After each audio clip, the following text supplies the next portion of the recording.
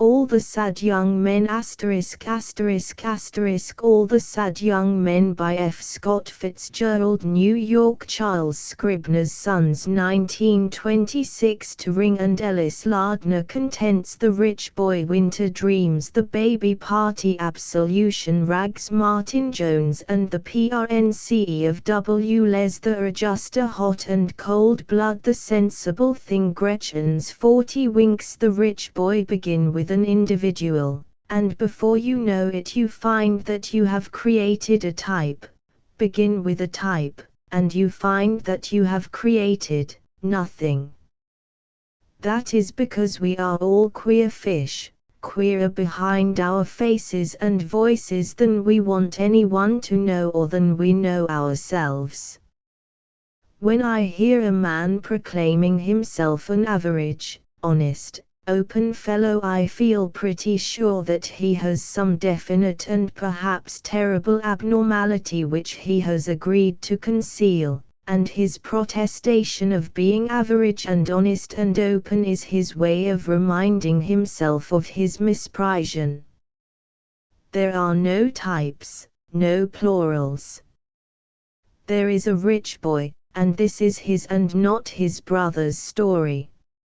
All my life I have lived among his brothers, but this one has been my friend.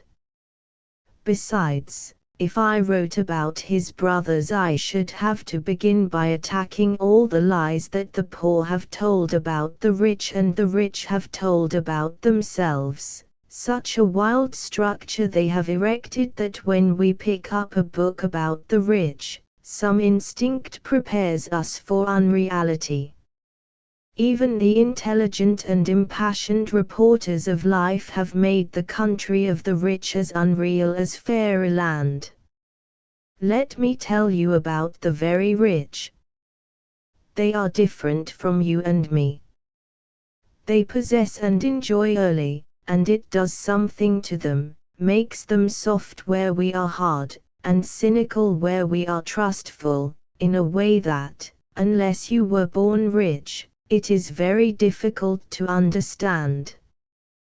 They think, deep in their hearts, that they are better than we are because we had to discover the compensations and refuges of life for ourselves. Even when they enter deep into our world or sink below us, they still think that they are better than we are. They are different. The only way I can describe young Anson Hunter is to approach him as if he were a foreigner and cling stubbornly to my point of view. If I accept his for a moment I am lost. I have nothing to show but a preposterous movie. Anson was the eldest of 6 children who would someday divide a fortune of $15 million, and he reached the age of reason. Is it 7, at the beginning of the century when daring young women were already gliding along Fifth Avenue in electric mobiles. In those days he and his brother had an English governess who spoke the language very clearly and crisply and well, so that the 2 boys grew to speak as she did. Their words and sentences were all crisp and clear and not run together as ours are.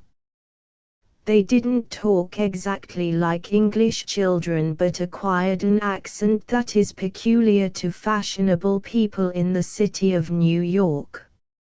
In the summer the 6 children were moved from the house on 71st Street to a big estate in northern Connecticut. It was not a fashionable locality. Anson's father wanted to delay as long as possible his children's knowledge of that side of life. He was a man somewhat superior to his class, which composed New York society, and to his period, which was the snobbish and formalized vulgarity of the Gilded Age, and he wanted his sons to learn habits of concentration and have sound constitutions and grow up into right living and successful men. He and his wife kept an eye on them as well as they were able until the two older boys went away to school. But in huge establishments this is difficult. It was much simpler in the series of small and medium-sized houses in which my own youth was spent. I was never far out of the reach of my mother's voice, of the sense of her presence, her approval or disapproval. Anson's first sense of his superiority came to him when he realized the half-grudging American deference that was paid to him in the Connecticut village. The parents of the boys he played with always inquired after his father and mother, and were vaguely excited when their own children were asked to the hunter's house.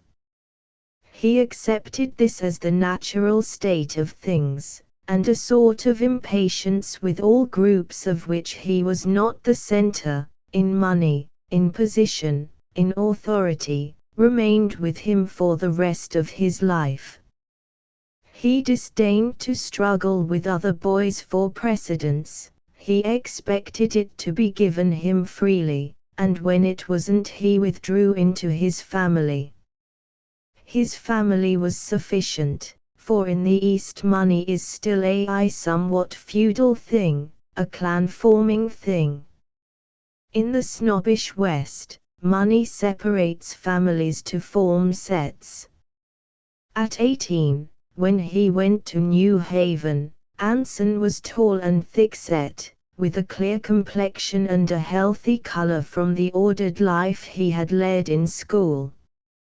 His hair was yellow and grew in a funny way on his head, his nose was beaked. These two things kept him from being handsome, but he had a confident charm and a certain brusque style, and the upper-class men who passed him on the street knew without being told that he was a rich boy and had gone to one of the best schools. Nevertheless, his very superiority kept him from being a success in college. The independence was mistaken for egotism, and the refusal to accept Yale standards with the proper or seemed to belittle all those who had. So, long before he graduated, he began to shift the center of his life to New York. He was at home in New York.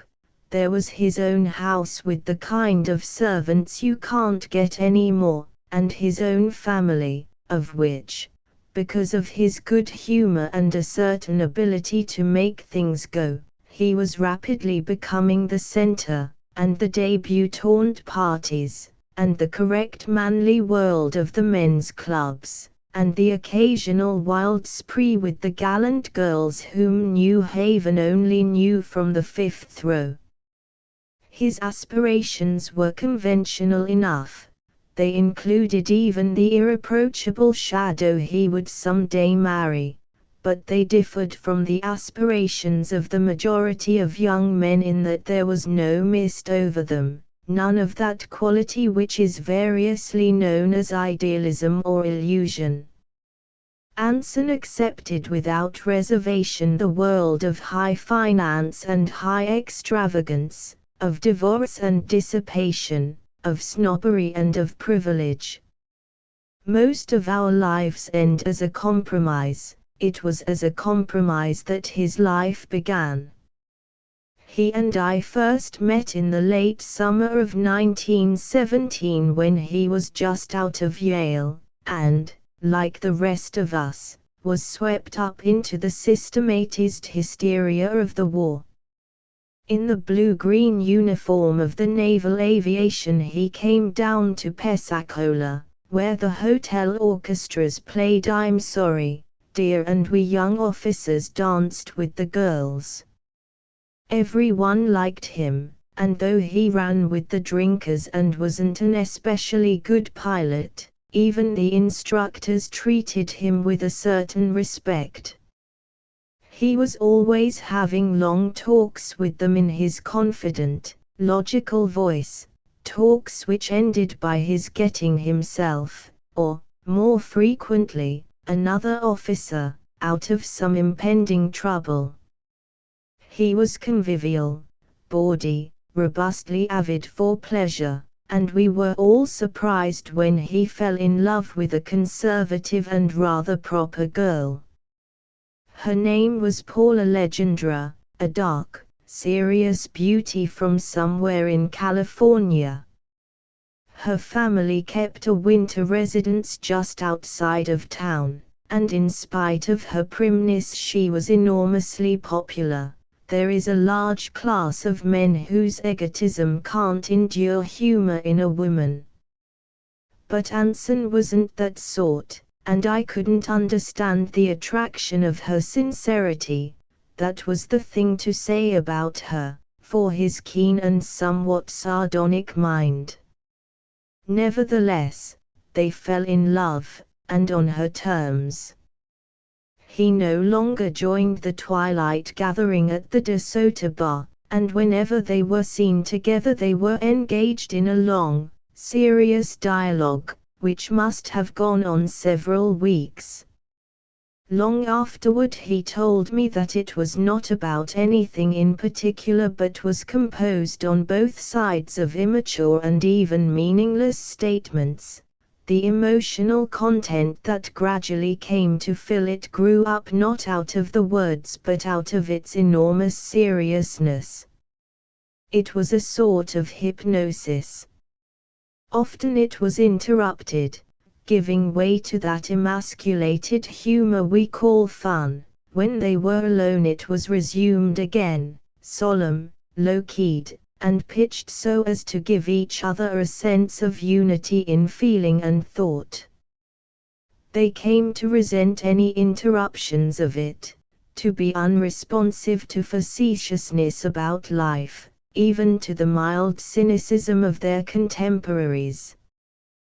They were only happy when the dialogue was going on, and its seriousness bathed them like the amber glow of an open fire.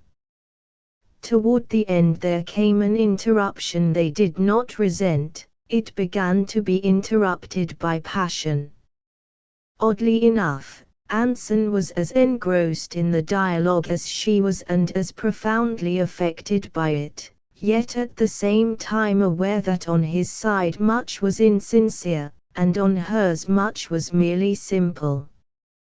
At first, too, he despised her emotional simplicity as well, but with his love her nature deepened and blossomed, and he could despise it no longer.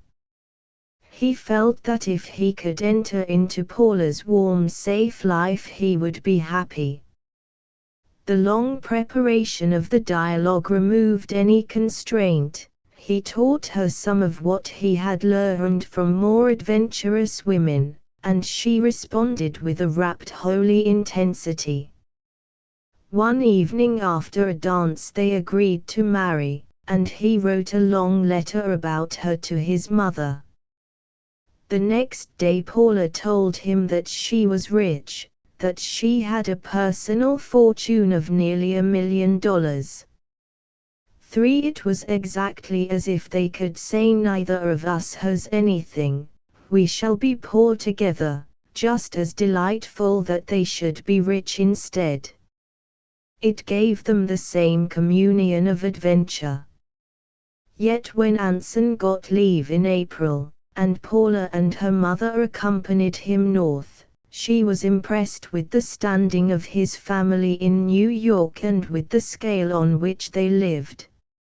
Alone with Anson for the first time in the rooms where he had played as a boy, she was filled with a comfortable emotion, as though she were preeminently safe and taken care of. The pictures of Anson in a skull cap at his first school, of Anson on horseback with the sweetheart of a mysterious forgotten summer, of Anson in a gay group of ushers and bridesmaid at a wedding, made her jealous of his life apart from her in the past, and so completely did his authoritative person seem to sum up and typify these possessions of his that she was inspired with the idea of being married immediately and returning to Pensacola as his wife. But an immediate marriage wasn't discussed, even the engagement was to be secret until after the war. When she realized that only 2 days of his leave remained, her dissatisfaction crystallized in the intention of making him as unwilling to wait as she was. They were driving to the country for dinner, and she determined to force the issue that night. Now a cousin of Paula's was staying with them at the Ritz, a severe, bitter girl who loved Paula but was somewhat jealous of her impressive engagement, and as Paula was late in dressing, the cousin, who wasn't going to the party, received Anson in the parlor of the suite. Anson had met friends at 5 o'clock and drunk freely and indiscreetly with them for an hour. He left the Yale Club at a proper time, and his mother's chauffeur drove him to the Ritz, but his usual capacity was not in evidence, and the impact of the steam-heated sitting room made him suddenly dizzy. He knew it, and he was both amused and sorry. Paula's cousin was 25, but she was exceptionally naive, and at first failed to realize what was up. She had never met Anson before, and she was surprised when he mumbled strange information and nearly fell off his chair, but until Paula appeared it didn't occur to her that what she had taken for the odor of a dry-cleaned uniform was really whiskey. But Paula understood as soon as she appeared. Her only thought was to get Anson away before her mother saw him, and at the look in her eyes the cousin understood too. When Paula and Anson descended to the limousine they found 2 men inside, both asleep. They were the men with whom he had been drinking at the Yale Club, and they were also going to the party. He had entirely forgotten their presence in the car. On the way to Hempstead they awoke and sang. Some of the songs were rough, and though Paula tried to reconcile herself to the fact that Anson had few verbal inhibitions, her lips tightened with shame and distaste. Back at the hotel the cousin, confused and agitated, considered the incident, and then walked into Mrs. Legendra's bedroom, saying, "Isn't he funny?" "Who is funny?" "Why, Mr. Hunter. He seemed so funny." Mrs. Legendra looked at her sharply. "How is he funny?" "Why, he said he was French." "I didn't know he was French." "That's absurd. You must have misunderstood." She smiled, it was a joke. The cousin shook her head stubbornly. "No. He said he was brought up in France. He said he couldn't speak any English, and that's why he couldn't talk to me." "And he couldn't?" Mrs. Legendra looked away with impatience just as the cousin added thoughtfully, "Perhaps it was because he was so drunk and walked out of the room." This curious report was true. Anson, finding his voice thick and uncontrollable, had taken the unusual refuge of announcing that he spoke no English. Years afterward he used to tell that part of the story, and he invariably communicated the uproarious laughter which the memory aroused in him. 5 times in the next hour Mrs. Legendra tried to get Hempstead on the phone. When she succeeded, there was a 10-minute delay before she heard Paula's voice on the wire. Cousin Joe told me Anson was intoxicated. Oh, no. Oh, yes. Cousin Joe says he was intoxicated. He told her he was French, and fell off his chair and behaved as if he was very intoxicated.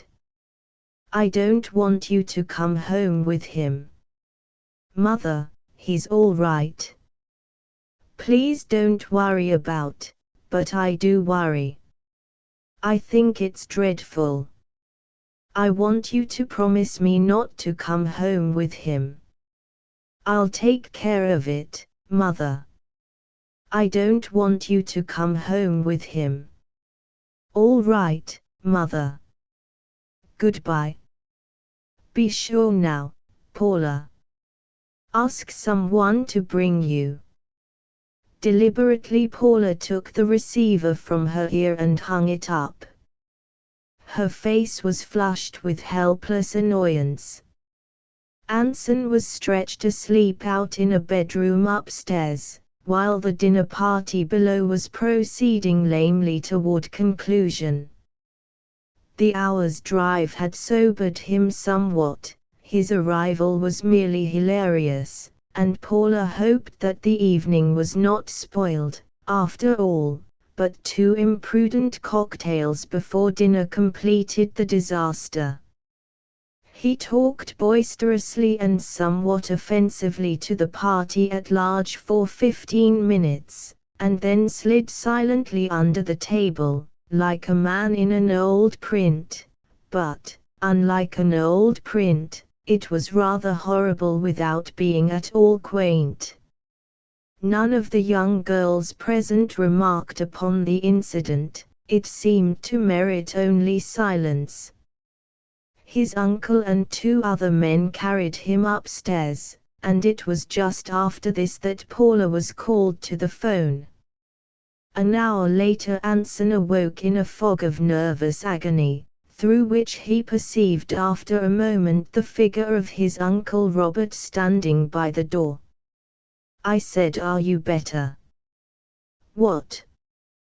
Do you feel better, old man?" "Terrible," said Anson. "I'm going to try you on another bromo seltzer. If you can hold it down, it'll do you good to sleep." With an effort Anson slid his legs from the bed and stood up. "I'm all right," he said dully. "Take it easy. I think if you gave me a glass brandy I could go downstairs." "Oh, no, yes, that's the only thing. I'm all right now. I suppose I'm in Dutch down there."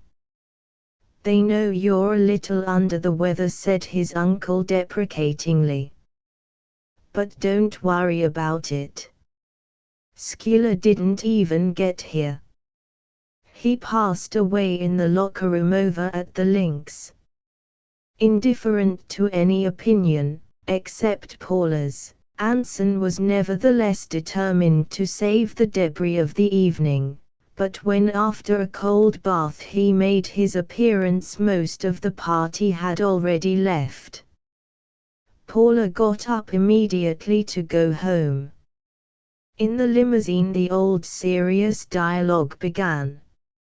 She had known that he drank, she admitted, but she had never expected anything like this. It seemed to her that perhaps they were not suited to each other. After all, their ideas about life were too different, and so forth.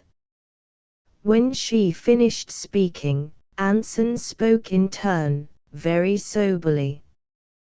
Then Paula said she'd have to think it over. She wouldn't decide tonight. She was not angry, but she was terribly sorry. Nor would she let him come into the hotel with her. But just before she got out of the car she leaned and kissed him unhappily on the cheek. The next afternoon Anson had a long talk with Mrs. Legendre while Paula sat listening in silence. It was agreed that Paula was to brood over the incident for a proper period, and then, if mother and daughter thought it best, they would follow Anson to Pensacola. On his part, he apologized with sincerity and dignity. That was all. With every card in her hand, Mrs. Legendre was unable to establish any advantage over him. He made no promises, showed no humility, only delivered a few serious comments on life which brought him off with rather a moral superiority at the end. When they came south 3 weeks later, neither Anson in his satisfaction nor Paula in her relief at the reunion realized that the psychological moment had passed forever. For he dominated and attracted her, and at the same time filled her with anxiety. Confused by his mixture of solidity and self-indulgence, of sentiment and cynicism, incongruities which her gentle mind was unable to resolve, Paula grew to think of him as two alternating personalities. When she saw him alone, or at a formal party, or with his casual inferiors, she felt a tremendous pride in his strong, attractive presence, the paternal, understanding stature of his mind. In other company she became uneasy when what had been a fine imperviousness to mere gentility showed its other face. The other face was gross, humorous, reckless of everything but pleasure. It startled her mind temporarily away from him, even led her into a short covert experiment with an old beau, but it was no use. After 4 months of Anson's enveloping vitality, there was an anemic pallor in all other men. In July he was ordered abroad, and their tenderness and desire reached a crescendo. Paula considered a last-minute marriage, decided against it only because there were always cocktails on his breath now, but the parting itself made her physically ill with grief. After his departure she wrote him long letters of regret for the days of love they had missed by waiting. In August Anson's plane slipped down into the North Sea. He was pulled onto a destroyer after a night in the water and sent to hospital with pneumonia. The armistice was signed before he was finally sent home. Then, with every opportunity given back to them, with no material obstacle to overcome, the secret weavings of their temperaments came between them, drying up their kisses and their tears, making their voices less loud to one another, muffling the intimate chatter of their hearts until the old communication was only possible by letters, from far away. One afternoon a society reporter waited for 2 hours in the Hunter's house for a confirmation of their engagement. Anson denied it, nevertheless an early issue carried the report as a leading paragraph. They were constantly seen together at Southampton, Hot Springs, and Tuxedo Park. But the serious dialogue had turned a corner into a long-sustained quarrel, and the affair was almost played out. Anson got drunk flagrantly and missed an engagement with her, whereupon Paula made certain behavioristic demands. His despair was helpless before his pride and his knowledge of himself. The engagement was definitely broken. "Dearest," said their letters now, "dearest, dearest, when I wake up in the middle of the night and realize that after all it was not to be, I feel that I want to die. I can't go on living anymore. Perhaps when we meet this summer we may talk things over and decide differently. We were so excited and sad that day, and I don't feel that I can live all my life without you. You speak of other people. Don't you know there are no other people for me, but only you? But as Paula drifted here and there around the East, she would sometimes mention her gaieties to make him wonder. Anson was too acute to wonder. When he saw a man's name in her letters, he felt more sure of her and a little disdainful. He was always superior to such things. But he still hoped that they would someday marry. Meanwhile he plunged vigorously into all the movement and glitter of postbellum New York, entering a brokerage house, joining half a dozen clubs, dancing late, and moving in three worlds: his own world, the world of young Yale graduates, and that section of the half-world which rests one end on Broadway. But there was always a thorough and infractable 8 hours devoted to his work in Wall Street, where the combination of his influential family connection, his sharp intelligence, and his abundance of sheer physical energy brought him almost immediately forward.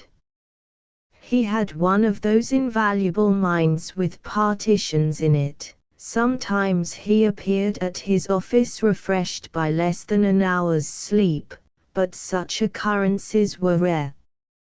So early as 1920 his income in salary and commissions exceeded $12,000.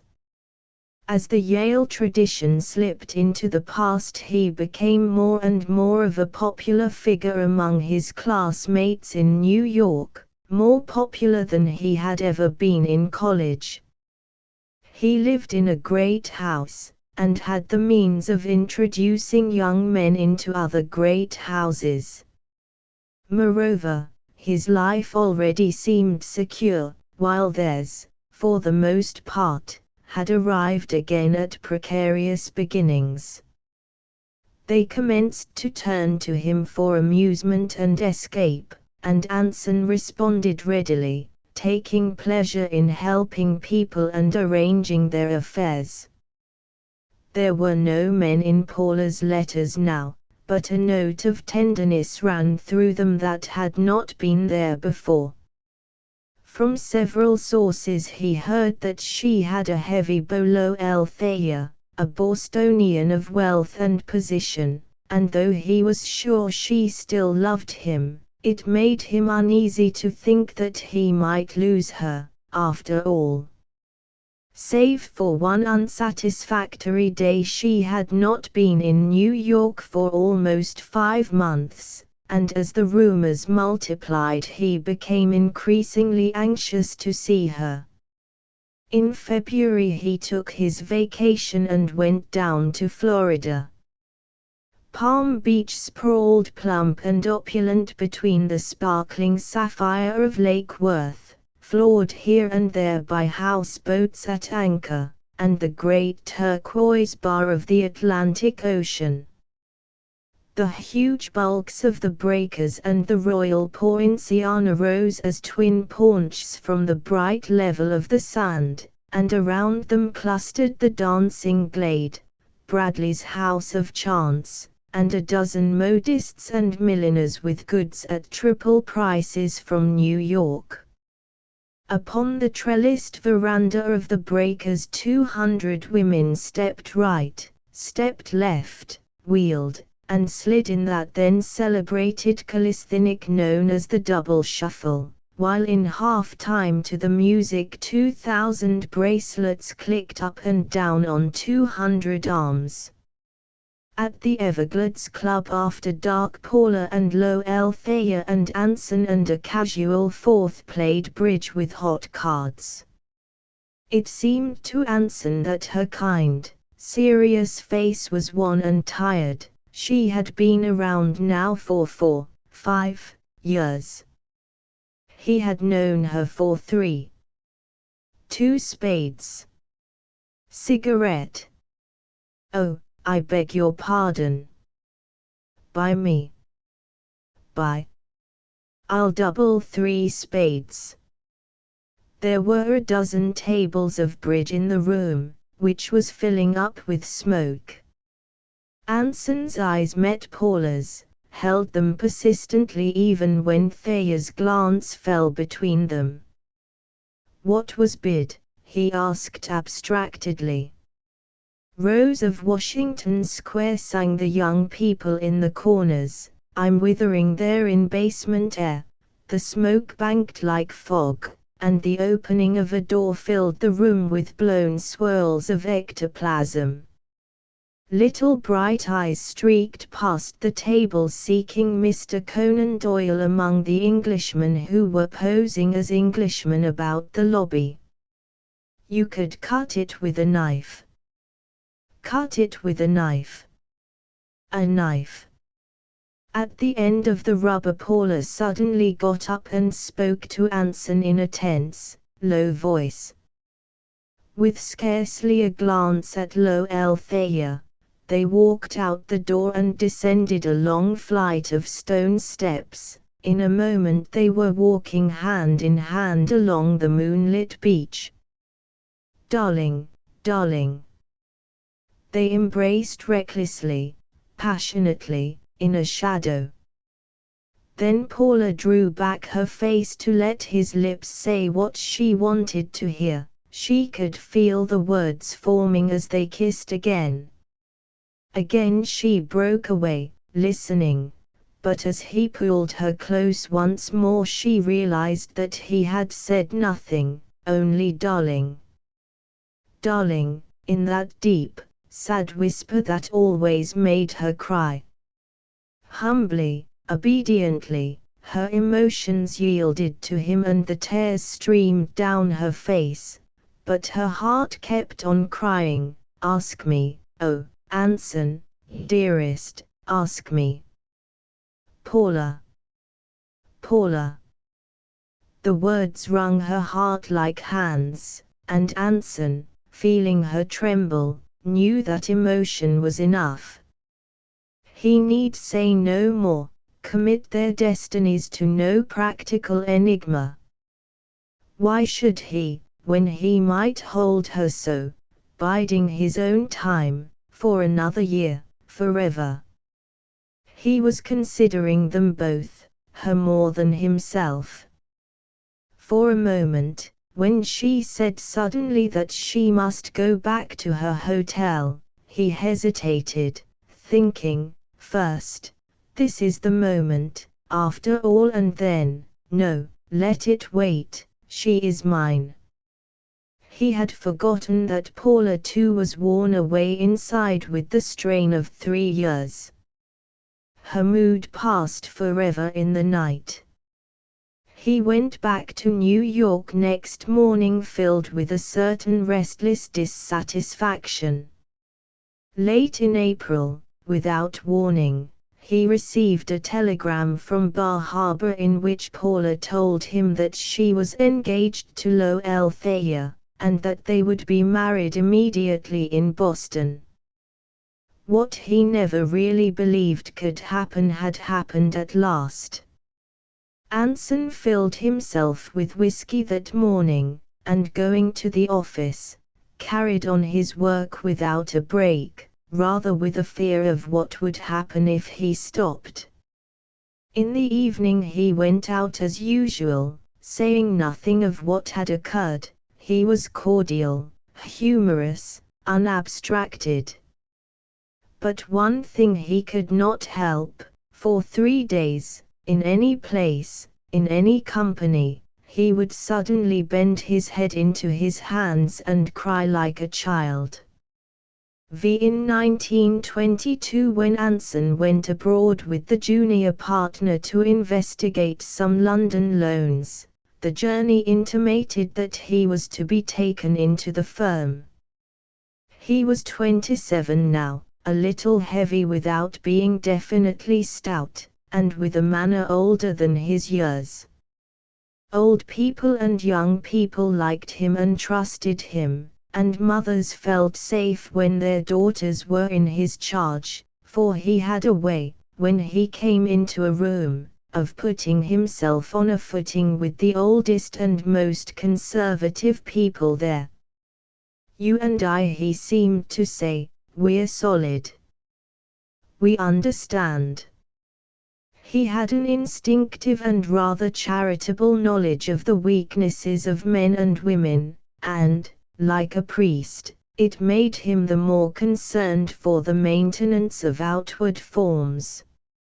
It was typical of him that every Sunday morning he taught in a fashionable Episcopal Sunday school, even though a cold shower and a quick change into a cutaway coat were all that separated him from the wild night before.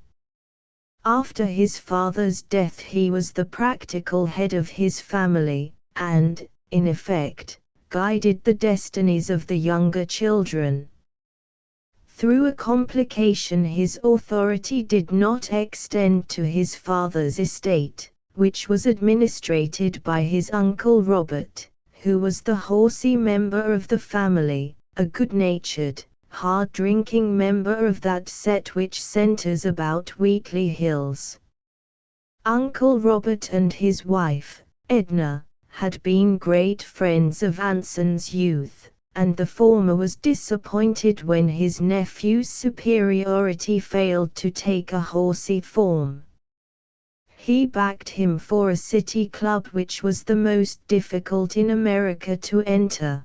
One could only join if one's family had helped to build up New York, or, in other words, were rich before 1880, and when Anson, after his election, neglected it for the Yale Club, Uncle Robert gave him a little talk on the subject. But when on top of that Anson declined to enter Robert Hunter's own conservative and somewhat neglected brokerage house, his manner grew cooler. Like a primary teacher who has taught all he knew, he slipped out of Anson's life. There were so many friends in Anson's life, scarcely one for whom he had not done some unusual kindness, and scarcely one whom he did not occasionally embarrass by his bursts of rough conversation or his habit of getting drunk whenever and however he liked. It annoyed him when anyone else blundered in that regard. About his own lapses he was always humorous. Odd things happened to him and he told them with infectious laughter.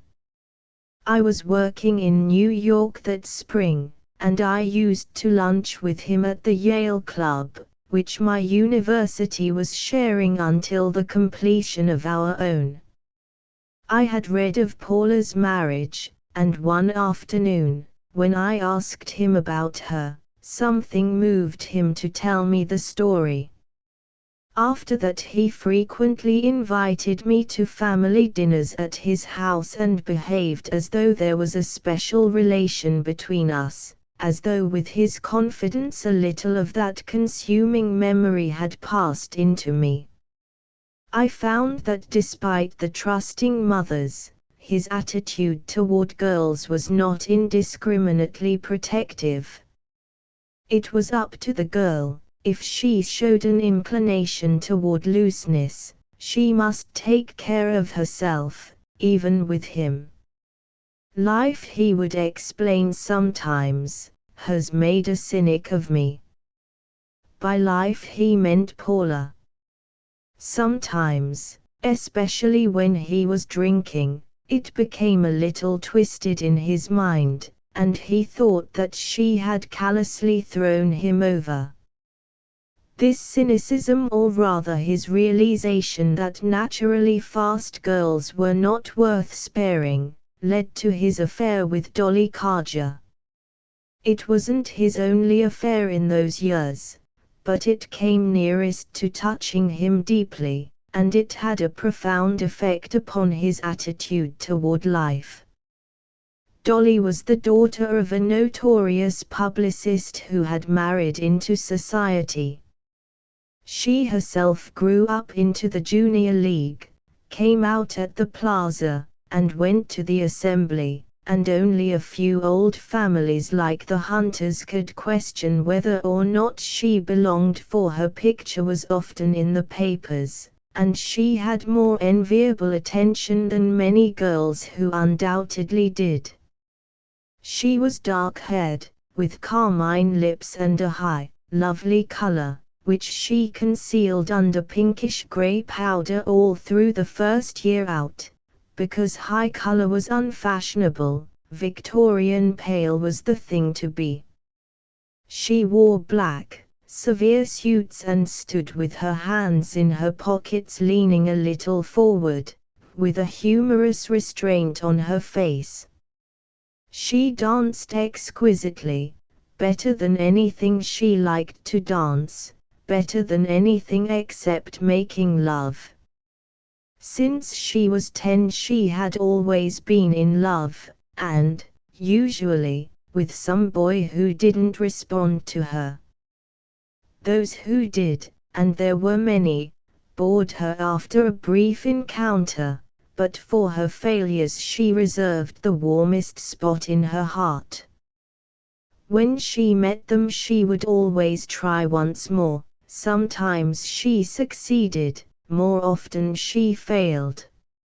It never occurred to this gypsy of the unattainable that there was a certain resemblance in those who refused to love her. They shared a hard intuition that saw through to her weakness, not a weakness of emotion but a weakness of rudder. Anson perceived this when he first met her, less than a month after Paula's marriage. He was drinking rather heavily, and he pretended for a week that he was falling in love with her. Then he dropped her abruptly and forgot. Immediately he took up the commanding position in her heart. Like so many girls of that day, Dolly was slackly and indiscreetly wild. The unconventionality of a slightly older generation had been simply one facet of a post-war movement to discredit obsolete manners. Dolly's was both older and shabbier, and she saw in Anson the two extremes which the emotionally shiftless woman seeks, an abandon to indulgence alternating with a protective strength. In his character she felt both the sybarite and the solid rock, and these two satisfied every need of her nature. She felt that it was going to be difficult, but she mistook the reason. She thought that Anson and his family expected a more spectacular marriage, but she guessed immediately that her advantage lay in his tendency to drink. They met at the large debutante dances, but as her infatuation increased they managed to be more and more together. Like most mothers, Mrs. Carger believed that Anson was exceptionally reliable, so she allowed Dolly to go with him to distant country clubs and suburban houses without inquiring closely into their activities or questioning her explanations when they came in late. At first these explanations might have been accurate, but Dolly's worldly ideas of capturing Anson were soon engulfed in the rising sweep of her emotion. Kisses in the back of taxis and motor cars were no longer enough. They did a curious thing. They dropped out of their world for a while and made another world just beneath it where Anson's tippling and Dolly's irregular hours would be less noticed and commented on. It was composed, this world, of varying elements, several of Anson's Yale friends and their wives, 2 or 3 young brokers and bond salesmen and a handful of unattached men, fresh from college, with money and a propensity to dissipation. What this world lacked in spaciousness and scale it made up for by allowing them a liberty that it scarcely permitted itself. Moreover, it centered around them and permitted Dolly the pleasure of a faint condescension, a pleasure which Anson, whose whole life was a condescension from the certitudes of his childhood, was unable to share. He was not in love with her, and in the long feverish winter of their affair he frequently told her so. In the spring he was weary, he wanted to renew his life at some other source. Moreover, he saw that either he must break with her now or accept the responsibility of a definite seduction. Her family's encouraging attitude precipitated his decision. One evening when Mr. Carter knocked discreetly at the library door to announce that he had left a bottle of old brandy in the dining room, Anson felt that life was hemming him in. That night he wrote her a short letter in which he told her that he was going on his vacation, and that in view of all the circumstances they had better meet no more. It was June. His family had closed up the house and gone to the country, so he was living temporarily at the Yale Club. I had heard about his affair with Dolly as it developed, accounts salted with humor, for he despised unstable women, and granted them no place in the social edifice in which he believed, and when he told me that night that he was definitely breaking with her I was glad. I had seen Dolly here and there, and each time with a feeling of pity at the hopelessness of her struggle, and of shame at knowing so much about her that I had no right to know. She was what is known as a pretty little thing, but there was a certain recklessness which rather fascinated me. Her dedication to the goddess of waste would have been less obvious had she been less spirited. She would most certainly throw herself away, but I was glad when I heard that the sacrifice would not be consummated in my sight. Anson was going to leave the letter of farewell at her house next morning. It was one of the few houses left open in the Fifth Avenue district, and he knew that the Carters, acting upon erroneous information from Dolly, had foregone a trip abroad to give their daughter her chance. As he stepped out the door of the Yale Club into Madison Avenue, the postman passed him, and he followed back inside. The first letter that caught his eye was in Dolly's hand. He knew what it would be, a lonely and tragic monologue, full of the reproaches he knew, the invoked memories, the I wonder ifs, all the immemorial intimacies that he had communicated to Paula Legendra in what seemed another age. Thumbing over some bills, he brought it on top again and opened it. To his surprise it was a short, somewhat formal note, which said that Dolly would be unable to go to the country with him for the weekend, because Perry Hull from Chicago had unexpectedly come to town.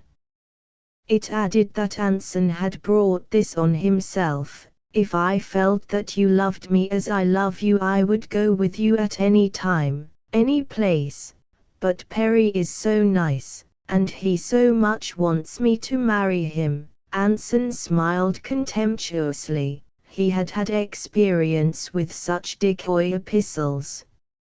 Moreover, he knew how Dolly had labored over this plan, probably sent for the faithful Perry and calculated the time of his arrival, even labored over the note so that it would make him jealous without driving him away. Like most compromises, it had neither force nor vitality but only a timorous despair. Suddenly he was angry. He sat down in the lobby and read it again. Then he went to the phone, called Dolly and told her in his clear, compelling voice that he had received her note and would call for her at 5 o'clock as they had previously planned. Scarcely waiting for the pretended uncertainty of her "perhaps I can see you for an hour," he hung up the receiver and went down to his office. On the way he tore his own letter into bits and dropped it in the street. He was not jealous, she meant nothing to him, but at her pathetic ruse everything stubborn and self-indulgent in him came to the surface. It was a presumption from a mental inferior and it could not be overlooked. If she wanted to know to whom she belonged she would see. He was on the doorstep at 5:15. Dolly was dressed for the street, and he listened in silence to the paragraph of "I can only see you for an hour" which she had begun on the phone. "Put on your hat, Dolly," he said, "we'll take a walk." They strolled up Madison Avenue and over to Fifth while Anson's shirt dampened upon his portly body in the deep heat. He talked little, scolding her, making no love to her, but before they had walked 6 blocks she was his again, apologizing for the note, offering not to see Perry at all as an atonement, offering anything. She thought that he had come because he was beginning to love her. "I'm hot," he said when they reached 71st Street. "This is a winter suit. If I stop by the house and change, would you mind waiting for me downstairs? I'll only be a minute." She was happy. The intimacy of his being hot, of any physical fact about him, thrilled her. When they came to the iron-grated door and Anson took out his key she experienced a sort of delight.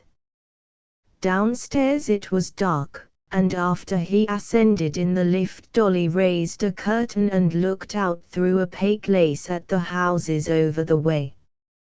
She heard the lift machinery stop, and with the notion of teasing him pressed the button that brought it down. Then on what was more than an impulse she got into it and sent it up to what she guessed was his floor. "Anson," she called, laughing a little. "Just a minute," he answered from his bedroom, then after a brief delay, "Now you can come in."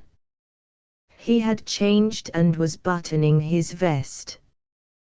"This is my room," he said lightly. "How do you like it?" She caught sight of Paula's picture on the wall and stared at it in fascination, just as Paula had stared at the pictures of Anson's childish sweethearts 5 years before. She knew something about Paula. Sometimes she tortured herself with fragments of the story. Suddenly she came close to Anson, raising her arms. They embraced. Outside the area window a soft artificial twilight already hovered, though the sun was still bright on a back roof across the way. In half an hour the room would be quite dark. The uncalculated opportunity overwhelmed them, made them both breathless, and they clung more closely. It was imminent, inevitable. Still holding one another, they raised their heads. Their eyes fell together upon Paula's picture, staring down at them from the wall. Suddenly Anson dropped his arms, and sitting down at his desk tried the drawer with a bunch of keys. "Like a drink?" he asked in a gruff voice. "No, Anson."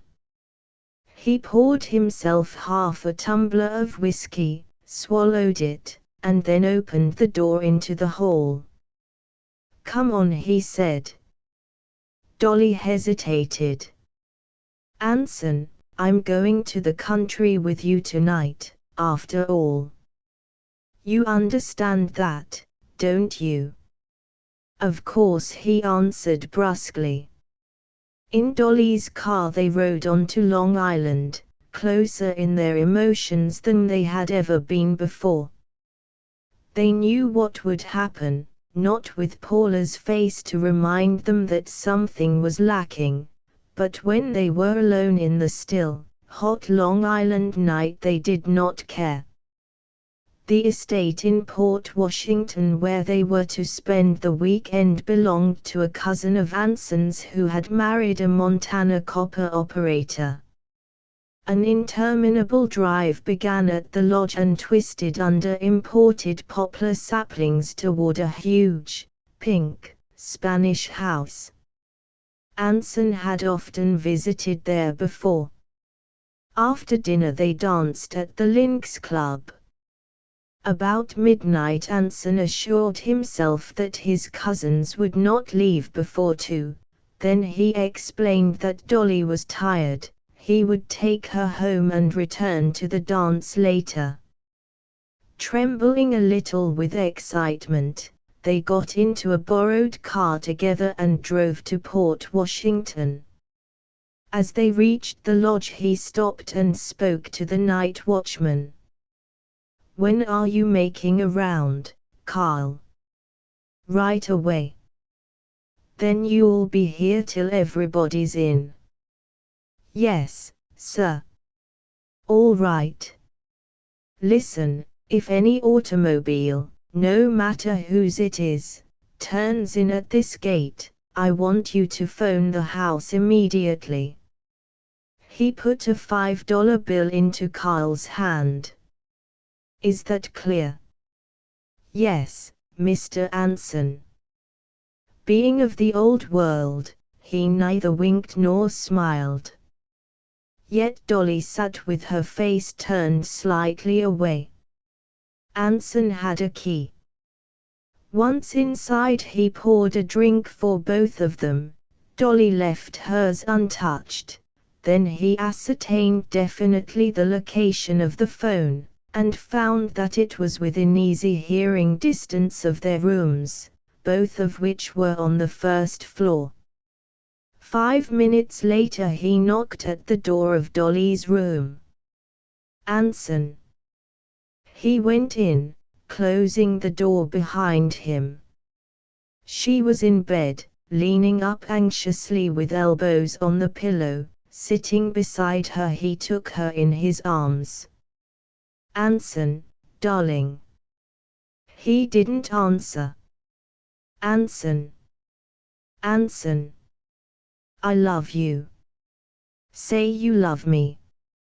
Say it now, can't you say it now? Even if you don't mean it." He did not listen. Over her head he perceived that the picture of Paula was hanging here upon this wall. He got up and went close to it. The frame gleamed faintly with thrice reflected moonlight. Within was a blurred shadow of a face that he saw he did not know. Almost sobbing, he turned around and stared with abomination at the little figure on the bed. "This is all foolishness," he said thickly. "I don't know what I was thinking about. I don't love you and you'd better wait for somebody that loves you. I don't love you a bit, can't you understand?" His voice broke, and he went hurriedly out. Back in the salon he was pouring himself a drink with uneasy fingers, when the front door opened suddenly, and his cousin came in. "Why, Anson, I hear Dolly's sick," she began solicitously. "I hear she's sick." "It was nothing," he interrupted, raising his voice so that it would carry into Dolly's room. "She was a little tired. She went to bed." For a long time afterward Anson believed that a protective God sometimes interfered in human affairs. But Dolly Carter, lying awake and staring at the ceiling, never again believed in anything at all. 6. When Dolly married during the following autumn, Anson was in London on business. Like Paula's marriage, it was sudden, but it affected him in a different way. At first he felt that it was funny, and had an inclination to laugh when he thought of it. Later it depressed him, it made him feel old. There was something repetitive about it. Why? Paula and Dolly had belonged to different generations. He had a foretaste of the sensation of a man of 40 who hears that the daughter of an old flame has married. He wired congratulations and, as was not the case with Paula, they were sincere. He had never really hoped that Paula would be happy. When he returned to New York, he was made a partner in the firm, and, as his responsibilities increased, he had less time on his hands. The refusal of a life insurance company to issue him a policy made such an impression on him that he stopped drinking for a year, and claimed that he felt better physically, though I think he missed the convivial recounting of those Seleniusque adventures which, in his early 20s, had played such a part of his life. But he never abandoned the Yale Club. He was a figure there, a personality, and the tendency of his class, who were now 7 years out of college, to drift away to more sober haunts was checked by his presence. His day was never too full nor his mind too weary to give any sort of aid to anyone who asked it. What had been done at first through pride and superiority had become a habit and a passion. And there was always something, a younger brother in trouble at New Haven, a quarrel to be patched up between a friend and his wife, a position to be found for this man, an investment for that. But his specialty was the solving of problems for young married people. Young married people fascinated him and their apartments were almost sacred to him. He knew the story of their love affair, advised them where to live and how, and remembered their babies' names. Toward young wives his attitude was circumspect. He never abused the trust which their husbands, strangely enough in view of his unconcealed irregularities, invariably reposed in him. He came to take a vicarious pleasure in happy marriages, and to be inspired to an almost equally pleasant melancholy by those that went astray. Not a season passed that he did not witness the collapse of an affair that perhaps he himself had fathered. When Paula was divorced and almost immediately remarried to another Bostonian, he talked about her to me all one afternoon. He would never love anyone as he had loved Paula, but he insisted that he no longer cared. "I'll never marry," he came to say. "I've seen too much of it, and I know a happy marriage is a very rare thing. Besides, I'm too old." But he did believe in marriage. Like all men who spring from a happy and successful marriage, he believed in it passionately. Nothing he had seen would change his belief. His cynicism dissolved upon it like air. But he did really believe he was too old. At 28 he began to accept with equanimity the prospect of marrying without romantic love. He resolutely chose a New York girl of his own class, pretty, intelligent, congenial, above reproach, and set about falling in love with her. The things he had said to Paula with sincerity, to other girls with grace, he could no longer say at all without smiling, or with the force necessary to convince.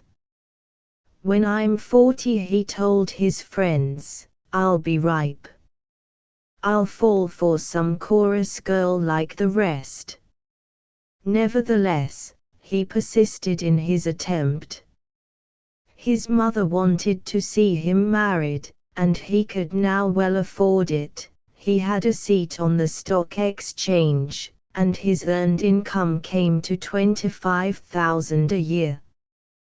The idea was agreeable. When his friends, he spent most of his time with the set he and Dolly had evolved, closed themselves in behind domestic doors at night. He no longer rejoiced in his freedom.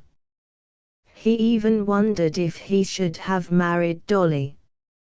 Not even Paula had loved him more, and he was learning the rarity, in a single life, of encountering true emotion. Just as this mood began to creep over him, a disquieting story reached his ear. His Aunt Edna, a woman just this side of 40, was carrying on an open intrigue with a dissolute, hard-drinking young man named Carey Sloane. Everyone knew of it except Anson's Uncle Robert, who for 15 years had talked long in clubs and taken his wife for granted. Anson heard the story again and again with increasing annoyance. Something of his old feeling for his uncle came back to him, a feeling that was more than personal, a reversion toward that family solidarity on which he had based his pride. His intuition singled out the essential point of the affair, which was that his uncle shouldn't be hurt. It was his first experiment in unsolicited meddling, but with his knowledge of Edna's character he felt that he could handle the matter better than a district judge or his uncle. His uncle was in Hot Springs. Anson traced down the sources of the scandal so that there should be no possibility of mistake, and then he called Edna and asked her to lunch with him at the plaza next day.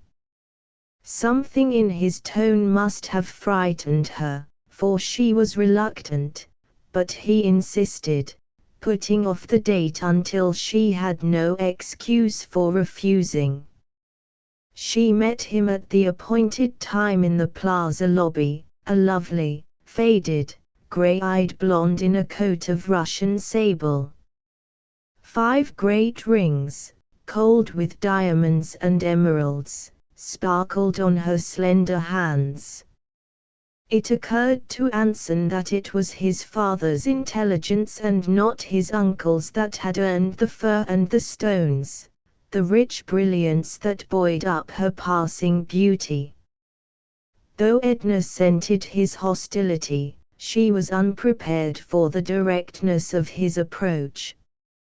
"Edna, I'm astonished at the way you've been acting," he said in a strong, frank voice. "At first I couldn't believe it." "Believe what?" she demanded sharply. "You needn't pretend with me, Edna. I'm talking about Carey Sloane. Aside from any other consideration, I didn't think you could treat Uncle Robert." "Now look here, Anson," she began angrily, but his peremptory voice broke through hers, "and your children in such a way. You've been married 18 years, and you're old enough to know better. You can't talk to me like that." Yes, I can. Uncle Robert has always been my best friend." He was tremendously moved. He felt a real distress about his uncle, about his 3 young cousins. Edna stood up, leaving her crab flake cocktail untasted. "This is the silliest thing." "Very well, if you won't listen to me I'll go to Uncle Robert and tell him the whole story. He's bound to hear it sooner or later. And afterward I'll go to old Moses Sloane. Edna faltered back into her chair. "Don't talk so loud," she begged him. Her eyes blurred with tears. "You have no idea how your voice carries. You might have chosen a less public place to make all these crazy accusations." He didn't answer. "Oh, you never liked me, I know," she went on. "You're just taking advantage of some silly gossip to try and break up the only interesting friendship I've ever had. What did I ever do to make you hate me so?" Still Anson waited. There would be the appeal to his chivalry, then to his pity, finally to his superior sophistication. When he had shouldered his way through all these, there would be admissions, and he could come to grips with her.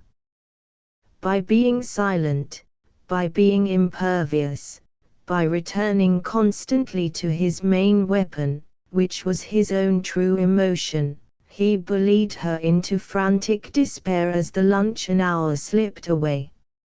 At 2 o'clock she took out a mirror and a handkerchief, shined away the marks of her tears and powdered the slight hollows where they had lain. She had agreed to meet him at her own house at 5. When he arrived she was stretched on a chaise longue which was covered with cretonne for the summer, and the tears he had called up at luncheon seemed still to be standing in her eyes. Then he was aware of Carrie Sloane's dark anxious presence upon the cold hearth. "What's this idea of yours?" broke out Sloane immediately. "I understand you invited Edna to lunch and then threatened her on the basis of some cheap scandal." Anson sat down. "I have no reason to think it's only scandal. I hear you're going to take it to Robert Hunter, and to my father." Anson nodded. "Either you break it off, or I will," he said. "What goddamned business is it of yours, Hunter?" "Don't lose your temper," Carrie said Edna nervously. "It's only a question of showing him how absurd, for one thing. It's my name that's being handed around," interrupted Anson. "That's all that concerns you, Carrie. Edna isn't a member of your family."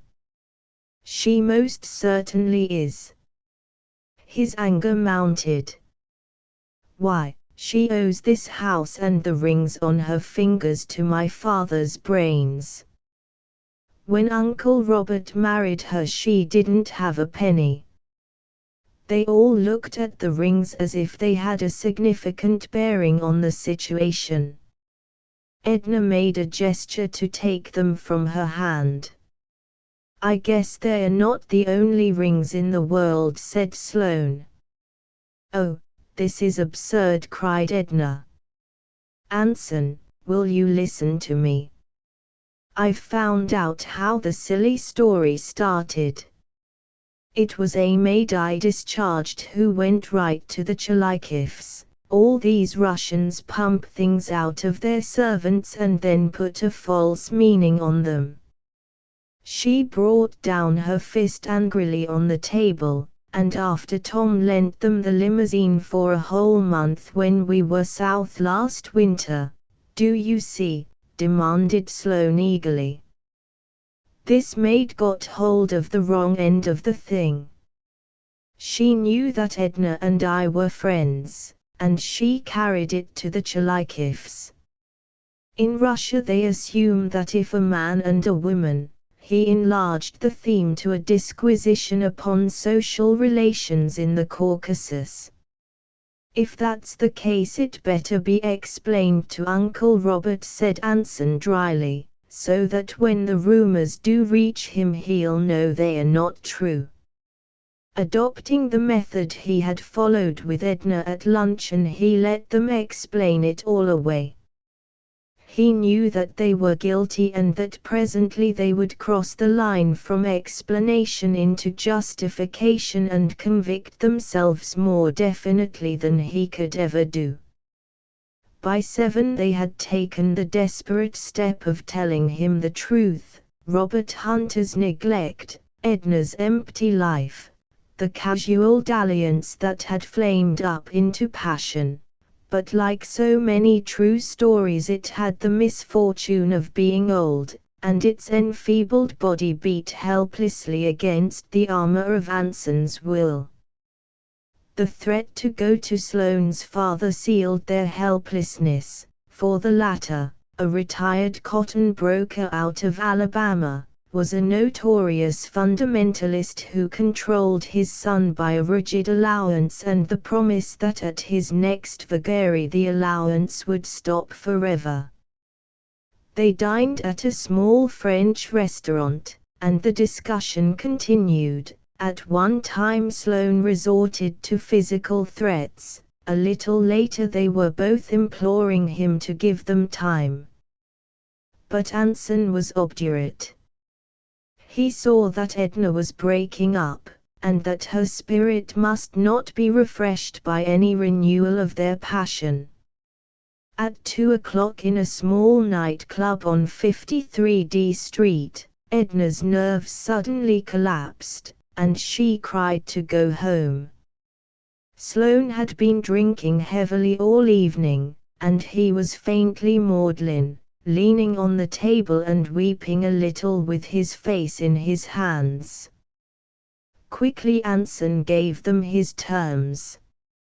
Sloane was to leave town for 6 months, and he must be gone within 48 hours.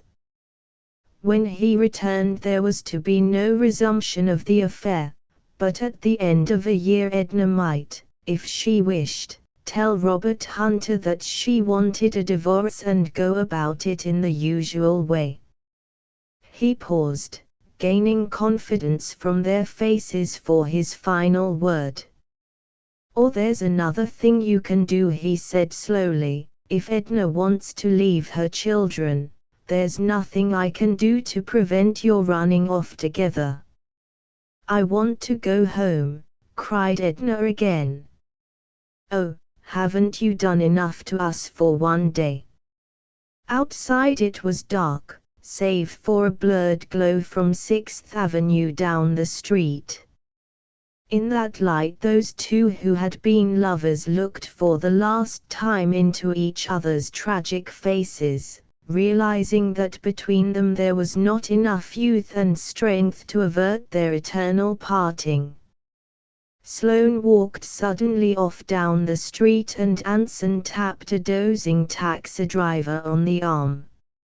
It was almost 4. There was a patient flow of cleaning water along the ghostly pavement of 5th Avenue, and the shadows of 2 night women flitted over the dark facade of St. Thomas's Church. Then the desolate shrubbery of Central Park where Anson had often played as a child, and the mounting numbers, significant as names, of the marching streets. This was his city, he thought, where his name had flourished through 5 generations. No change could alter the permanence of its place here, for change itself was the essential substratum by which he and those of his name identified themselves with the spirit of New York. Resourcefulness and a powerful will, for his threats in weaker hands would have been less than nothing, had beaten the gathering dust from his uncle's name, from the name of his family, from even this shivering figure that sat beside him in the car. Carrie Sloane's body was found next morning on the lower shelf of a pillar of Queensborough Bridge. In the darkness and in his excitement he had thought that it was the water flowing black beneath him, but in less than a second it made no possible difference, unless he had planned to think one last thought of Edna, and call out her name as he struggled feebly in the water. 7. Anson never blamed himself for his part in this affair. The situation which brought it about had not been of his making. But the just suffer with the unjust, and he found that his oldest and somehow his most precious friendship was over. He never knew what distorted story Edna told, but he was welcome in his uncle's house no longer.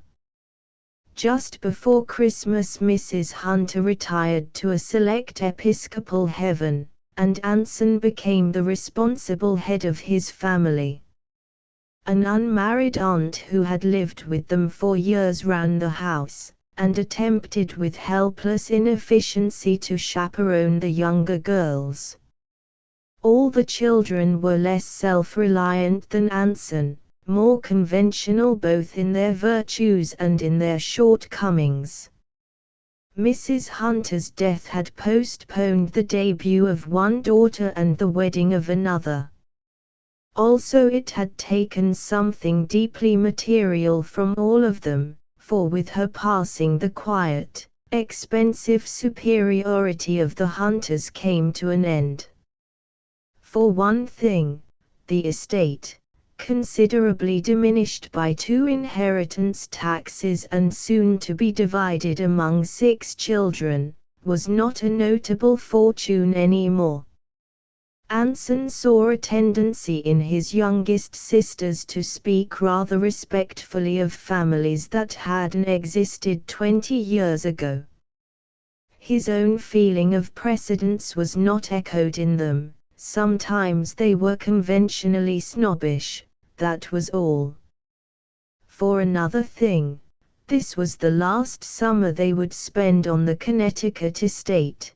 The clamor against it was too loud. Who wants to waste the best months of the year shut up in that dead old town? Reluctantly he yielded. The house would go into the market in the fall, and next summer they would rent a smaller place in Westchester County. It was a step down from the expensive simplicity of his father's idea, and, while he sympathized with the revolt, it also annoyed him. During his mother's lifetime he had gone up there at least every other weekend, even in the gayest summers. Yet he himself was part of this change, and his strong instinct for life had turned him in his 20s from the hollow obsequies of that abortive leisure class.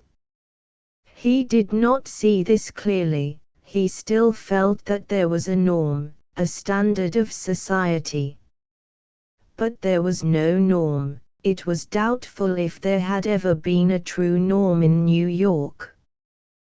The few who still paid and fought to enter a particular set succeeded only to find that as a society it scarcely functioned, or, what was more alarming, that the bohemia from which they fled sat above them at table.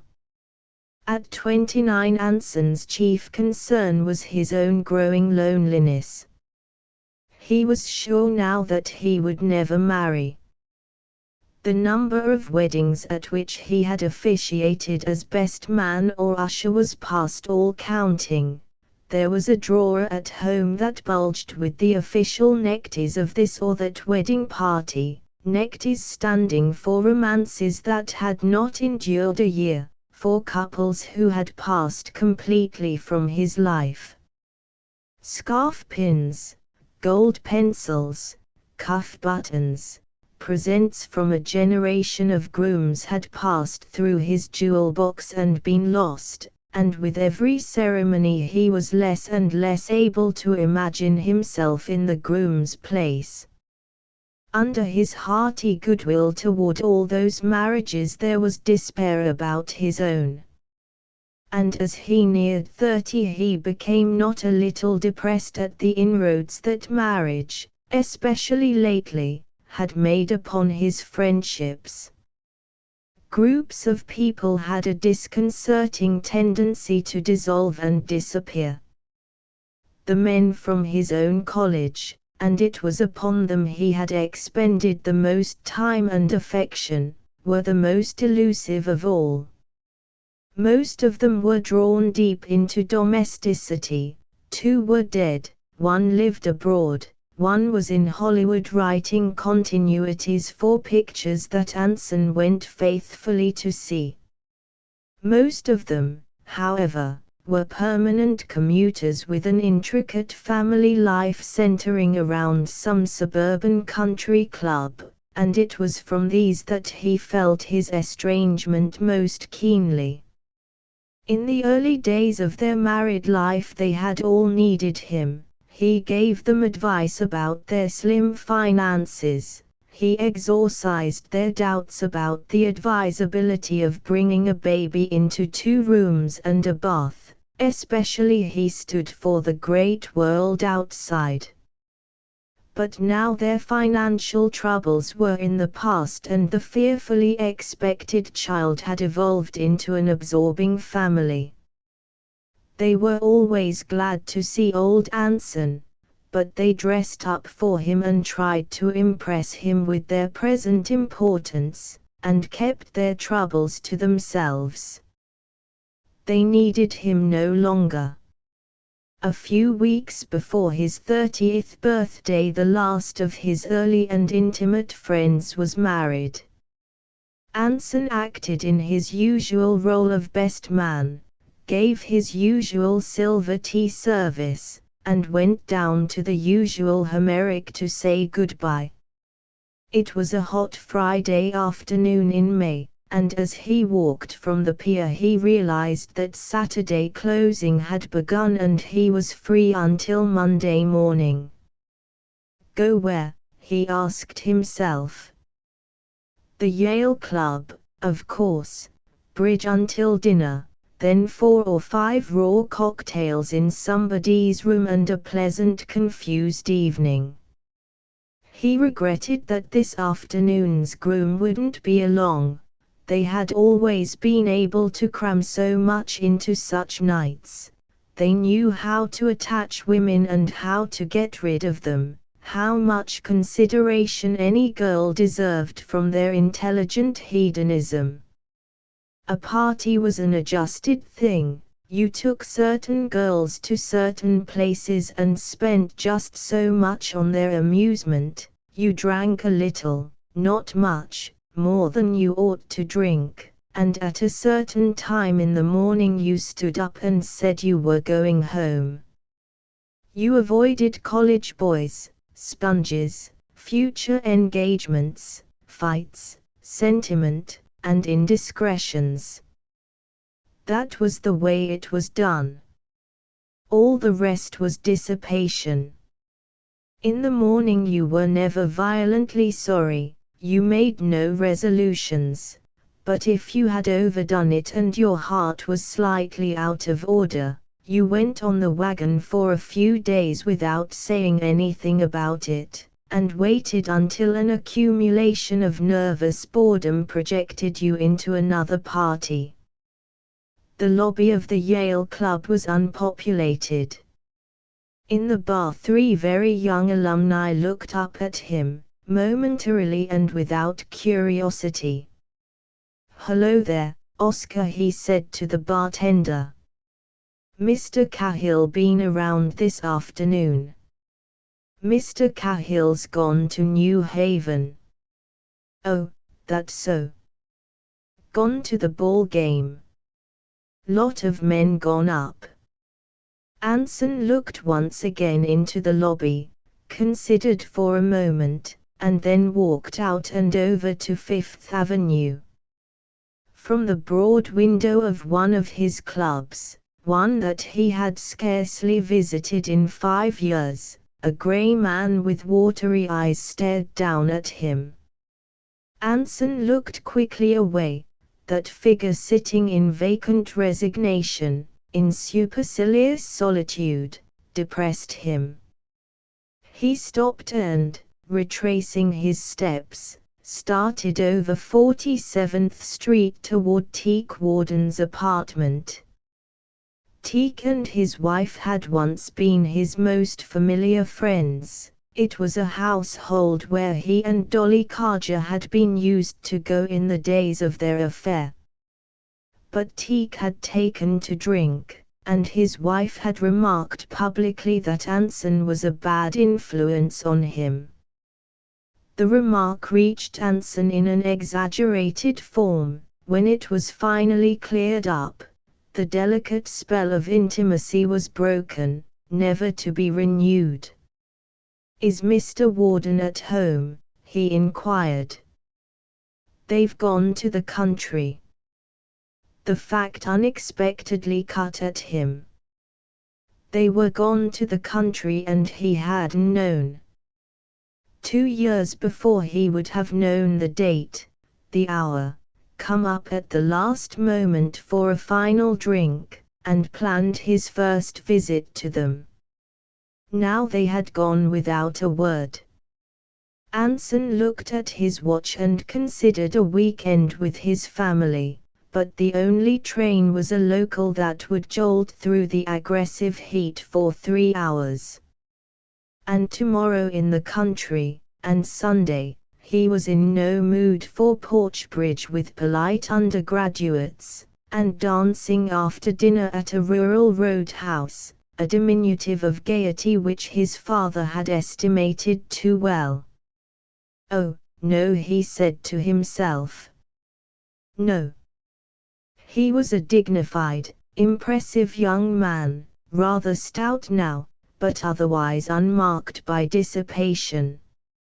He could have been cast for a pillar of something. At times you were sure it was not society, at others nothing else, for the law, for the church. He stood for a few minutes motionless on the sidewalk in front of a 47th Street apartment house. For almost the first time in his life he had nothing whatever to do. Then he began to walk briskly up Fifth Avenue, as if he had just been reminded of an important engagement there. The necessity of dissimulation is one of the few characteristics that we share with dogs, and I think of Anson on that day as some well-bred specimen who had been disappointed at a familiar back door.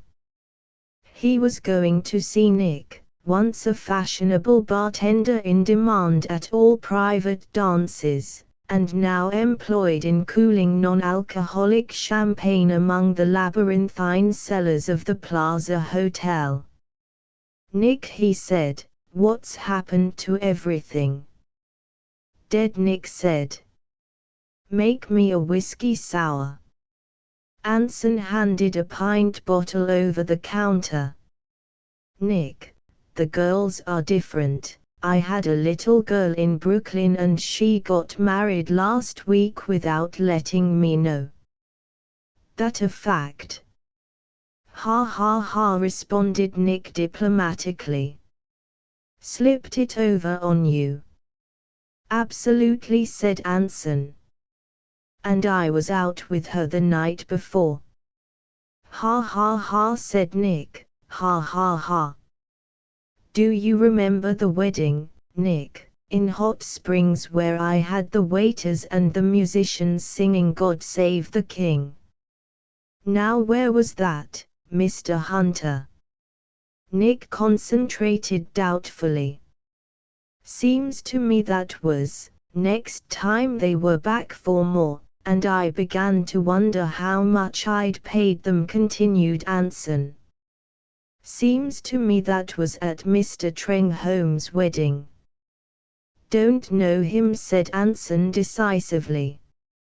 He was offended that a strange name should intrude upon his reminiscences. Nick perceived this. He admitted, "I ought to know that. It was one of your crowd, break-ins." Baker," said Anson responsively. "They put me in a hearse after it was over and covered me up with flowers and drove me away." "Ha ha ha," said Nick. "Ha ha ha." Nick's simulation of the old family servant paled presently, and Anson went upstairs to the lobby. He looked around. His eyes met the glance of an unfamiliar clerk at the desk, then fell upon a flower from the morning's marriage hesitating in the mouth of a brass cuspida. He went out and walked slowly toward the blood-red sun over Columbus Circle. Suddenly he turned around and, retracing his steps to the plaza, immured himself in a telephone booth. Later he said that he tried to get me 3 times that afternoon, that he tried everyone who might be in New York, men and girls he had not seen for years, an artist's model of his college days whose faded number was still in his address book. Central told him that even the exchange existed no longer. At length his quest roved into the country, and he held brief disappointing conversations with emphatic butlers and maids. So-and-so was out, riding, swimming, playing golf, sailed to Europe last week. Who shall I say phoned? It was intolerable that he should pass the evening alone. The private reckonings which one plans for a moment of leisure lose every charm when the solitude is enforced. There were always women of a sort, but the ones he knew had temporarily vanished, and to pass a New York evening in the hired company of a stranger never occurred to him. He would have considered that that was something shameful and secret, the diversion of a traveling salesman in a strange town. Anson paid the telephone bill. The girl tried unsuccessfully to joke with him about its size, and for the second time that afternoon started to leave the plaza and go he knew not where. Near the revolving door the figure of a woman, obviously with child, stood sideways to the light. A sheer beige cape fluttered at her shoulders when the door turned and, each time, she looked impatiently toward it as if she were weary of waiting. At the first sight of her a strong nervous thrill of familiarity went over him, but not until he was within 5 feet of her did he realize that it was Paula. Why, Anson Hunter. His heart turned over. Why, Paula, why, this is wonderful. I can't believe it, Anson. She took both his hands, and he saw in the freedom of the gesture that the memory of him had lost poignancy to her. But not to him. He felt that old mood that she evoked in him stealing over his brain, that gentleness with which he had always met her optimism as if afraid to mar its surface. We're at Rye for the summer. Pete had to come east on business. You know, of course I'm Mrs. Peter Haggerty now, so we brought the children and took a house. You've got to come out and see us. Can I? He asked directly. When? When you like. Here's Pete. The revolving door functioned, giving up a fine tall man of 30 with a tanned face and a trim mustache. His immaculate fitness made a sharp contrast with Anson's increasing bulk, which was obvious under the faintly tight cutaway coat. You oughtn't to be standing, said Haggerty to his wife. Let's sit down here. He indicated lobby chairs, but Paula hesitated. I've got to go right home, she said. Anson, why don't you come out and have dinner with us tonight? We're just getting settled, but if you can stand that. Haggerty confirmed the invitation cordially. Come out for the night. Their car waited in front of the hotel, and Paula with a tired gesture sank back against silk cushions in the corner. "There's so much I want to talk to you about," she said. "It seems hopeless. I want to hear about you." "Well," she smiled at Haggerty, "that would take a long time too. I have 3 children, by my first marriage. The oldest is 5, then 4, then 3. She smiled again. "I didn't waste much time having them, did I? Boys. A boy and 2 girls. Then, a lot of things happened, and I got a divorce in Paris a year ago and married Pete. That's all, except that I'm awfully happy."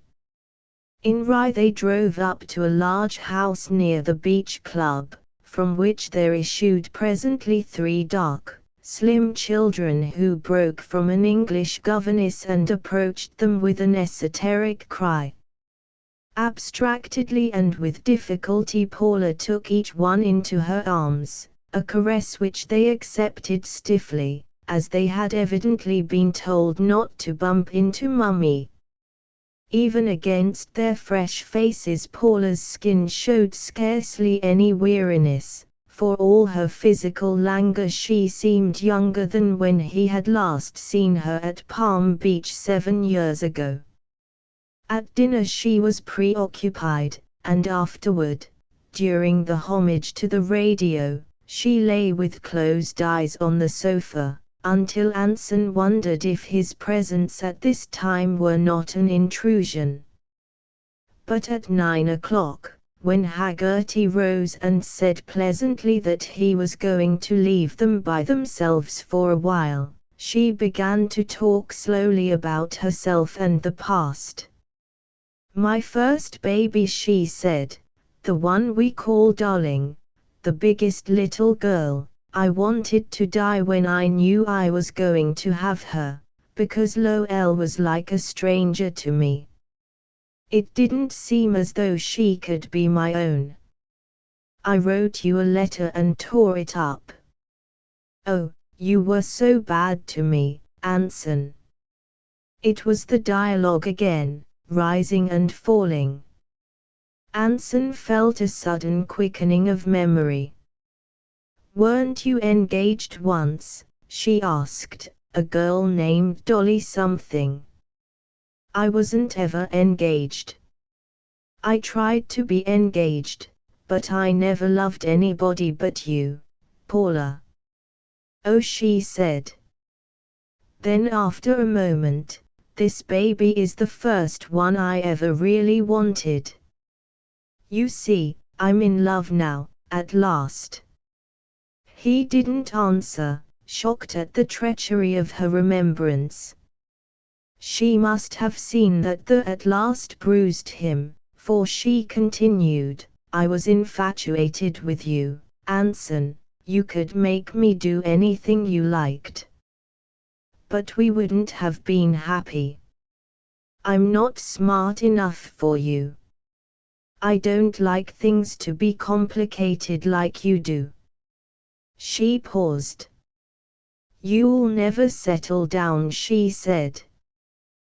The phrase struck at him from behind. It was an accusation that of all accusations he had never merited.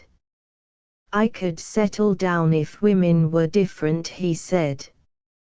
"If I didn't understand so much about them, if women didn't spoil you for other women, if they had only a little pride. If I could go to sleep for a while and wake up into a home that was really mine, why, that's what I'm made for, Paula, that's what women have seen in me and liked in me. It's only that I can't get through the preliminaries anymore." Haggerty came in a little before 11. After a whiskey Paula stood up and announced that she was going to bed. She went over and stood by her husband. "Where did you go?" dearest?" she demanded. "I had a drink with Ed Saunders. I was worried. I thought maybe you'd run away." She rested her head against his coat. "He's sweet, isn't he, Anson?" she demanded. "Absolutely," said Anson, laughing. She raised her face to her husband. "Well, I'm ready," she said. She turned to Anson. "Do you want to see our family gymnastic stunt?" "Yes," he said in an interested voice. "All right. Here we go." Haggerty picked her up easily in his arms. "This is called the family acrobatic stunt," said Paula. "He carries me upstairs. Isn't it sweet of him?" "Yes," said Anson. Haggerty bent his head slightly until his face touched Paula's. "And I love him," she said. "I've just been telling you, haven't I, Anson?" "Yes," he said. "He's the dearest thing that ever lived in this world, aren't you, darling? Well, good night. Here we go. Isn't he strong?" "Yes," Anson said. "You'll find a pair of Pete's pajamas laid out for you. Sweet dreams, see you at breakfast." "Yes," Anson said. The older members of the firm insisted that Anson should go abroad for the summer. He had scarcely had a vacation in 7 years, they said. He was stale and needed a change. Anson resisted. "If I go," he declared, "I won't come back anymore." "That's absurd, old man. You'll be back in 3 months with all this depression gone. Fit as ever." "No." He shook his head stubbornly. "If I stop, I won't go back to work. If I stop, that means I've given up, I'm through." "We'll take a chance on that. Stay 6 months if you like, we're not afraid you'll leave us." "Why, you'd be miserable if you didn't work." They arranged his passage for him.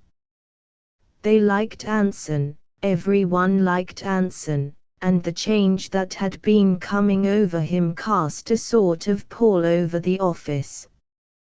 The enthusiasm that had invariably signaled up business, the consideration toward his equals and his inferiors, the lift of his vital presence, within the past 4 months his intense nervousness had melted down these qualities into the fussy pessimism of a man of 40. On every transaction in which he was involved he acted as a drag and a strain.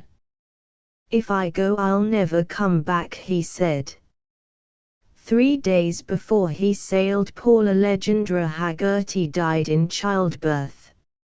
"I was with him a great deal then, for we were crossing together, but for the first time in our friendship he told me not a word of how he felt, nor did I see the slightest sign of emotion. His chief preoccupation was with the fact that he was 30 years old. He would turn the conversation to the point where he could remind you of it and then fall silent, as if he assumed that the statement would start a chain of thought sufficient to itself. Like his partners, I was amazed at the change in him, and I was glad when the Paris moved off into the wet space between the worlds, leaving his principality behind." "How about a drink?" he suggested. We walked into the bar with that defiant feeling that characterizes the day of departure and ordered 4 martinis. After one cocktail a change came over him. He suddenly reached across and slapped my knee with the first joviality I had seen him exhibit for months. "Did you see that girl in the red tam?" he demanded, "the one with the high collar who had the two police dogs down to bid her goodbye?" "She's pretty," I agreed. "I looked her up in the purser's office and found out that she's alone. I'm going down to see the steward in a few minutes. We'll have dinner with her tonight." After a while he left me, and within an hour he was walking up and down the deck with her, talking to her in his strong, clear voice. Her red tam was a bright spot of color against the steel-green sea, and from time to time she looked up with a flashing bob of her head, and smiled with amusement and interest, and anticipation. At dinner we had champagne, and were very joyous. Afterward Anson ran the pool with infectious gusto, and several people who had seen me with him asked me his name. He and the girl were talking and laughing together on a lounge in the bar when I went to bed. I saw less of him on the trip than I had hoped. He wanted to arrange a foursome, but there was no one available, so I saw him only at meals. Sometimes, though, he would have a cocktail in the bar, and he told me about the girl in the red tam, and his adventures with her, making them all bizarre and amusing, as he had a way of doing, and I was glad that he was himself again, or at least the self that I knew, and with which I felt at home. I don't think he was ever happy unless someone was in love with him, responding to him like filings to a magnet, helping him to explain himself, promising him something. What it was I do not know. Perhaps they promised that there would always be women in the world who would spend their brightest, freshest, rarest hours to nurse and protect that superiority he cherished in his heart. Winter dreams. Some of the caddies were poor as sin and lived in one-room houses with a neurasthenic cow in the front yard, but Dexter Green's father owned the second-best grocery store in Black Bear. The best one was the hub patronized by the wealthy people from Sherry Island, and Dexter caddied only for pocket money. In the fall, when the days became crisp and gray, and the long Minnesota winter shut down like the white lid of a box, Dexter's skis moved over the snow that hid the fairways of the golf course. At these times the country gave him a feeling of profound melancholy. It offended him that the links should lie in enforced fallowness, haunted by ragged sparrows for the long season.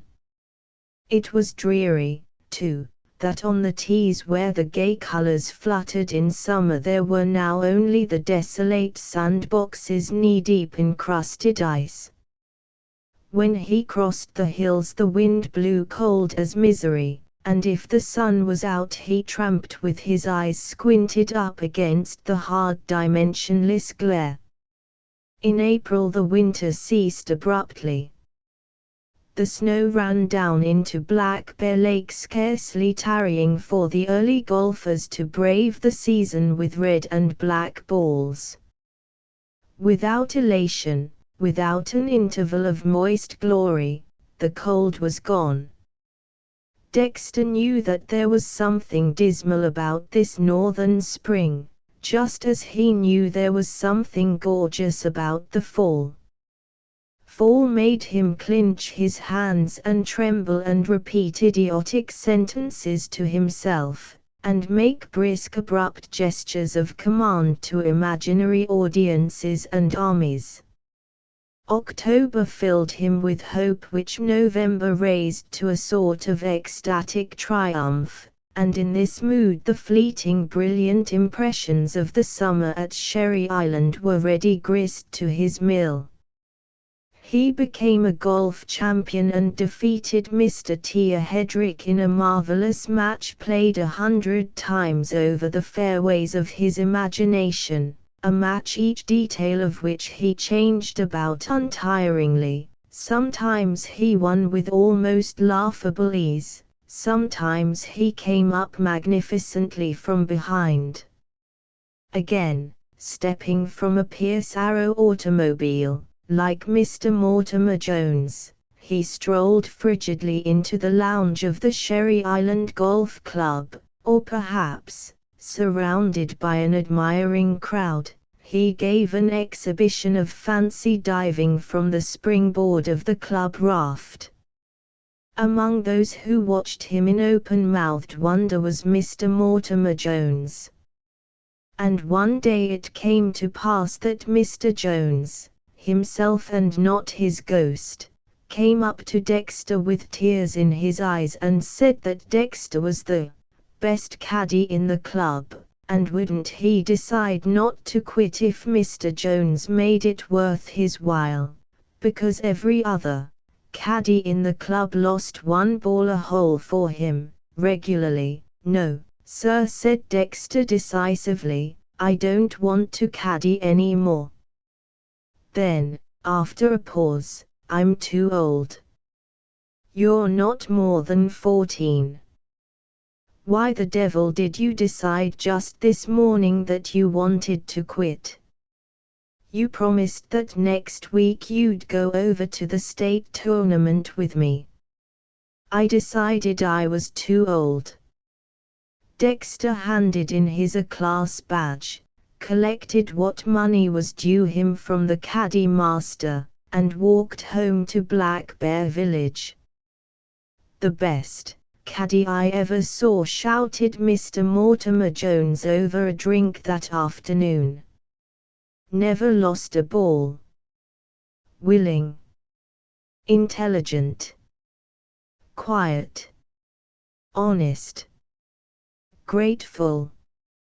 The little girl who had done this was 11, beautifully ugly as little girls are apt to be who are destined after a few years to be inexpressibly lovely and bring no end of misery to a great number of men. The spark, however, was perceptible. There was a general ungodliness in the way her lips twisted down at the corners when she smiled, and in the "Heaven help us," in the almost passionate quality of her eyes. Vitality is born early in such women. It was utterly in evidence now, shining through her thin frame in a sort of glow. She had come eagerly out onto the course at 9 o'clock with a white linen nurse and 5 small new golf clubs in a white canvas bag which the nurse was carrying. When Dexter first saw her she was standing by the caddy house, rather ill at ease and trying to conceal the fact by engaging her nurse in an obviously unnatural conversation graced by startling and irrelevant grimaces from herself. "Well, it's certainly a nice day," Hilda Dexter heard her say. She drew down the corners of her mouth, smiled, and glanced furtively around, her eyes in transit falling for an instant on Dexter. Then to the nurse, "Well, I guess there aren't very many people out here this morning, are there?" The smile again, radiant, blatantly artificial, convincing. "I don't know what we're supposed to do now," said the nurse, looking nowhere in particular. "Oh, that's all right. I'll fix it up." Dexter stood perfectly still, his mouth slightly ajar. He knew that if he moved forward a step his stare would be in her line of vision, if he moved backward he would lose his full view of her face. For a moment he had not realized how young she was. Now he remembered having seen her several times the year before, in bloomers. Suddenly, involuntarily, he laughed, a short abrupt laugh, then, startled by himself, he turned and began to walk quickly away. "Boy!" Dexter stopped. Boy, beyond question he was addressed. Not only that, but he was treated to that absurd smile, that preposterous smile, the memory of which at least a dozen men were to carry into middle age. "Boy, do you know where the golf teacher is?" "He's giving a lesson." "Well, do you know where the caddy master is?" "He isn't here yet this morning." "Oh." For a moment this baffled her. She stood alternately on her right and left foot. "We'd like to get a caddy," said the nurse. "Mrs. Mortimer Jones sent us out to play golf, and we don't know how without we get a caddy." Here she was stopped by an ominous glance from Miss Jones, followed immediately by the smile. "There aren't any caddies here except me," said Dexter to the nurse, "and I got to stay here in charge until the caddy master gets here." "Oh." Miss Jones and her retinue now withdrew, and at a proper distance from Dexter became involved in a heated conversation, which was concluded by Miss Jones taking one of the clubs and hitting it on the ground with violence. For further emphasis she raised it again and was about to bring it down smartly upon the nurse's bosom, when the nurse seized the club and twisted it from her hands. "You damn little mean old thing!" cried Miss Jones wildly. Another argument ensued. Realizing that the elements of the comedy were implied in the scene, Dexter several times began to laugh, but each time restrained the laugh before it reached audibility. He could not resist the monstrous conviction that the little girl was justified in beating the nurse. The situation was resolved by the fortuitous appearance of the caddy master, who was appealed to immediately by the nurse. "Miss Jones is to have a little caddy, and this one says he can't go." "Mr. McKenna said I was to wait here till you came," said Dexter quickly. "Well, he's here now." Miss Jones smiled cheerfully at the caddy master. Then she dropped her bag and set off at a haughty mince toward the first tee. "Well?" The caddy master turned to Dexter. "What you standing there like a dummy for? Go pick up the young ladies' clubs." "I don't think I'll go out today," said Dexter. "You don't? I think I'll quit." The enormity of his decision frightened him. He was a favorite caddy, and the $30 a month he earned through the summer were not to be made elsewhere around the lake. But he had received a strong emotional shock, and his perturbation required a violent and immediate outlet. It is not so simple as that, either. As so frequently would be the case in the future, Dexter was unconsciously dictated to by his winter dreams. Now, of course, the quality and the seasonability of these winter dreams varied, but the stuff of them remained. They persuaded Dexter several years later to pass up a business course at the State University. His father, prospering now, would have paid his way, for the precarious advantage of attending an older and more famous university in the East, where he was bothered by his scanty funds. but do not get the impression, because his winter dreams happened to be concerned at first with musings on the rich, that there was anything merely snobbish in the boy. He wanted not association with glittering things and glittering people, he wanted the glittering things themselves. Often he reached out for the best without knowing why he wanted it, and sometimes he ran up against the mysterious denials and prohibitions in which life indulges. It is with one of those denials and not with his career as a whole that this story deals. He made money. It was rather amazing. After college he went to the city from which Black Bear Lake draws its wealthy patrons.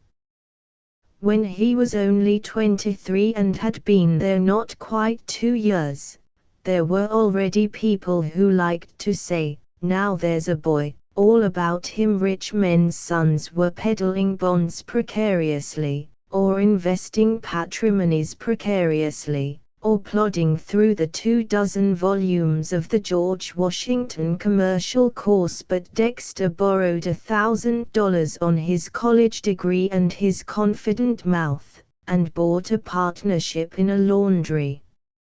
It was a small laundry when he went into it, but Dexter made a specialty of learning how the English washed fine woolen golf stockings without shrinking them, and within a year he was catering to the trade that wore knickerbockers. Men were insisting that their Shetland hose and sweaters go to his laundry just as they had insisted on a caddy who could find golf balls. A little later he was doing their wives' lingerie as well, and running 5 branches in different parts of the city. Before he was 27 he owned the largest string of laundries in his section of the country. It was then that he sold out and went to New York. But the part of his story that concerns us goes back to the days when he was making his first big success. When he was 23, Mr. Hart, one of the gray-haired men who like to say "Now there's a boy," gave him a guest card to the Sherry Island Golf Club for a weekend. So he signed his name one day on the register, and that afternoon played golf in a foursome with Mr. Hart and Mr. Sandwood and Mr. Tia Hedrick. He did not consider it necessary to remark that he had once carried Mr. Hart's bag over this same links, and that he knew every trap and gully with his eyes shut, but he found himself glancing at the 4 caddies who trailed them, trying to catch a gleam or gesture that would remind him of himself, that would lessen the gap which lay between his present and his past. It was a curious day, slashed abruptly with fleeting, familiar impressions.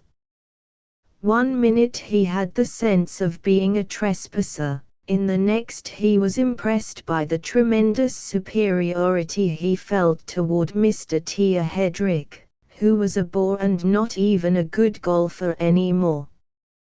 Then, because of a ball Mr. Hart lost near the 15th green, an enormous thing happened. While they were searching the stiff grasses of the rough there was a clear call of 4, from behind a hill in their rear. And as they all turned abruptly from their search, a bright new ball sliced abruptly over the hill and caught Mr. Tia Hedrick in the abdomen. "By Gad!"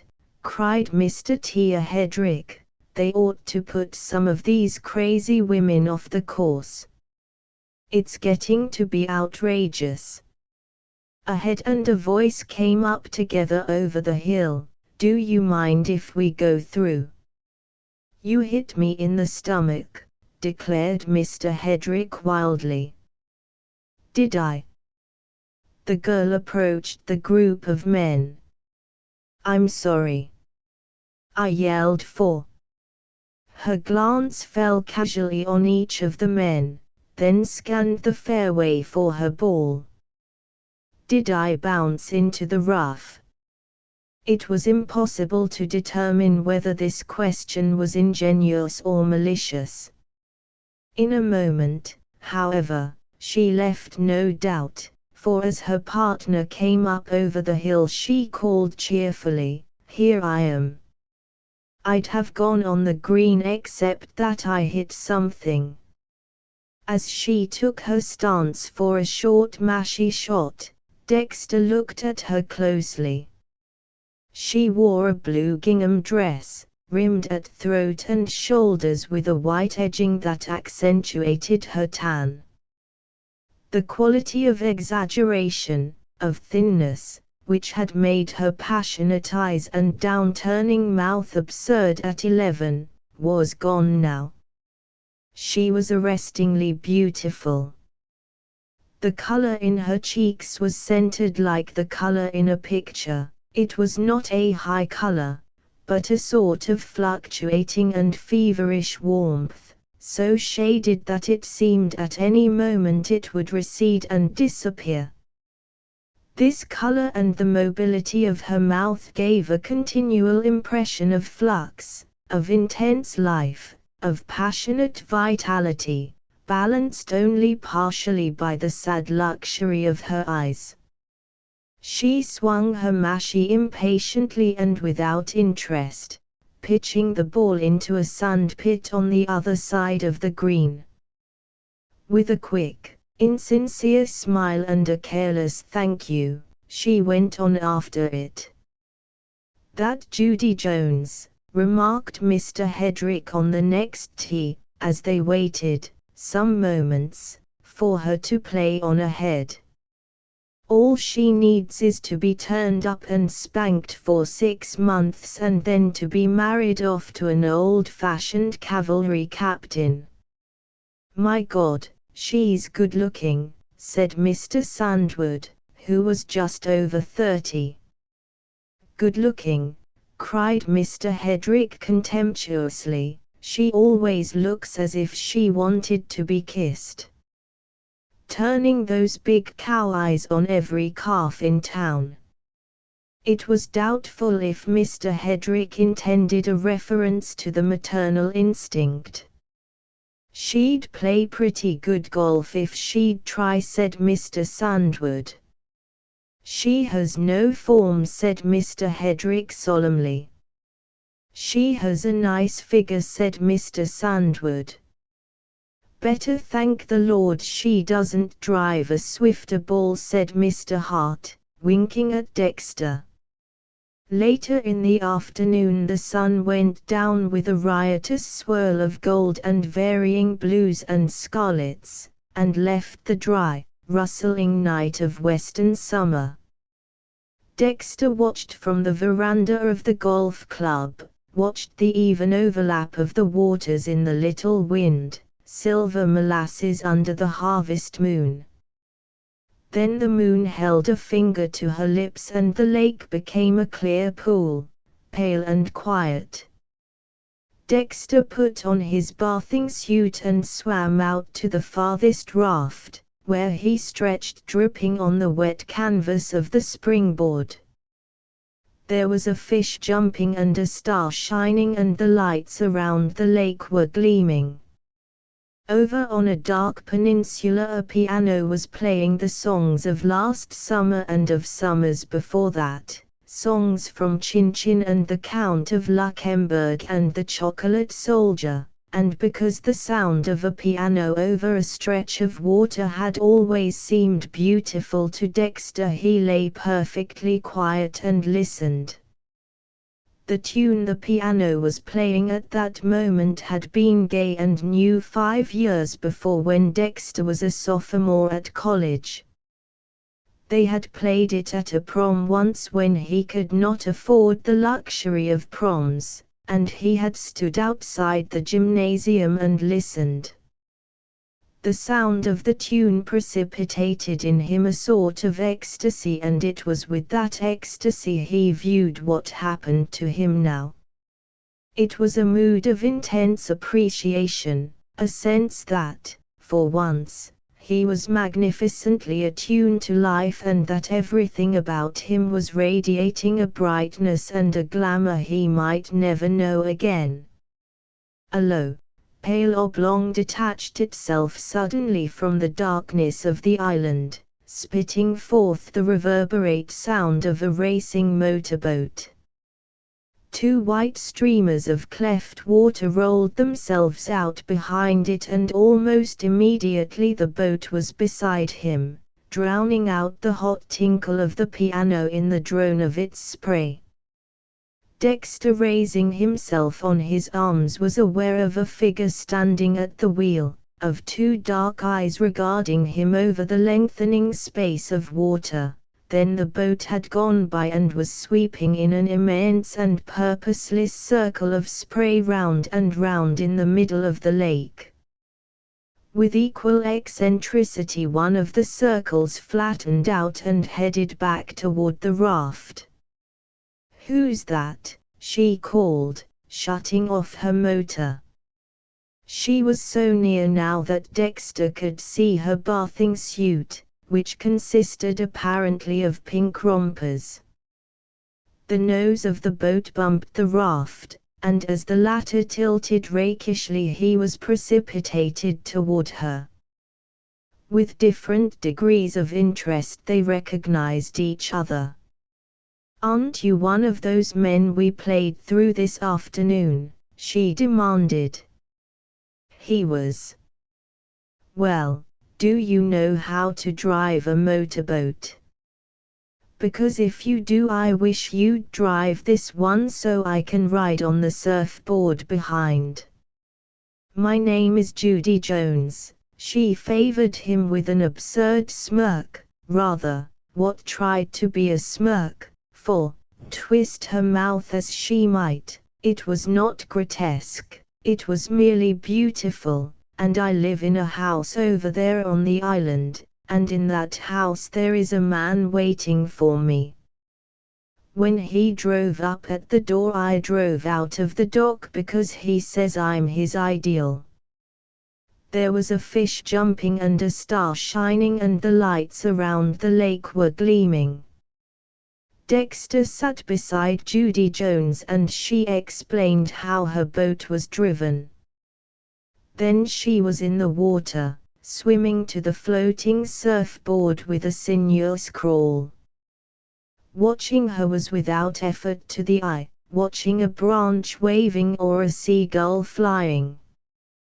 Her arms, burned to butternut, moved sinuously among the dull platinum ripples, elbow appearing first, casting the forearm back with a cadence of falling water, then reaching out and down, stabbing a path ahead.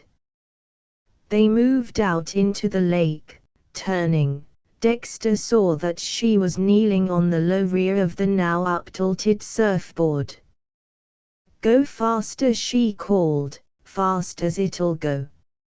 Obediently he jammed the lever forward and the white spray mounted at the bow. When he looked around again the girl was standing up on the rushing board, her arms spread wide, her eyes lifted toward the moon. "It's awful cold," she shouted. "What's your name?" He told her. "Well, why don't you come to dinner tomorrow night?" His heart turned over like the flywheel of the boat, and, for the second time, her casual whim gave a new direction to his life.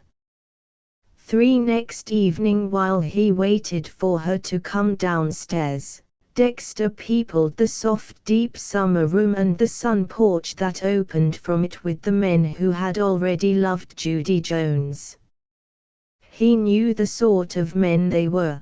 The men who when he first went to college had entered from the great prep schools with graceful clothes and the deep tan of healthy summers. He had seen that, in one sense, he was better than these men.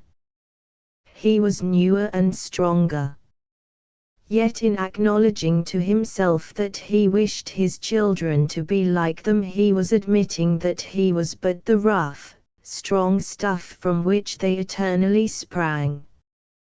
When the time had come for him to wear good clothes, he had known who were the best tailors in America, and the best tailors in America had made him the suit he wore this evening. He had acquired that particular reserve peculiar to his university, that set it off from other universities. He recognized the value to him of such a mannerism and he had adopted it. He knew that to be careless in dress and manner required more confidence than to be careful. But carelessness was for his children. His mother's name had been Crimslick. She was a Bohemian of the peasant class and she had talked broken English to the end of her days. Her son must keep to the set patterns. At a little after 7 Judy Jones came downstairs.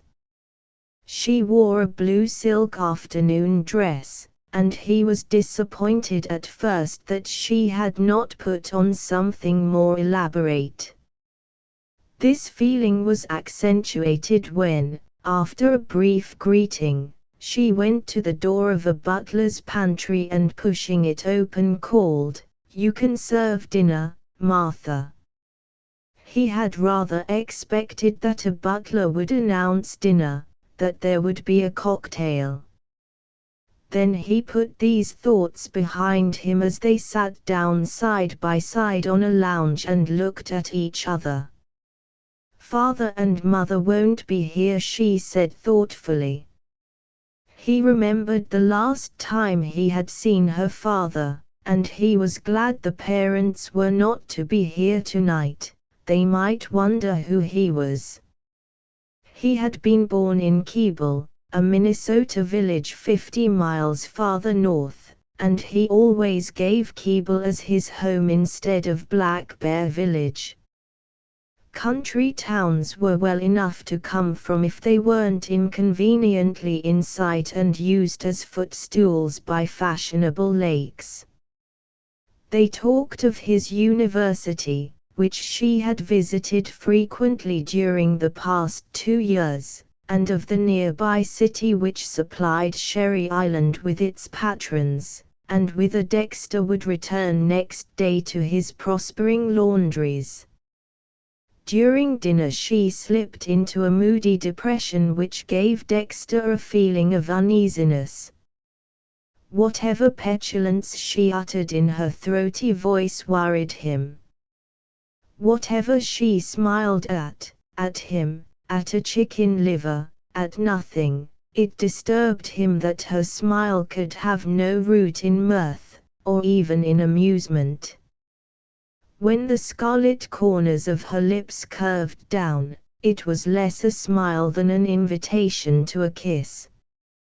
Then, after dinner, she led him out on the dark sun porch and deliberately changed the atmosphere.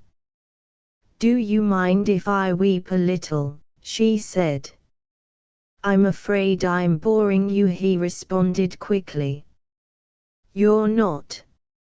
I like you. But I've just had a terrible afternoon. There was a man I cared about, and this afternoon he told me out of a clear sky that he was poor as a church mouse. He'd never even hinted it before. Does this sound horribly mundane? Perhaps he was afraid to tell you." "Suppose he was," she answered. "He didn't start right. You see, if I'd thought of him as poor, well, I've been mad about loads of poor men, and fully intended to marry them all. But in this case, I hadn't thought of him that way, and my interest in him wasn't strong enough to survive the shock." As if a girl calmly informed her fiancé that she was a widow. He might not object to widows, but, let's start right, she interrupted herself suddenly. Who are you, anyhow? For a moment Dexter hesitated. Then, I'm nobody, he announced. My career is largely a matter of futures. Are you poor? No, he said frankly, I'm probably making more money than any man my age in the Northwest. I know that's an obnoxious remark, but you advised me to start right. There was a pause. Then she smiled and the corners of her mouth drooped and an almost imperceptible sway brought her closer to him, looking up into his eyes. A lump rose in Dexter's throat, and he waited breathless for the experiment, facing the unpredictable compound that would form mysteriously from the elements of their lips. Then he saw. She communicated her excitement to him, lavishly, deeply, with kisses that were not a promise but a fulfillment. They aroused in him not hunger demanding renewal but surfeit that would demand more surfeit, kisses that were like charity, creating want by holding back nothing at all. It did not take him many hours to decide that he had wanted Judy Jones ever since he was a proud, desirous little boy. For it began like that, and continued, with varying shades of intensity, on such a note right up to the denouement. Dexter surrendered a part of himself to the most direct and unprincipled personality with which he had ever come in contact. Whatever Judy wanted, she went after with the full pressure of her charm. There was no divergence of method, no jockeying for position or premeditation of effects.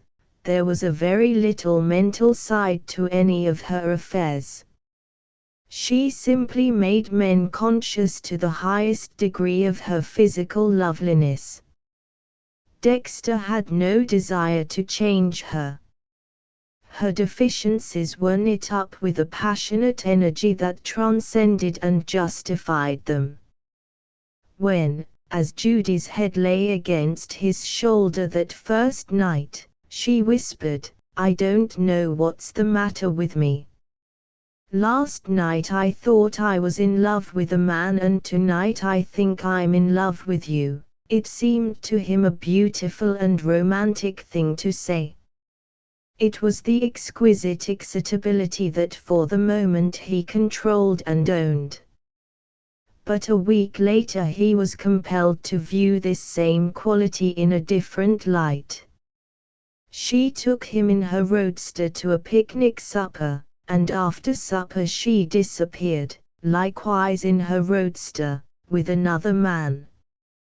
Dexter became enormously upset and was scarcely able to be decently civil to the other people present. When she assured him that she had not kissed the other man, he knew she was lying, yet he was glad that she had taken the trouble to lie to him. He was, as he found before the summer ended, one of a varying dozen who circulated about her.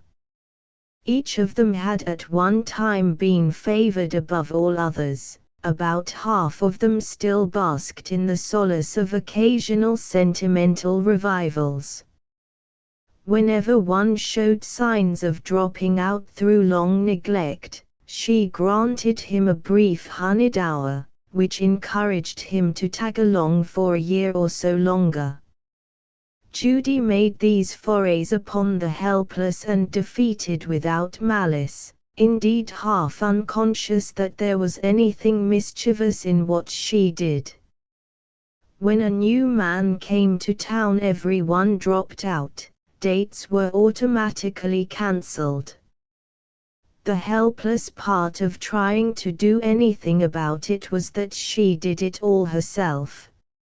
She was not a girl who could be won in the kinetic sense, She was proof against cleverness, she was proof against charm. If any of these assailed her too strongly, she would immediately resolve the affair to a physical basis, and under the magic of her physical splendor the strong as well as the brilliant played her game and not their own.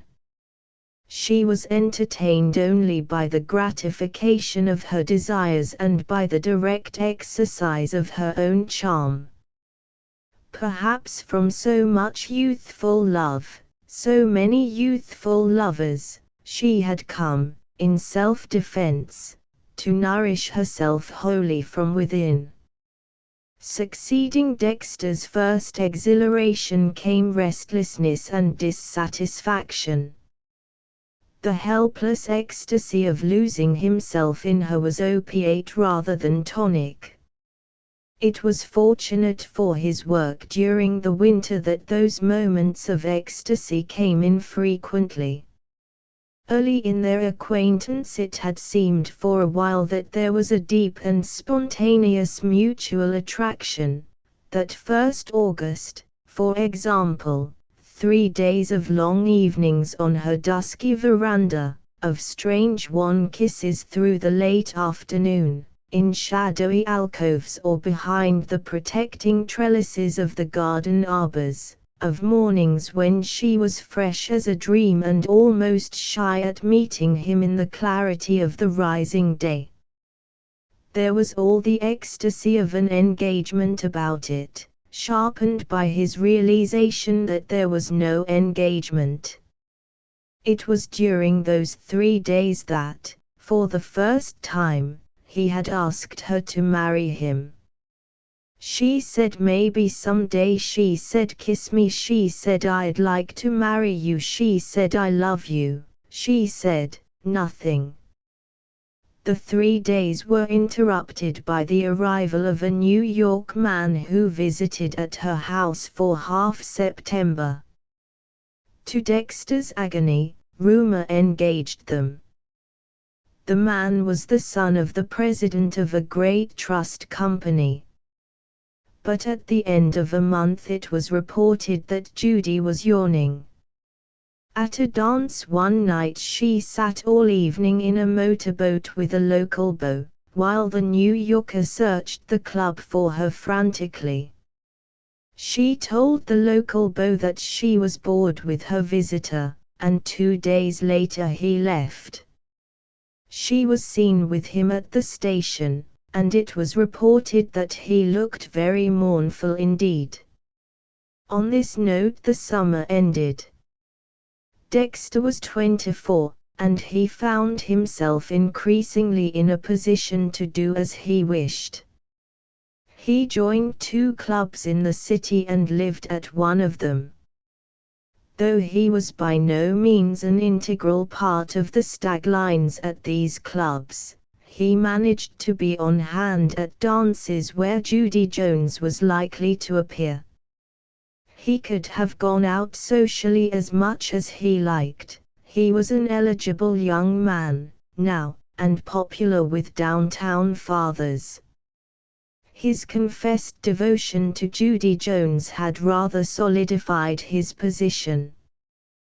But he had no social aspirations and rather despised the dancing men who were always on tap for the Thursday or Saturday parties and who filled in at dinners with the younger married set. Already he was playing with the idea of going east to New York. He wanted to take Judy Jones with him. No disillusion as to the world in which she had grown up could cure his illusion as to her desirability. Remember that, for only in the light of it can what he did for her be understood. 18 months after he first met Judy Jones he became engaged to another girl. Her name was Irene Schroe, and her father was one of the men who had always believed in Dexter. Irene was light-haired and sweet and honorable, and a little stout, and she had 2 suitors whom she pleasantly relinquished when Dexter formally asked her to marry him. Summer, fall, winter, spring, another summer, another fall, so much he had given of his active life to the incorrigible lips of Judy Jones. She had treated him with interest, with encouragement, with malice, with indifference, with contempt. She had inflicted on him the innumerable little slights and indignities possible in such a case, as if in revenge for having ever cared for him at all. She had beckoned him and yawned at him and beckoned him again, and he had responded often with bitterness and narrowed eyes. She had brought him ecstatic happiness and intolerable agony of spirit. She had caused him untold inconvenience and not a little trouble. She had insulted him, and she had ridden over him, and she had played his interest in her against his interest in his work, for fun. She had done everything to him except to criticize him. This she had not done, it seemed to him, only because it might have sullied the utter indifference she manifested and sincerely felt toward him. When autumn had come and gone again, it occurred to him that he could not have Judy Jones. He had to beat this into his mind, but he convinced himself at last. He lay awake at night for a while and argued it over. He told himself the trouble and the pain she had caused him. He enumerated her glaring deficiencies as a wife. Then he said to himself that he loved her, and after a while he fell asleep.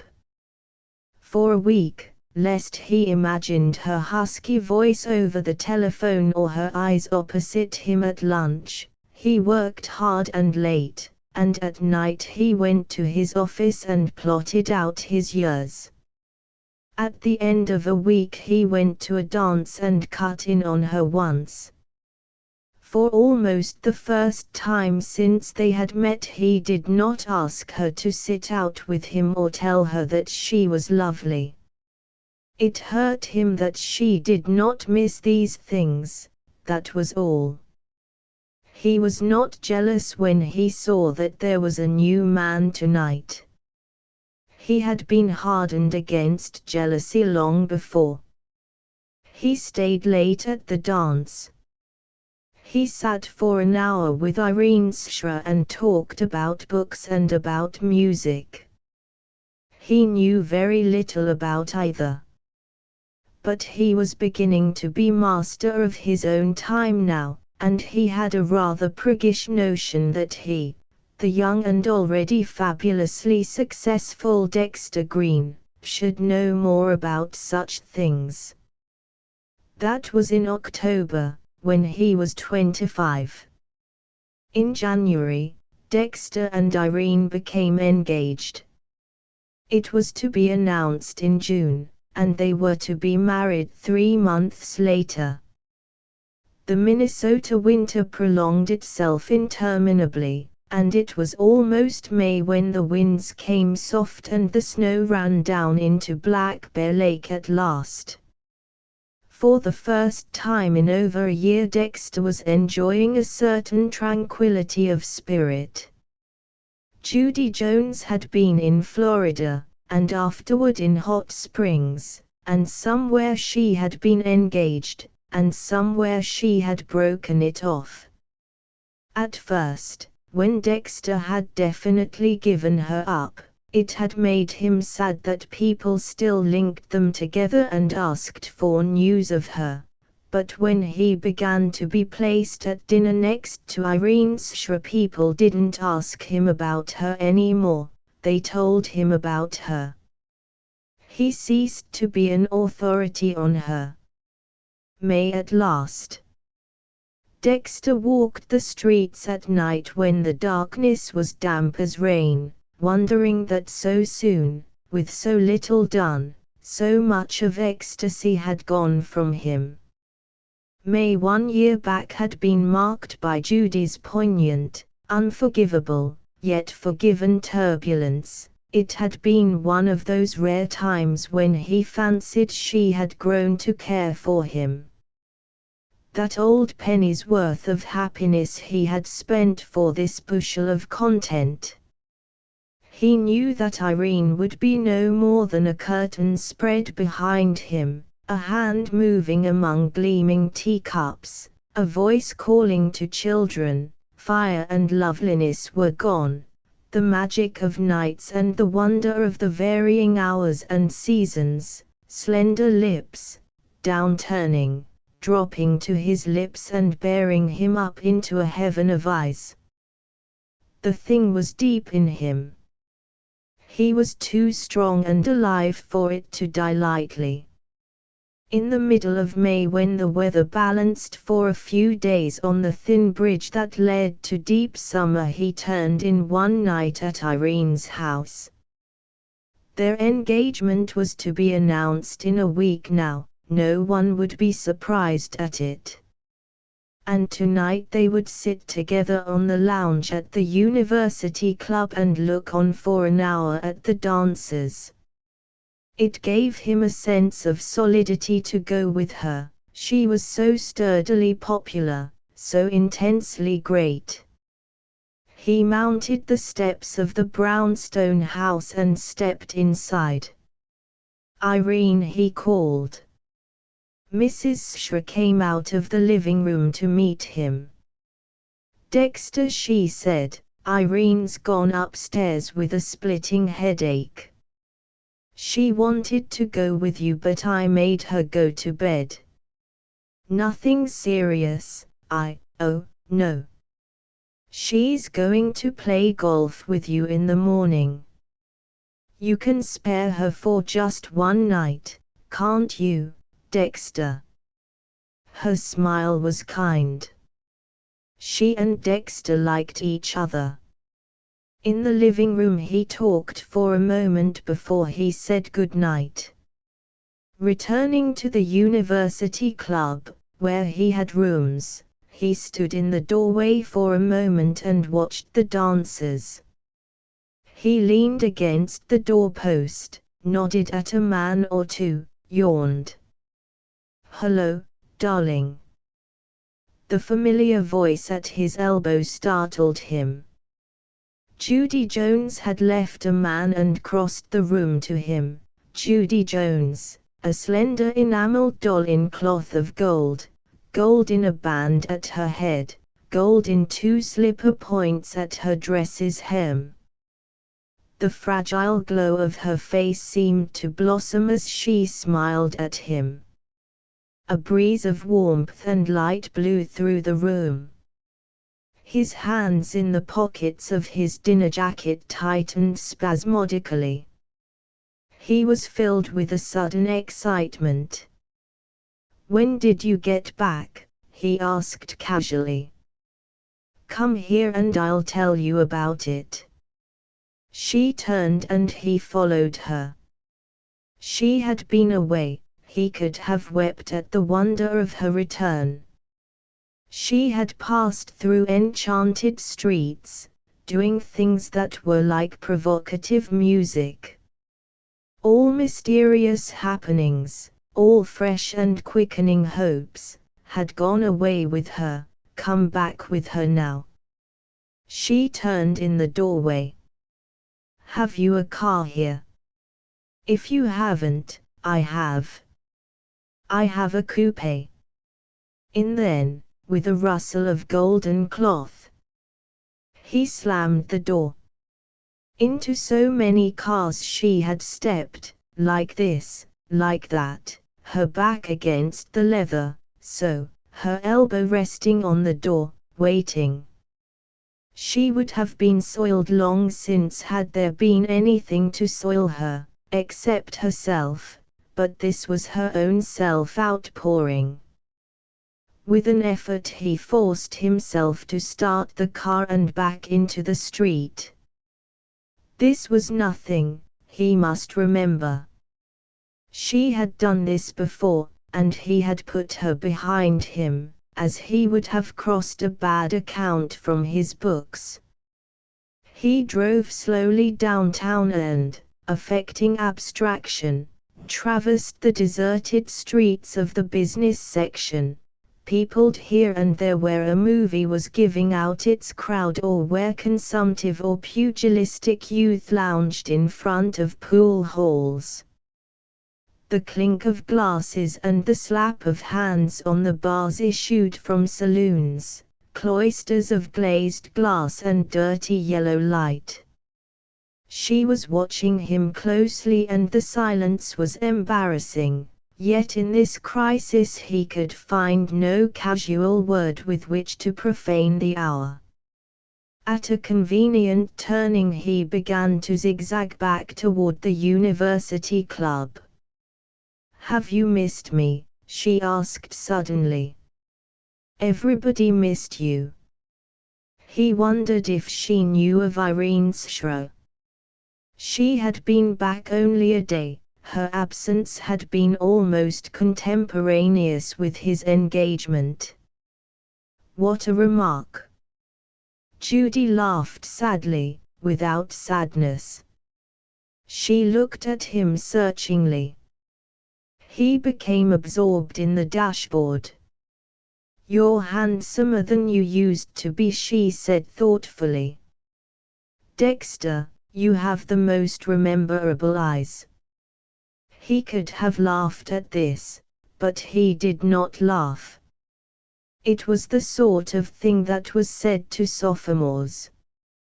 Yet it stabbed at him. "I'm awfully tired of everything, darling." She called everyone darling, endowing the endearment with careless, individual camaraderie. "I wish you'd marry me." The directness of this confused him. He should have told her now that he was going to marry another girl, but he could not tell her. He could as easily have sworn that he had never loved her. "I think we'd get along," she continued, on the same note, "unless probably you've forgotten me and fallen in love with another girl." Her confidence was obviously enormous. She had said, in effect, that she found such a thing impossible to believe, that if it were true he had merely committed a childish indiscretion, and probably to show off. She would forgive him, because it was not a matter of any moment but rather something to be brushed aside lightly. "Of course you could never love anybody but me," she continued. "I like the way you love me." "Oh, Dexter, have you forgotten last year?" "No, I haven't forgotten." "Neither have I." Was she sincerely moved, or was she carried along by the wave of her own acting? "I wish we could be like that again," she said, and he forced himself to answer, "I don't think we can." "I suppose not." "I hear you're giving Irene's shra a violent rush." There was not the faintest emphasis on the name, yet Dexter was suddenly ashamed. "Oh, take me home," cried Judy suddenly. "I don't want to go back to that idiotic dance, with those children." Then, as he turned up the street that led to the residence district, Judy began to cry quietly to herself. He had never seen her cry before. The dark street lightened, the dwellings of the rich loomed up around them. He stopped his coupe in front of the great white bulk of the Mortimer Joneses' house, somnolent, gorgeous, drenched with the splendor of the damp moonlight. Its solidity startled him. The strong walls, the steel of the girders, the breadth and beam and pomp of it were there only to bring out the contrast with the young beauty beside him. It was sturdy to accentuate her slightness, as if to show what a breeze could be generated by a butterfly's wing. He sat perfectly quiet, his nerves in wild clamor, afraid that if he moved he would find her irresistibly in his arms. 2 tears had rolled down her wet face and trembled on her upper lip. "I'm more beautiful than anybody else," she said brokenly. "Why can't I be happy?" Her moist eyes tore at his stability, her mouth turned slowly downward with an exquisite sadness. "I'd like to marry you if you'll have me, Dexter. I suppose you think I'm not worth having, but I'll be so beautiful for you, Dexter." A million phrases of anger, pride, passion, hatred, tenderness fought on his lips. Then a perfect wave of emotion washed over him, carrying off with it a sediment of wisdom, of convention, of doubt, of honor. This was his girl who was speaking, his own, his beautiful, his pride. "Won't you come in?" He heard her draw in her breath sharply. "Waiting." "All right." His voice was trembling. "I'll come in." It was strange that neither when it was over nor a long time afterward did he regret that night. Looking at it from the perspective of 10 years, the fact that Judy's flair for him endured just 1 month seemed of little importance. Nor did it matter that by his yielding he subjected himself to a deeper agony in the end and gave serious hurt to Irene's Shra and to Irene's parents, who had befriended him. There was nothing sufficiently pictorial about Irene's grief to stamp itself on his mind. Dexter was at bottom hard-minded. The attitude of the city on his action was of no importance to him, not because he was going to leave the city, but because any outside attitude on the situation seemed superficial. He was completely indifferent to popular opinion.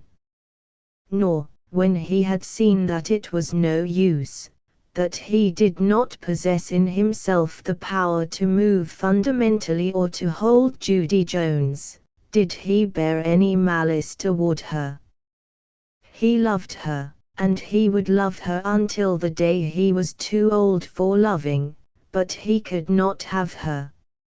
So he tasted the deep pain that is reserved only for the strong, just as he had tasted for a little while the deep happiness.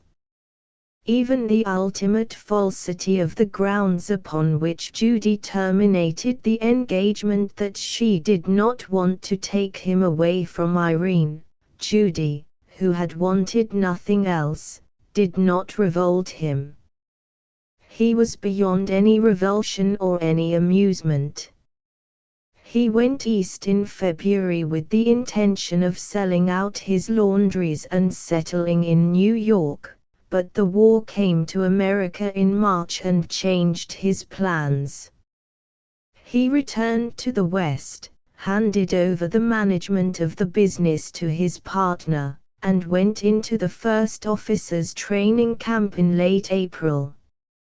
He was one of those young thousands who greeted the war with a certain amount of relief, welcoming the liberation from webs of tangled emotion. 6. This story is not his biography, remember, although things creep into it which have nothing to do with those dreams he had when he was young. We are almost done with them and with him now. There is only one more incident to be related here, and it happens 7 years farther on. It took place in New York, where he had done well, so well that there were no barriers too high for him. He was 32 years old, and, except for one flying trip immediately after the war, He had not been west in 7 years. A man named Devlin from Detroit came into his office to see him in a business way, and then and there this incident occurred, and closed out, so to speak, this particular side of his life. "So you're from the Middle West," said the man Devlin with careless curiosity. "That's funny. I thought men like you were probably born and raised on Wall Street. You know, wife of one of my best friends in Detroit came from your city. I was an usher at the wedding." Dexter waited with no apprehension of what was coming. "Judy Sims," said Devlin with no particular interest. "Judy Jones, she was once." "Yes, I knew her." A dull impatience spread over him. He had heard, of course, that she was married. Perhaps deliberately he had heard no more. "Awfully nice girl," brooded Devlin meaninglessly. "I'm sort of sorry for her." "Why?" Something in Dexter was alert, receptive, at once. "Oh, Lud, Sims has gone to pieces in a way. I don't mean he ill-uses her, but he drinks and runs around. Doesn't she run around?" "No. Stays at home with her kids." "Oh. She's a little too old for him," said Devlin. "Too old?" cried Dexter. "Why, man, she's only 27. He was possessed with a wild notion of rushing out into the streets and taking a train to Detroit. He rose to his feet spasmodically. "I guess you're busy," Devlin apologized quickly. "I didn't realize." "No, I'm not busy," said Dexter, steadying his voice. "I'm not busy at all." "Not busy at all? Did you say she was 27? "No, I said she was 27. "Yes, you did," agreed Devlin dryly. "Go on, then." "Go on? What do you mean?" "About Judy Jones." Devlin looked at him helplessly. "Well, I told you all there is to it. He treats her like the devil." "Oh, they're not going to get divorced or anything. When he's particularly outrageous, she forgives him. In fact, I'm inclined to think she loves him. She was a pretty girl when she first came to Detroit." "A pretty girl?" The phrase struck Dexter as ludicrous. "Isn't she a pretty girl anymore?" "Oh, she's all right." "Look here," said Dexter, sitting down suddenly, "I don't understand. You say she was a pretty girl and now you say she's all right. I don't understand what you mean. Judy Jones wasn't a pretty girl, at all. She was a great beauty. Why, I knew her. She was." Devlin laughed pleasantly. "I'm not trying to start a row," he said. "I think Judy's a nice girl and I like her. I can't understand how a man like Lud Sims could fall madly in love with her, but he did." Then he added, "Most of the women like her." Dexter looked closely at Devlin, thinking wildly that there must be a reason for this, some insensitivity in the man or some private malice. "Lots of women fade just like that." Devlin snapped his fingers. "You must have seen it happen. Perhaps I've forgotten how pretty she was at her wedding. I've seen her so much since then, you see. She has nice eyes. A sort of dullness settled down upon Dexter. For the first time in his life he felt like getting very drunk. He knew that he was laughing loudly at something Devlin had said, but he did not know what it was or why it was funny. When, in a few minutes, Devlin went, he lay down on his lounge and looked out the window at the New York skyline into which the sun was sinking in dull lovely shades of pink and gold. He had thought that having nothing else to lose he was invulnerable at last, but he knew that he had just lost something more, as surely as if he had married Judy Jones and seen her fade away before his eyes. The dream was gone. Something had been taken from him. In a sort of panic he pushed the palms of his hands into his eyes and tried to bring up a picture of the waters lapping on Sherry Island and the moonlit veranda, and gingham on the golf links and the dry sun and the gold color of her neck's soft down. And her mouth damp to his kisses and her eyes plaintive with melancholy and her freshness like new fine linen in the morning. Why, these things were no longer in the world. They had existed and they existed no longer. For the first time in years the tears were streaming down his face. But they were for himself now. He did not care about mouth and eyes and moving hands. He wanted to care, and he could not care. For he had gone away and he could never go back any more. The gates were closed, the sun was gone down, and there was no beauty but the grey beauty of steel that withstands all time. Even the grief he could have borne was left behind in the country of illusion, of youth, of the richness of life, where his winter dreams had flourished. Long ago, he said, long ago, there was something in me, but now that thing is gone. Now that thing is gone, that thing is gone. I cannot cry. I cannot care. That thing will come back no more. The baby party. When John Andros felt old, he found solace in the thought of life continuing through his child. The dark trumpets of oblivion were less loud at the patter of his child's feet or at the sound of his child's voice babbling mad non sequiturs to him over the telephone.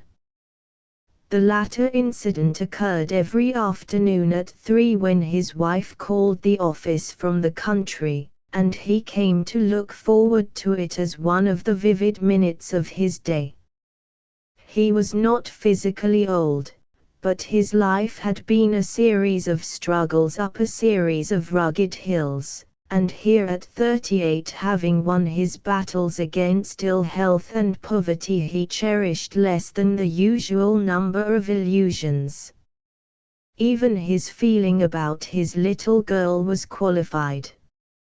She had interrupted his rather intense love affair with his wife, and she was the reason for their living in a suburban town, where they paid for country air with endless servant troubles and the weary merry-go-round of the commuting train.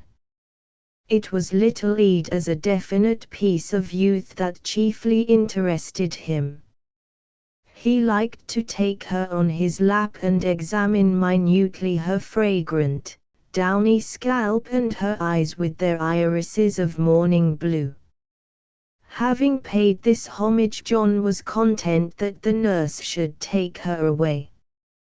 After 10 minutes the very vitality of the child irritated him. He was inclined to lose his temper when things were broken, and one Sunday afternoon when she had disrupted a bridge game by permanently hiding up the ace of spades, he had made a scene that had reduced his wife to tears. This was absurd and John was ashamed of himself. It was inevitable that such things would happen, and it was impossible that little Ede should spend all her indoor hours in the nursery upstairs when she was becoming, as her mother said, more nearly a real person every day. She was 2.5, and this afternoon, for instance, she was going to a baby party. Grown-up Edith, her mother, had telephoned the information to the office, and little Ede had confirmed the business by shouting, "I am going to a pantry," into John's unsuspecting left ear. "Drop in at the Marquis when you get home, won't you, dear?" resumed her mother. "It'll be funny. Ede's going to be all dressed up in her new pink dress." The conversation terminated abruptly with a squawk which indicated that the telephone had been pulled violently to the floor. John laughed and decided to get an early train out. The prospect of a baby party in someone else's house amused him. "What a peach of a mess," he thought humorously. A dozen mothers, and each one looking at nothing but her own child. All the babies breaking things and grabbing at the cake, and each mama going home thinking about the subtle superiority of her own child to every other child there. He was in a good humor today. All the things in his life were going better than they had ever gone before. When he got off the train at his station, he shook his head at an importunate taxi man, and began to walk up the long hill toward his house through the crisp December twilight. It was only 6 o'clock, but the moon was out, shining with proud brilliance on the thin sugary snow that lay over the lawns. As he walked along, drawing his lungs full of cold air, his happiness increased, and the idea of a baby party appealed to him more and more. He began to wonder how Ede compared to other children of her own age, and if the pink dress she was to wear was something radical and mature. Increasing his gait, he came in sight of his own house, where the lights of a defunct Christmas tree still blossomed in the window, but he continued on past the walk. The party was at the Marquis next door.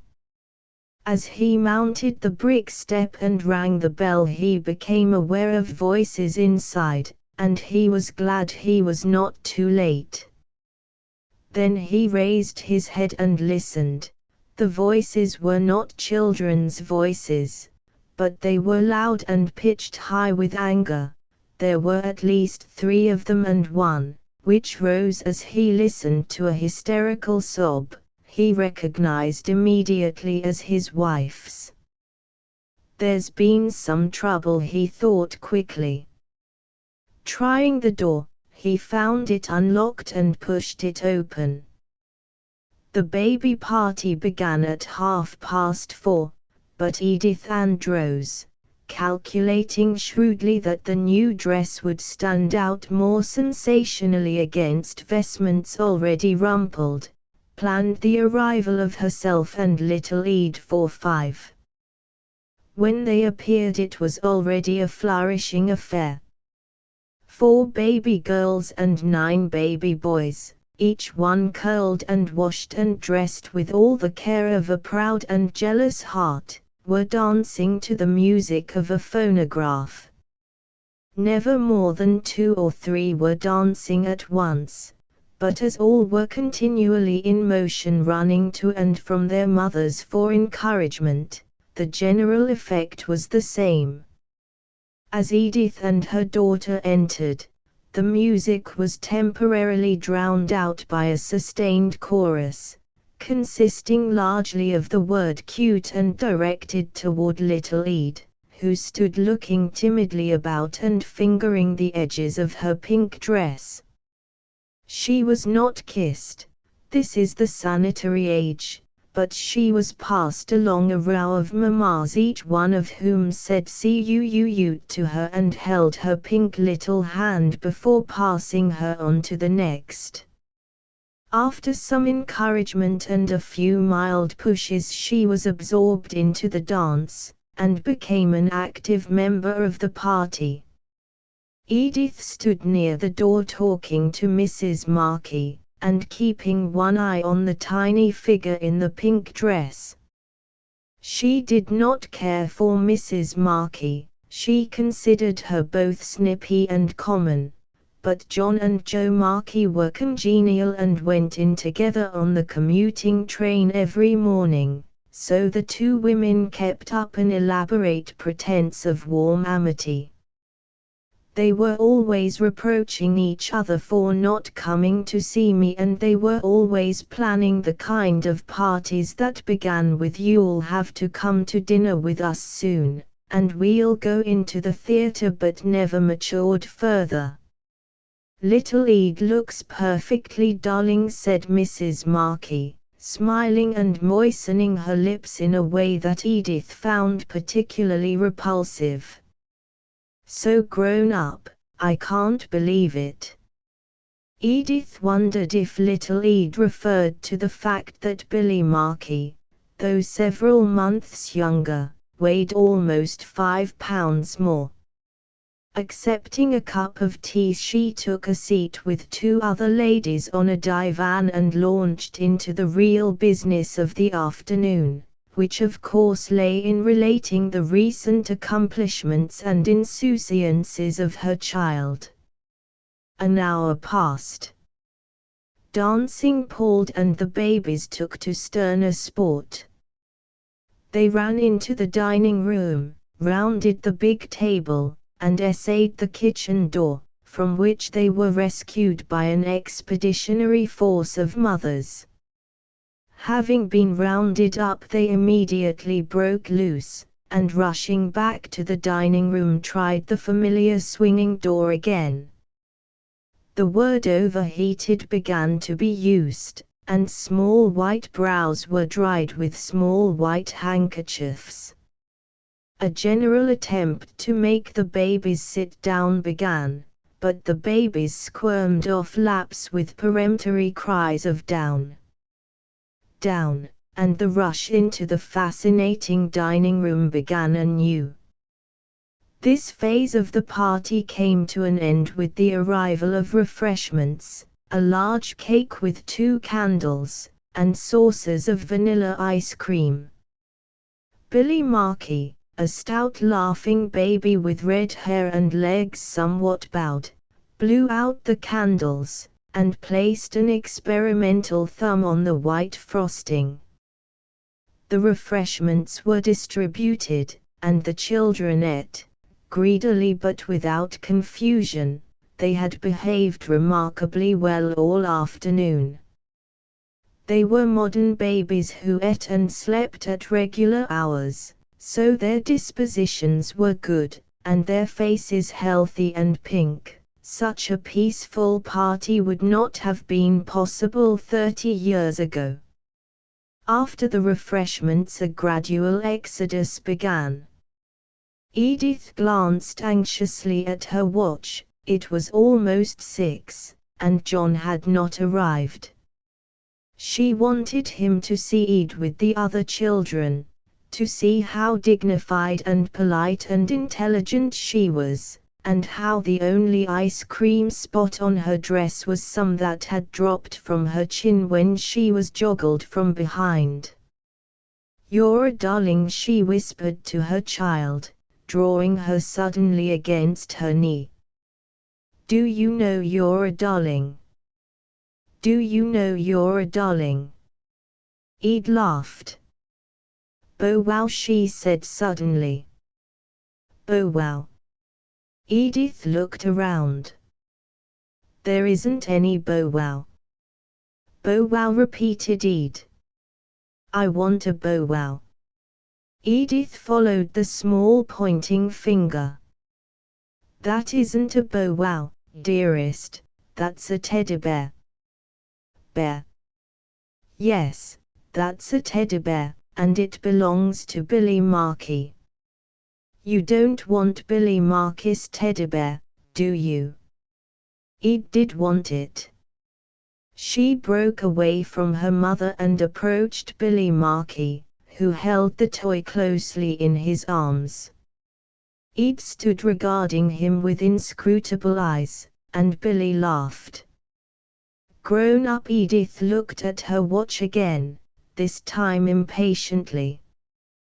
The party had dwindled until, besides Ed and Billy, there were only 2 babies remaining, and one of the 2 remained only by virtue of having hidden himself under the dining room table.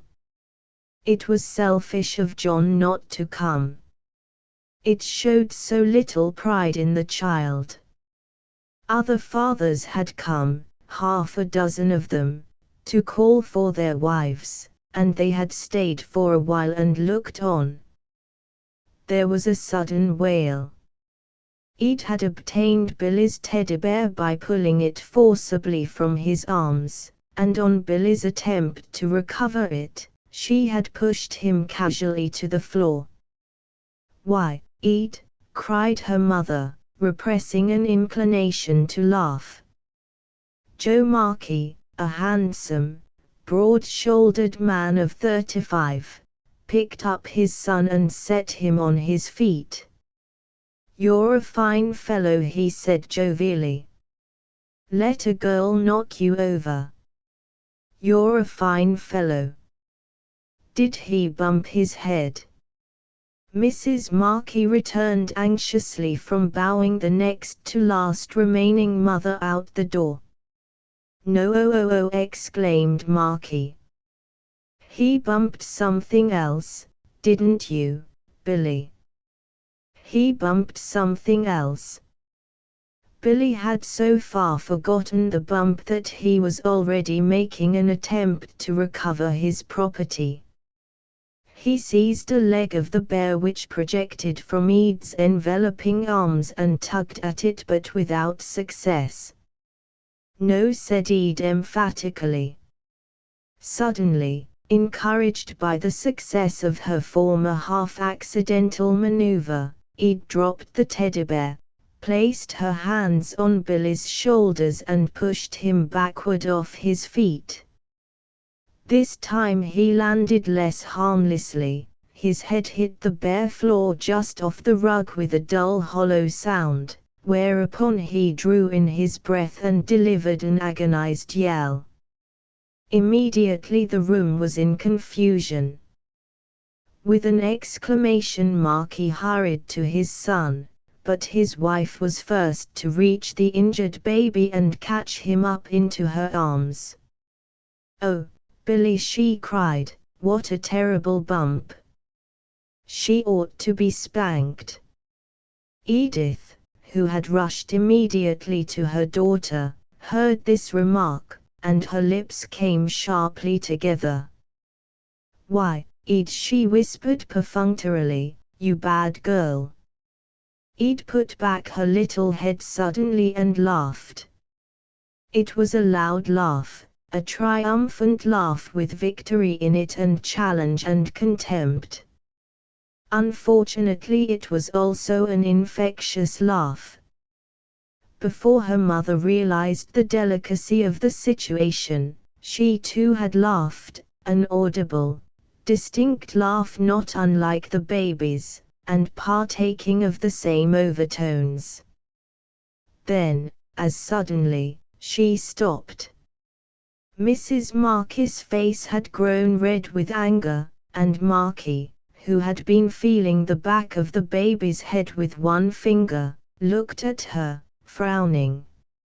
"It's swollen already," he said with a note of reproof in his voice.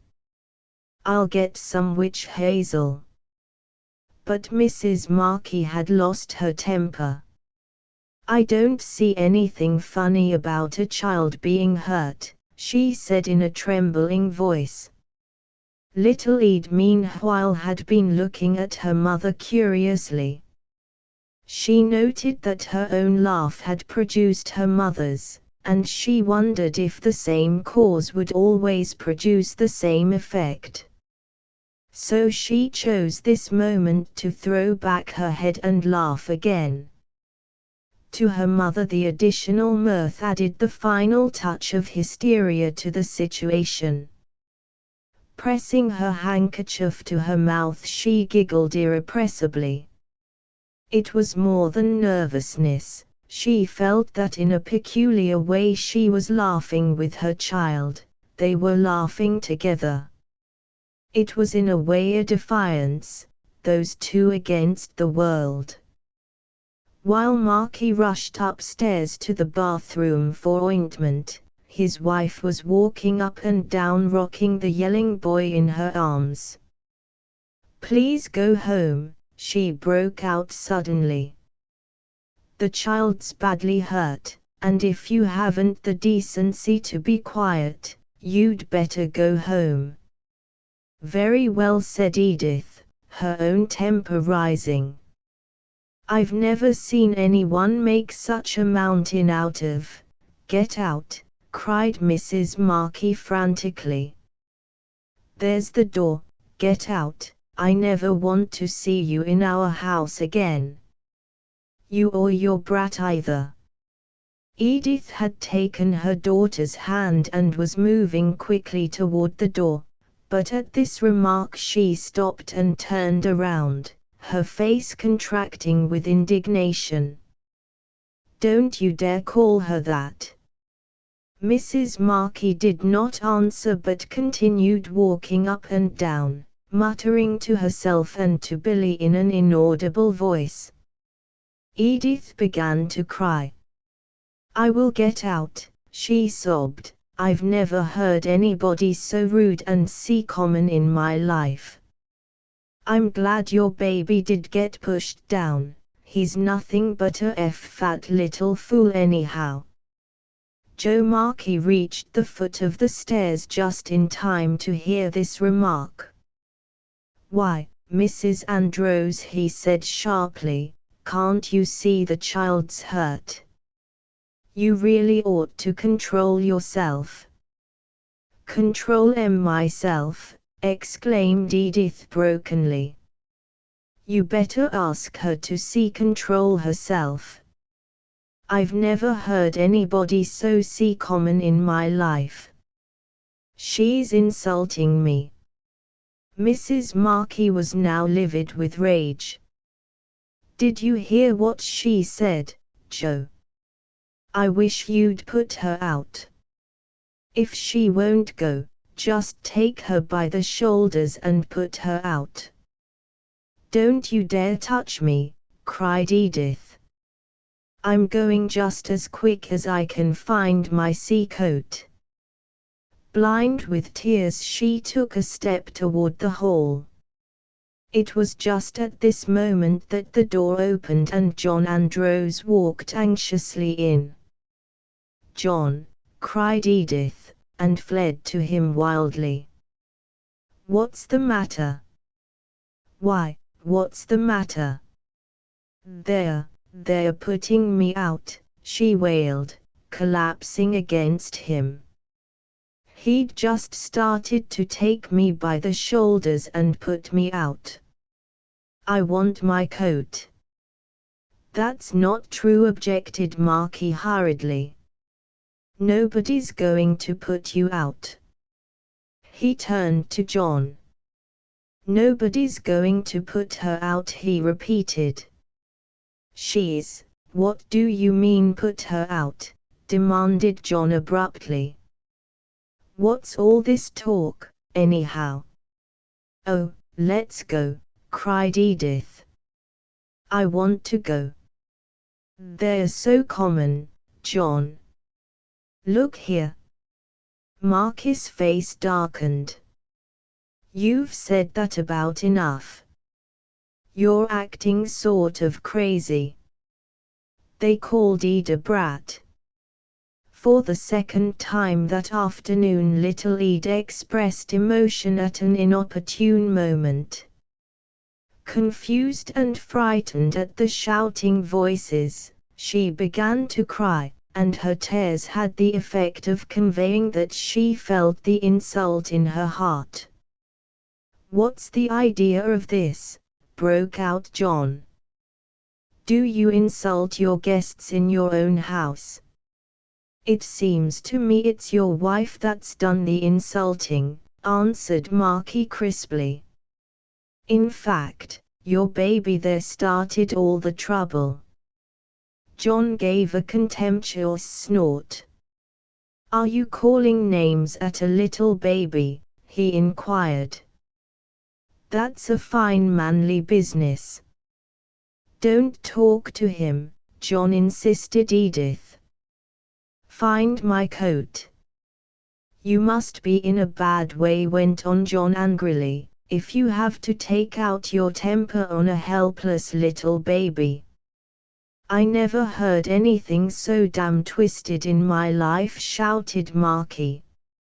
"If that wife of yours would shut her mouth for a minute." "Wait a minute. You're not talking to a woman and child now." There was an incidental interruption. Edith had been fumbling on a chair for her coat, and Mrs. Marky had been watching her with hot, angry eyes. Suddenly she laid Billy down on the sofa, where he immediately stopped crying and pulled himself upright, and coming into the hall she quickly found Edith's coat and handed it to her without a word. Then she went back to the sofa, picked up Billy, and rocking him in her arms looked again at Edith with hot, angry eyes. The interruption had taken less than half a minute. "Your wife comes in here and begins shouting around about how common we are," burst out Marky violently. "Well, if we're so damn common, you'd better stay away. And, what's more, you'd better get out now." Again John gave a short, contemptuous laugh.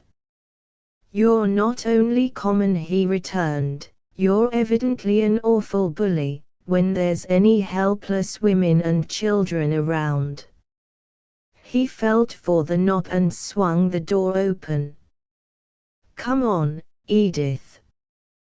Taking up her daughter in her arms, his wife stepped outside and John, still looking contemptuously at Marky, started to follow. "Wait a minute." Marky took a step forward. He was trembling slightly, and two large veins on his temple were suddenly full of blood. "You don't think you can get away with that, do you? With me?" Without a word John walked out the door, leaving it open. Edith, still weeping, had started for home. After following her with his eyes until she reached her own walk, John turned back toward the lighted doorway where Marky was slowly coming down the slippery steps. He took off his overcoat and hat, tossed them off the path onto the snow. Then, sliding a little on the iced walk, he took a step forward. At the first blow, they both slipped and fell heavily to the sidewalk, half rising then, and again pulling each other to the ground.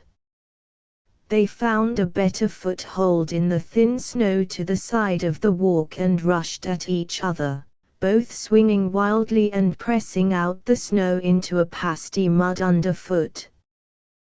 The street was deserted, and except for their short tired gasps and the padded sound as one or the other slipped down into the slushy mud, they fought in silence, clearly defined to each other by the full moonlight as well as by the amber glow that shone out of the open door. Several times they both slipped down together, and then for a while the conflict threshed about wildly on the lawn. For 10, 15, 20 minutes they fought there senselessly in the moonlight. They had both taken off coats and vests at some silently agreed upon interval, and now their shirts dripped from their backs in wet pulpy shreds. Both were torn and bleeding and so exhausted that they could stand only when by their position they mutually supported each other. The impact, the mere effort of a blow, would send them both to their hands and knees. But it was not weariness that ended the business, and the very meaninglessness of the fight was a reason for not stopping. They stopped because once when they were straining at each other on the ground, they heard a man's footsteps coming along the sidewalk. They had rolled somehow into the shadow, and when they heard these footsteps they stopped fighting, stopped moving, stopped breathing, lay huddled together like two boys playing Indian until the footsteps had passed. Then, staggering to their feet, they looked at each other like two drunken men. "I'll be damned if I'm going on with this thing any more," cried Marky thickly. "I'm not going on any more either," said John Andrews. "I've had enough of this thing." Again they looked at each other, sulkily this time, as if each suspected the other of urging him to a renewal of the fight. Marky spat out a mouthful of blood from a cut lip, then he cursed softly, and picking up his coat and vest, shook off the snow from them in a surprised way, as if their comparative dampness was his only worry in the world. "Want to come in and wash up?" he asked suddenly. "No, thanks," said John. "I ought to be going home, my wife'll be worried." He too picked up his coat and vest and then his overcoat and hat. Soaking wet and dripping with perspiration, it seemed absurd that less than half an hour ago he had been wearing all these clothes. "Well, good night," he said hesitantly. Suddenly they both walked toward each other and shook hands. It was no perfunctory handshake. John Andrews's arm went around Marky's shoulder, and he patted him softly on the back for a little while. "No harm done," he said brokenly. "No, you. No harm done." "Well," said John Andrews after a minute, "I guess I'll say good night." "Good night." Limping slightly and with his clothes over his arm, John Andrews turned away. The moonlight was still bright as he left the dark patch of trampled ground and walked over the intervening lawn. Down at the station, half a mile away, he could hear the rumble of the 7 o'clock train. "But you must have been crazy," cried Edith brokenly. "I thought you were going to fix it all up there and shake hands. That's why I went away." "Did you want us to fix it up?" "Of course not, I never want to see them again. But I thought of course that was what you were going to do." She was touching the bruises on his neck and back with iodine as he sat placidly in a hot bath. "I'm going to get the doctor," she said insistently. "You may be hurt internally." He shook his head. "Not a chance," he answered. "I don't want this to get all over town. I don't understand yet how it all happened." "Neither do I." He smiled grimly. "I guess these baby parties are pretty rough affairs." "Well, one thing," suggested Edith hopefully, "I'm certainly glad we have beefsteak in the house for tomorrow's dinner." "Why?" "For your eye, of course."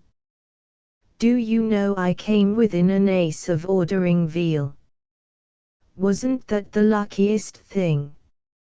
Half an hour later, dressed except that his neck would accommodate no collar, John moved his limbs experimentally before the glass. I believe I'll get myself in better shape, he said thoughtfully. I must be getting old. You mean so that next time you can beat him? I did beat him, he announced. At least, I beat him as much as he beat me. And there isn't going to be any next time. Don't you go calling people common anymore. If you get in any trouble, you just take your coat and go home. Understand? Yes, dear, she said meekly. I was very foolish and now I understand. Out in the hall, he paused abruptly by the baby's door. Is she asleep? Sound asleep. But you can go in and peek at her, just to say good night. They tiptoed in and bent together over the bed. Little Ede, her cheeks flushed with health, her pink hands clasped tight together, was sleeping soundly in the cool, dark room. John reached over the railing of the bed and passed his hand lightly over the silken hair. She's asleep, he murmured in a puzzled way. Naturally, after such an afternoon. Miss Andrews, the colored maid's stage whisper floated in from the hall. Mr. and Miss Markey downstairs and want to see you. Mr. Markey, he's all cut up in pieces, ma'am. His face look like a roast beef. And Miss Markey, she pair mighty mad. Why, what incomparable nerve, exclaimed Edith. Just tell them we're not home. I wouldn't go down for anything in the world. You most certainly will. John's voice was hard and set. What? You'll go down right now, and, what's more, whatever that other woman does, you'll apologize for what you said this afternoon. After that you don't ever have to see her again. Why, John, I can't. You've got to.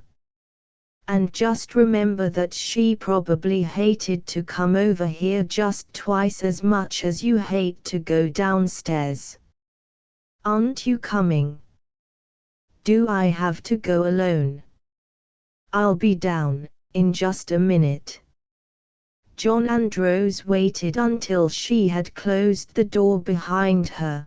Then he reached over into the bed, and picking up his daughter, blankets and all, sat down in the rocking chair holding her tightly in his arms. She moved a little, and he held his breath, but she was sleeping soundly, and in a moment she was resting quietly in the hollow of his elbow. Slowly he bent his head until his cheek was against her bright hair. Dear little girl, he whispered. Dear little girl, dear little girl. John Andrews knew at length what it was he had fought for so savagely that evening. He had it now, he possessed it forever. And for some time he sat there rocking very slowly to and fro in the darkness. Absolution. There was once a priest with cold, watery eyes, who, in the still of the night, wept cold tears. He wept because the afternoons were warm and long, and he was unable to attain a complete mystical union with our Lord. Sometimes, near 4 o'clock, there was a rustle of sweet girls along the path by his window, and in their shrill laughter he found a terrible dissonance that made him pray aloud for the twilight to come.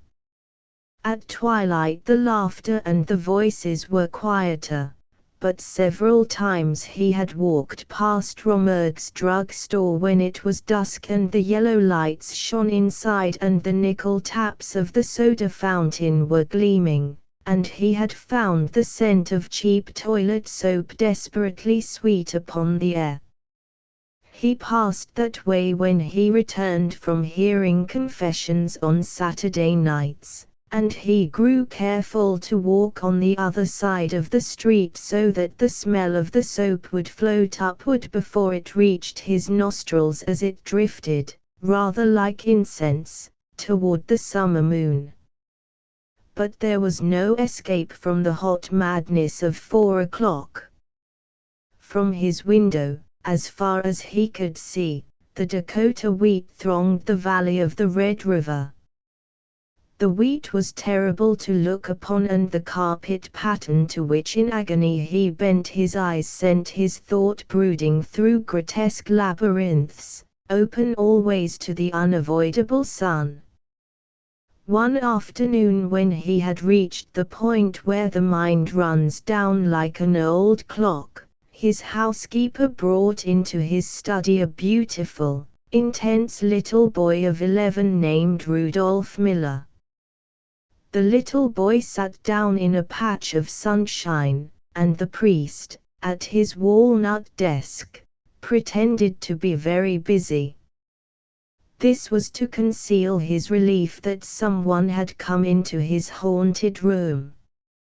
Presently he turned around and found himself staring into 2 enormous, staccato eyes, lit with gleaming points of cobalt light. For a moment their expression startled him, then he saw that his visitor was in a state of abject fear. "Your mouth is trembling," said Father Schwartz, in a haggard voice. The little boy covered his quivering mouth with his hand. "Are you in trouble?" asked Father Schwartz, sharply. "Take your hand away from your mouth and tell me what's the matter." The boy, Father Schwartz recognized him now as the son of a parishioner, Mr. Miller, the freight agent, moved his hand reluctantly off his mouth and became articulate in a despairing whisper. "Father Schwartz, I've committed a terrible sin. A sin against purity." "No, Father, worse." Father Schwartz's body jerked sharply. "Have you killed somebody?" "No, but I'm afraid." The voice rose to a shrill whimper. "Do you want to go to confession?" The little boy shook his head miserably. Father Schwartz cleared his throat so that he could make his voice soft and say some quiet, kind thing. In this moment he should forget his own agony, and try to act like God. He repeated to himself a devotional phrase, hoping that in return God would help him to act correctly. "Tell me what you've done," said his new soft voice. The little boy looked at him through his tears, and was reassured by the impression of moral resiliency which the distraught priest had created. Abandoning as much of himself as he was able to this man, Rudolph Miller began to tell his story. "On Saturday, 3 days ago, my father he said I had to go to confession, because I hadn't been for a month, and the family they go every week, and I hadn't been. So I just as leave go, I didn't care. So I put it off till after supper because I was playing with a bunch of kids and father asked me if I went, and I said no, and he took me by the neck and he said you go now, so I said all right, so I went over to church. And he yelled after me, don't come back till you go. 2 on Saturday, 3 days ago. The plush curtain of the confessional rearranged its dismal creases, leaving exposed only the bottom of an old man's old shoe. Behind the curtain an immortal soul was alone with God and the Reverend Adolphus Schwartz, priest of the parish. Sound began, a laboured whispering, sibilant and discreet, broken at intervals by the voice of the priest in audible question. Rudolph Miller knelt in the pew beside the confessional and waited, straining nervously to hear, and yet not to hear what was being said within. The fact that the priest was audible alarmed him. His own turn came next, and the 3 or 4 others who waited might listen unscrupulously while he admitted his violations of the 6th and 9th commandments. Rudolph had never committed adultery, nor even coveted his neighbor's wife, but it was the confession of the associate sins that was particularly hard to contemplate. In comparison he relished the less shameful fallings away. They formed a greyish background which relieved the ebony mark of sexual offences upon his soul. He had been covering his ears with his hands, hoping that his refusal to hear would be noticed, and a like courtesy rendered to him in turn, when a sharp movement of the penitent in the confessional made him sink his face precipitately into the crook of his elbow. Fear assumed solid form, and pressed out a lodging between his heart and his lungs. He must try now with all his might to be sorry for his sins, not because he was afraid, but because he had offended God. He must convince God that he was sorry, and to do so he must first convince himself.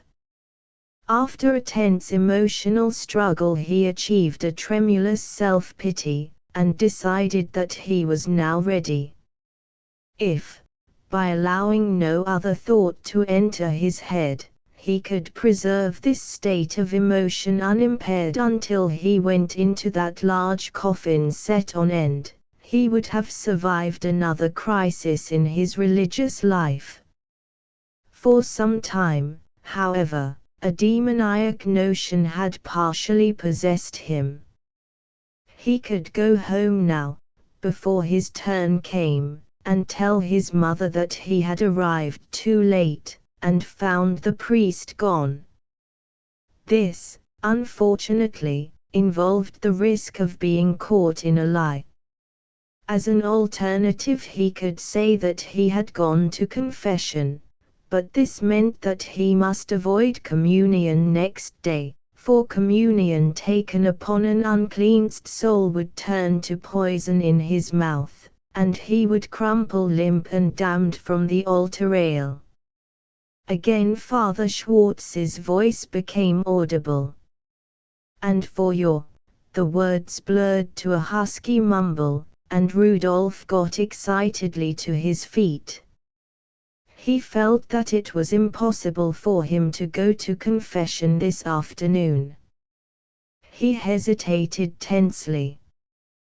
Then from the confessional came a tap, a creak, and a sustained rustle. The slide had fallen and the plush curtain trembled. Temptation had come to him too late. "Bless me, Father, for I have sinned. I confess to Almighty God and to you, Father, that I have sinned. Since my last confession it has been 1 month and 3 days. I accuse myself of taking the name of the Lord in vain." This was an easy sin. His curses had been but bravado, telling of them was little less than a brag. Of being mean to an old lady. The wan shadow moved a little on the latticed slat. "How, my child?" Old Lady Swenson Rudolph's murmur soared jubilantly.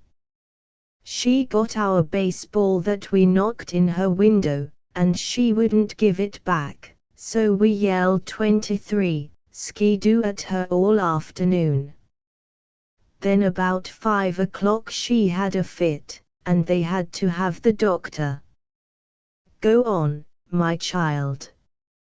Of not believing I was the son of my parents. What? The interrogation was distinctly startled. Of not believing that I was the son of my parents. Why not? Oh, just pride, answered the penitent airily. You mean you thought you were too good to be the son of your parents? Yes, Father. On a less jubilant note. Go on. Of being disobedient and calling my mother names. Of slandering people behind my back. Of smoking. Rudolph had now exhausted the minor offenses, and was approaching the sins it was agony to tell.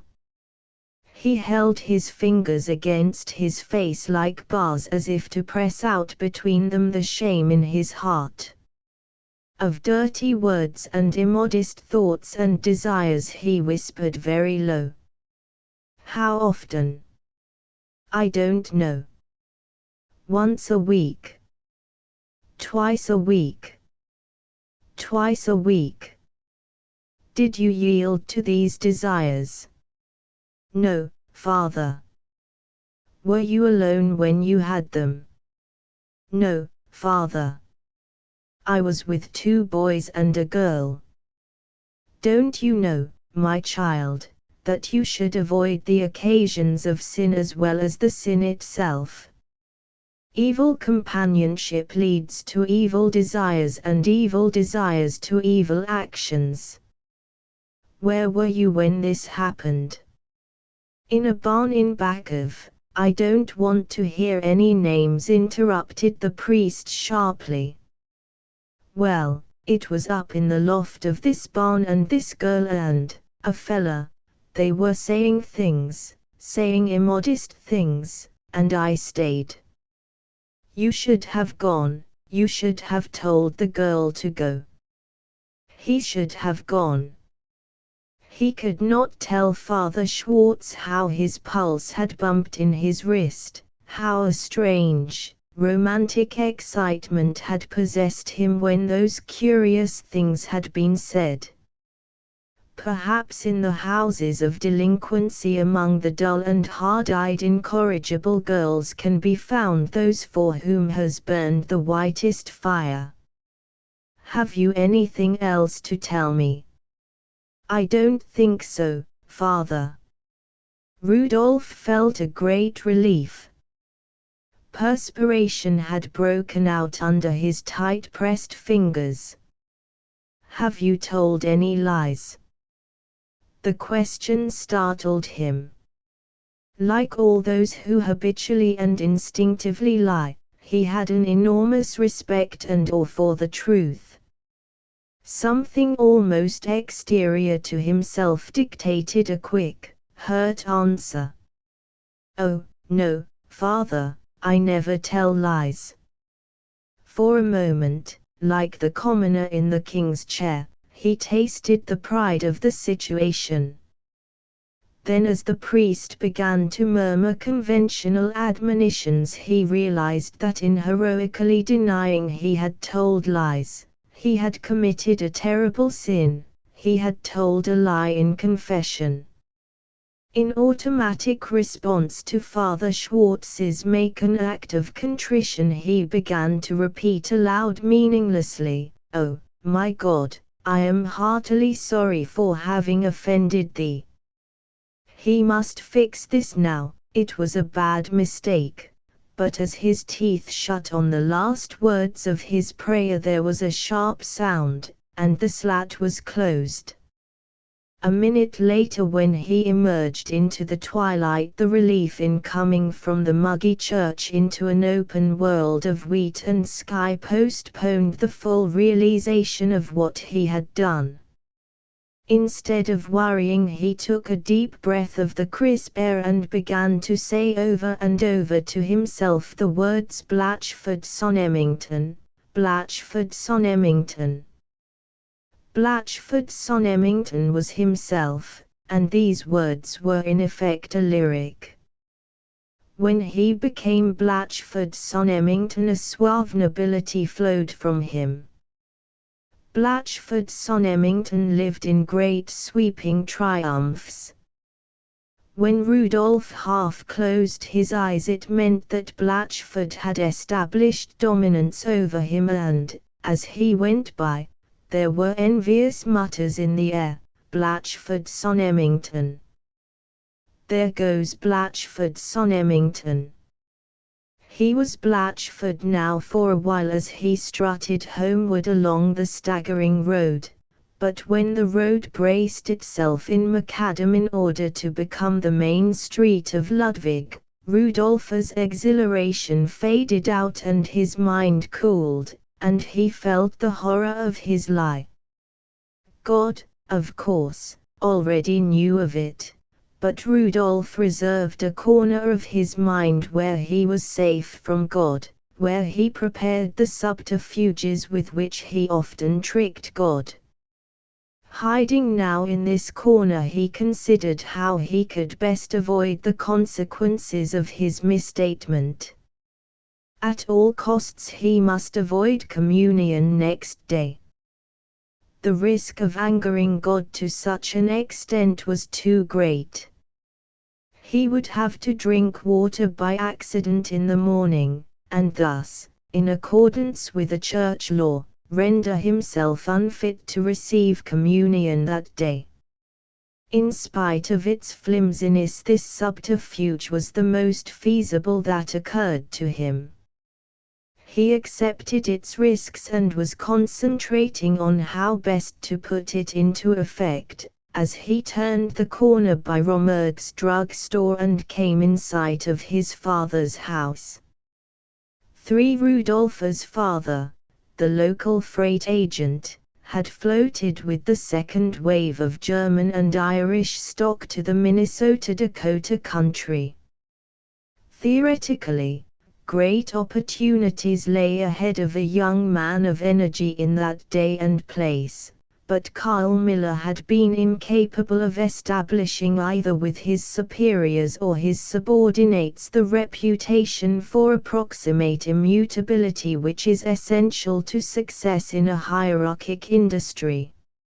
Somewhat gross, he was, nevertheless, insufficiently hard-headed and unable to take fundamental relationships for granted, and this inability made him suspicious, unrestful, and continually dismayed. His two bonds with the colorful life were his faith in the Roman Catholic Church and his mystical worship of the empire builder, James J. Hill. Hill was the apotheosis of that quality in which Miller himself was deficient, the sense of things, the feel of things, the hint of rain in the wind on the cheek. Miller's mind worked late on the old decisions of other men, and he had never in his life felt the balance of any single thing in his hands. His weary, sprightly, undersized body was growing old in Hill's gigantic shadow.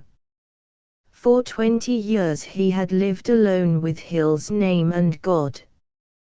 On Sunday morning Carl Miller awoke in the dustless quiet of 6 o'clock. Kneeling by the side of the bed, he bent his yellow-gray hair and the full dapple bangs of his mustache into the pillow, and prayed for several minutes. Then he drew off his nightshirt. Like the rest of his generation, he had never been able to endure pajamas, and clothed his thin, white, hairless body in woolen underwear. He shaved. Silence in the other bedroom where his wife lay nervously asleep. Silence from the screened-off corner of the hall where his son's cot stood, and his son slept among his algebra books, his collection of cigar bands, his mothy pennants, Cornell Hamlin and Greetings from Pueblo, New Mexico, and the other possessions of his private life. From outside Miller could hear the shrill birds and the whirring movement of the poultry, and, as an undertone, the low, swelling click-a-tick of the 6:15 through train for Montana and the Green Coast beyond. Then as the cold water dripped from the wash-rag in his hand he raised his head suddenly. He had heard a furtive sound from the kitchen below. He dried his razor hastily, slipped his dangling suspenders to his shoulder, and listened. Someone was walking in the kitchen, and he knew by the light footfall that it was not his wife. With his mouth faintly ajar he ran quickly down the stairs and opened the kitchen door. Standing by the sink, with one hand on the still dripping faucet and the other clutching a full glass of water, stood his son. The boy's eyes, still heavy with sleep, met his father's with a frightened, reproachful beauty. He was barefooted, and his pajamas were rolled up at the knees and sleeves. For a moment they both remained motionless.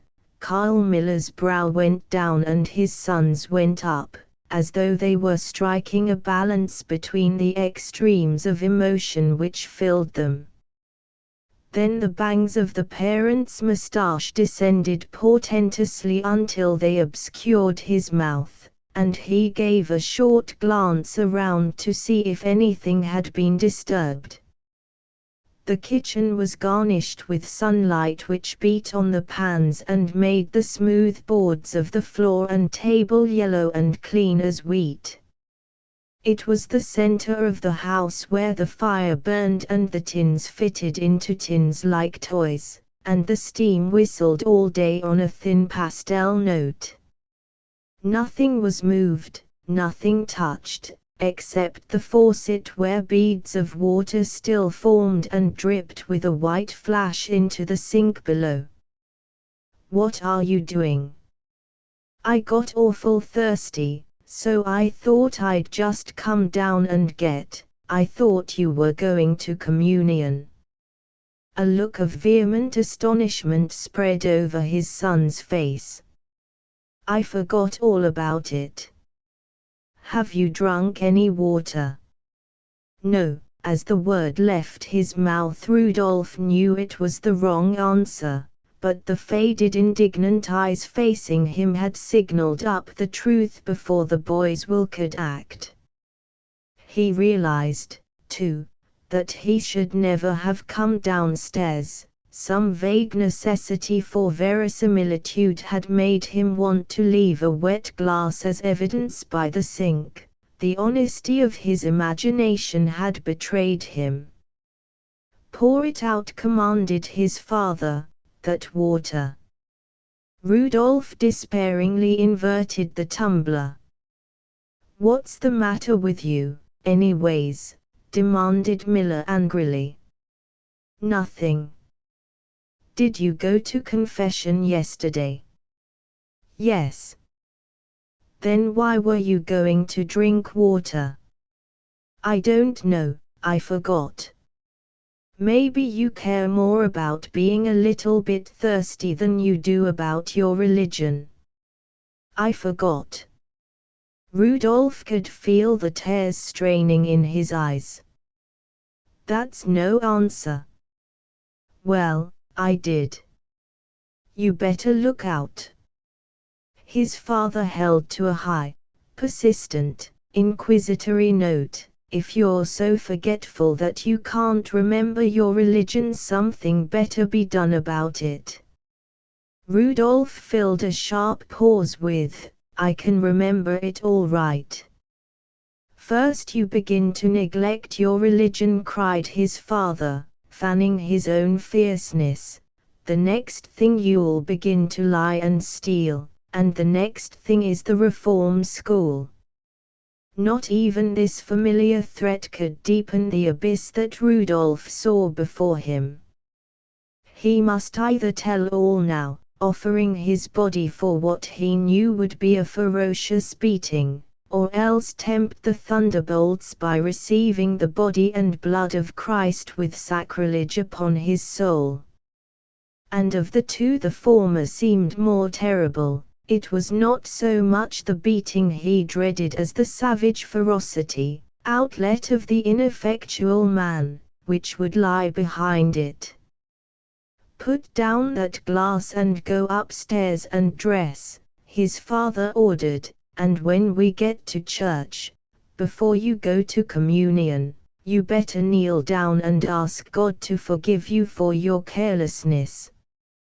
Some accidental emphasis in the phrasing of this command acted like a catalytic agent on the confusion and terror of Rudolph's mind.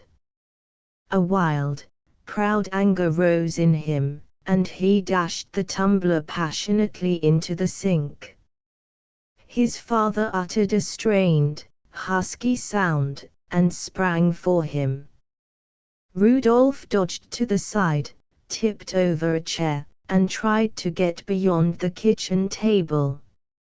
He cried out sharply when a hand grasped his pajama shoulder, then he felt the dull impact of a fist against the side of his head, and glancing blows on the upper part of his body.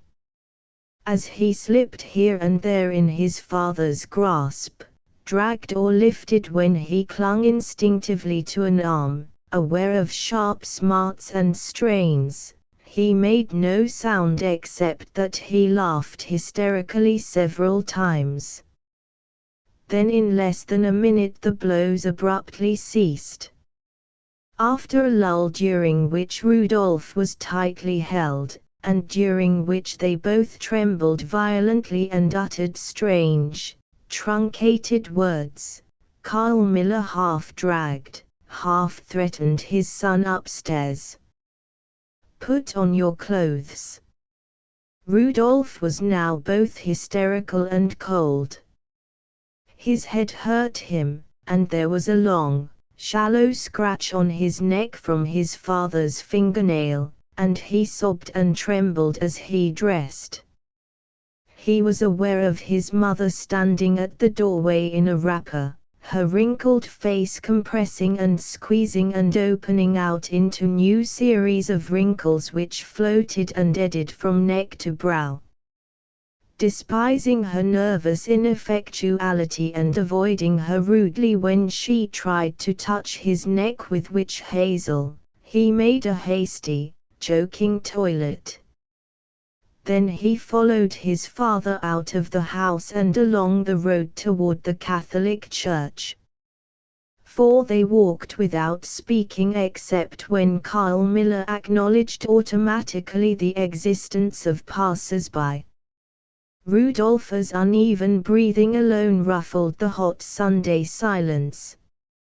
His father stopped decisively at the door of the church. "I've decided you'd better go to confession again. Go in and tell Father Schwartz what you did and ask God's pardon." "You lost your temper, too," said Rudolf quickly. Karl Miller took a step toward his son, who moved cautiously backward. "All right, I'll go." "Are you going to do what I say?" cried his father in a hoarse whisper. "All right." Rudolf walked into the church, and for the second time in 2 days entered the confessional and knelt down. The slat went up almost at once. "I accuse myself of missing my morning prayers." "Is that all?" "That's all." A maudlin exultation filled him. Not easily ever again would he be able to put an abstraction before the necessities of his ease and pride. An invisible line had been crossed, and he had become aware of his isolation, aware that it applied not only to those moments when he was Blatchford Sonnemington but that it applied to all his inner life. Hitherto such phenomena as crazy ambitions and petty shames and fears had been but private reservations, unacknowledged before the throne of his official soul. Now he realized unconsciously that his private reservations were himself, and all the rest a garnished front and a conventional flag. The pressure of his environment had driven him into the lonely secret road of adolescence. He knelt in the pew beside his father. Mass began. Rudolph knelt up. When he was alone he slumped his posterior back against the seat, and tasted the consciousness of a sharp, subtle revenge. Beside him his father prayed that God would forgive Rudolph, and asked also that his own outbreak of temper would be pardoned. He glanced sidewise at this son, and was relieved to see that the strained, wild look had gone from his face and that he had ceased sobbing.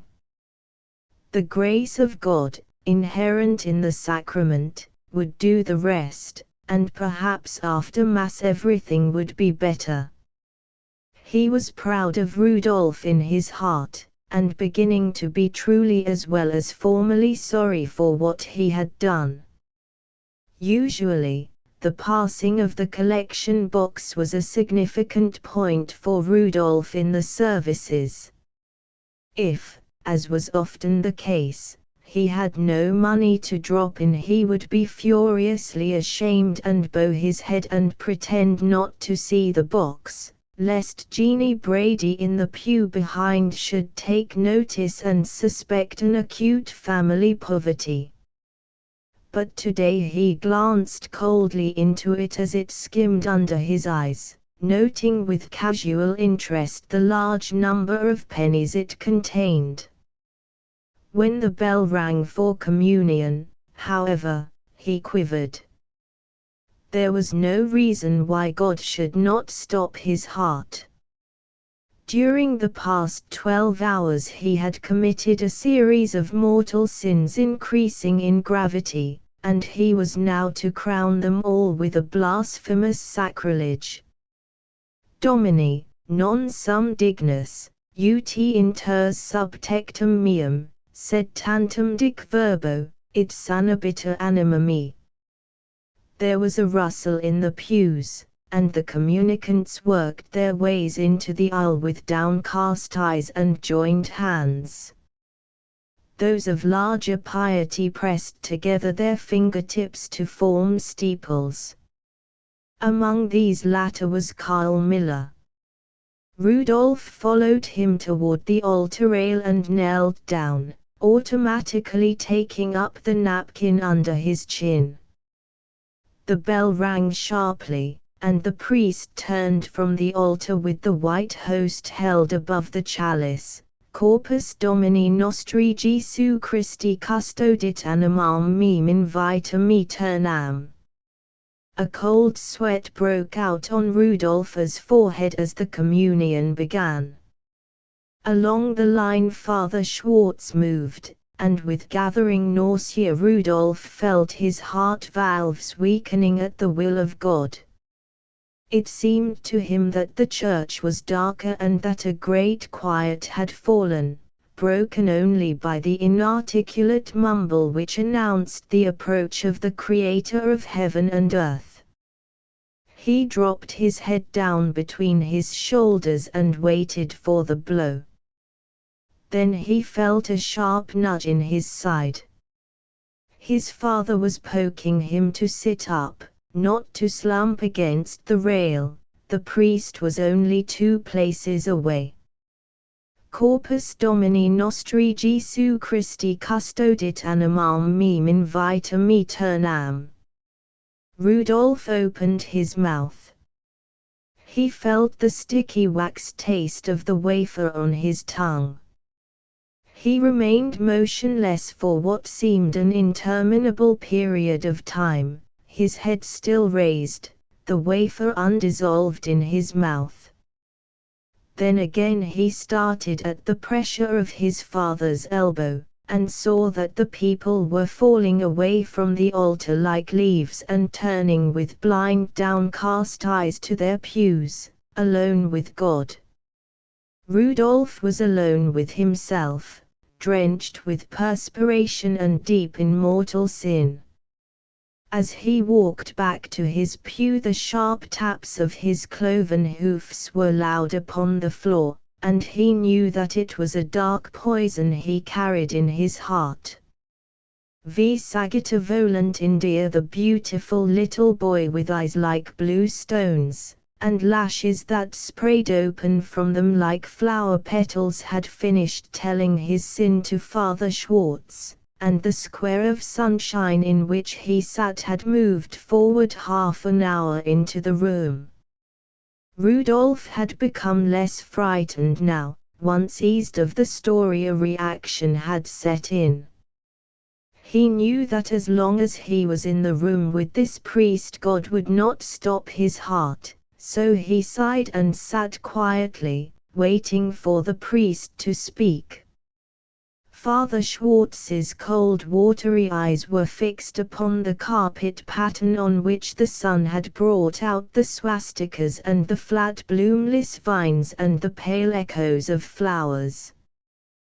The hall clock ticked insistently toward sunset, and from the ugly room and from the afternoon outside the window arose a stiff monotony, shattered now and then by the reverberate clapping of a faraway hammer on the dry air.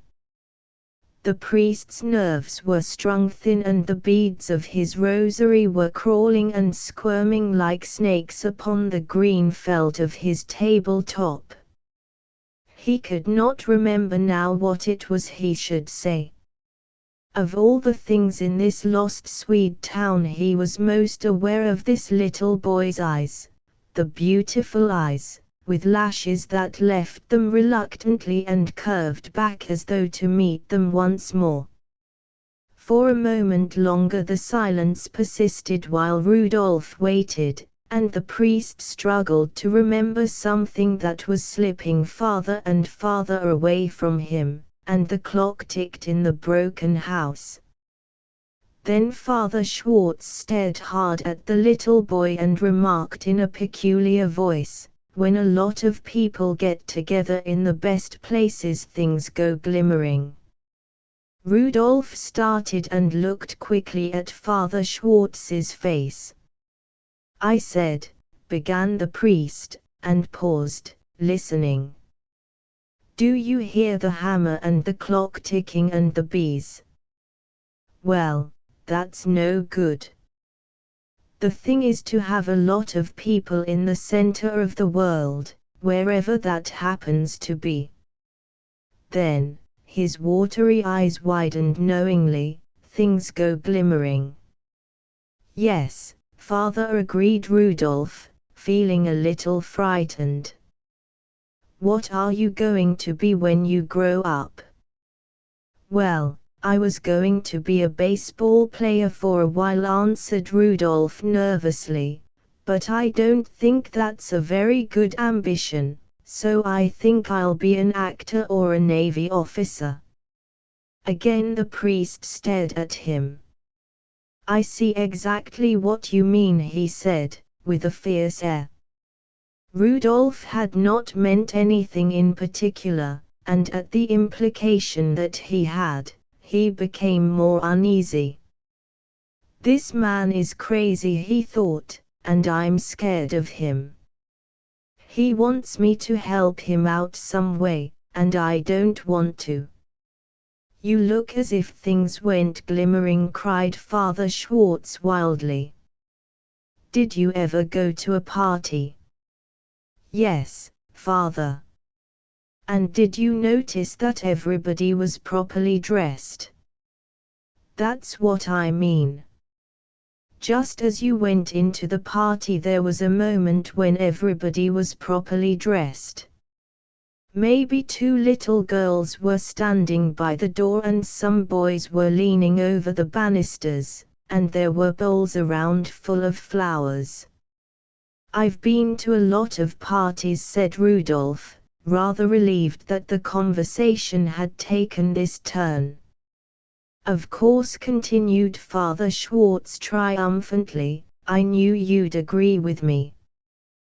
But my theory is that when a whole lot of people get together in the best places, things go glimmering all the time." Rudolph found himself thinking of Blatchford-on-Emmington. "Please listen to me," commanded the priest impatiently. "Stop worrying about last Saturday. Apostasy implies an absolute damnation only on the supposition of a previous perfect faith. Does that fix it?" Rudolph had not the faintest idea what Father Schwartz was talking about, but he nodded and the priest nodded back at him and returned to his mysterious preoccupation. "Why," he cried, "they have lights now as big as stars. Do you realize that? I heard of one light they had in Paris or somewhere that was as big as a star. A lot of people had it, a lot of gay people. They have all sorts of things now that you never dreamed of. Look here." He came nearer to Rudolph, but the boy drew away, so Father Schwartz went back and sat down in his chair, his eyes dried out and hot. "Did you ever see an amusement park?" "No, Father." "Well, go and see an amusement park." The priest waved his hand vaguely. "It's a thing like a fair, only much more glittering. Go to one at night and stand a little way off from it in a dark place, under dark trees. You'll see a big wheel made of lights turning in the air, and a long slide shooting boats down into the water. A band playing somewhere, and a smell of peanuts, and everything will twinkle. But it won't remind you of anything, you see. It will all just hang out there in the night like a colored balloon, like a big yellow lantern on a pole." Father Schwartz frowned as he suddenly thought of something. "But don't get up close," he warned Rudolph, "because if you do you'll only feel the heat and the sweat and the life." All this talking seemed particularly strange and awful to Rudolph, because this man was a priest. He sat there, half terrified, his beautiful eyes open wide and staring at Father Schwartz. But underneath his terror he felt that his own inner convictions were confirmed. There was something ineffably gorgeous somewhere that had nothing to do with God. He no longer thought that God was angry at him about the original lie, because he must have understood that Rudolph had done it to make things finer in the confessional, brightening up the dinginess of his admissions by saying a thing radiant and proud. At the moment when he had affirmed immaculate honor, a silver pennon had flapped out into the breeze somewhere, and there had been the crunch of leather and the shine of silver spurs and a troop of horsemen waiting for dawn on a low green hill. The sun had made stars of light on their breastplates like the picture at home of the German cuirassiers at Sedan. But now the priest was muttering inarticulate and heartbroken words, and the boy became wildly afraid. Horror entered suddenly in at the open window, and the atmosphere of the room changed. Father Schwartz collapsed precipitously down on his knees, and let his body settle back against a chair. "Oh, my God," he cried out, in a strange voice, and wilted to the floor. Then a human oppression rose from the priest's worn clothes, and mingled with the faint smell of old food in the corners. Rudolph gave a sharp cry and ran in a panic from the house, while the collapsed man lay there quite still, filling his room, filling it with voices and faces until it was crowded with echolalia, and rang loud with a steady, shrill note of laughter. Outside the window the blue sirocco trembled over the wheat, and girls with yellow hair walked sensuously along roads that bounded the fields, calling innocent, exciting things to the young men who were working in the lines between the grain. Legs were shaped under starchless gingham, and rims of the necks of dresses were warm and damp. For 5 hours now hot fertile life had burned in the afternoon. It would be night in 3 hours, and all along the land there would be these blonde northern girls and the tall young men from the farms lying out beside the wheat, under the moon. Rags Martin Jones and the PRNCE of W. Les the Majestic came gliding into New York Harbor on an April morning.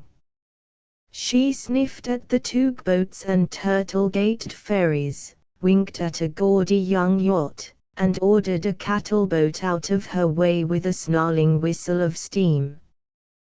Then she parked at her private dock with all the fuss of a stout lady sitting down, and announced complacently that she had just come from Cherbourg and Southampton with a cargo of the very best people in the world.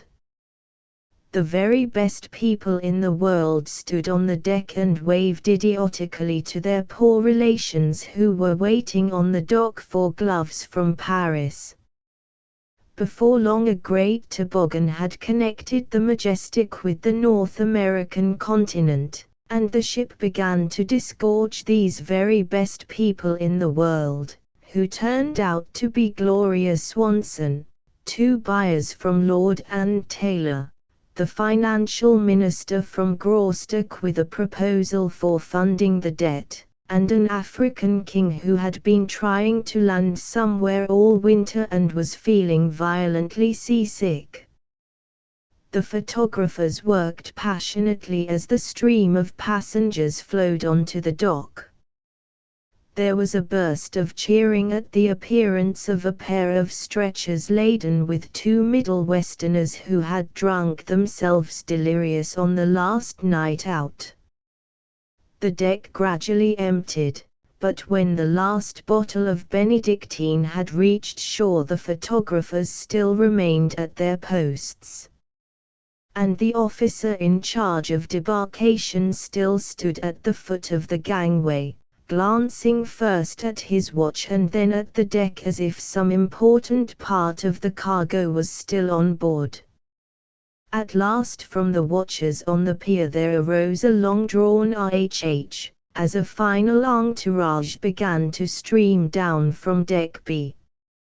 First came 2 French maids, carrying small, purple dogs, and followed by a squad of porters, blind and invisible under innumerable bunches and bouquets of fresh flowers. Another maid followed, leading a sad-eyed orphan child of a French flavor, and close upon its heels walked the second officer pulling along 3 neurasthenic wolfhounds, much to their reluctance and his own. A pause. Then the captain, Sir Howard George Witchcraft, appeared at the rail, with something that might have been a pile of gorgeous silver fox fur standing by his side. Rags Martin Jones, after 5 years in the capitals of Europe, was returning to her native land. Rags Martin Jones was not a dog.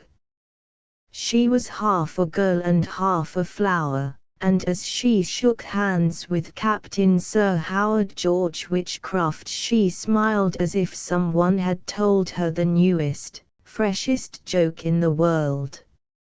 All the people who had not already left the pier felt that smile trembling on the April air and turned around to see. She came slowly down the gangway.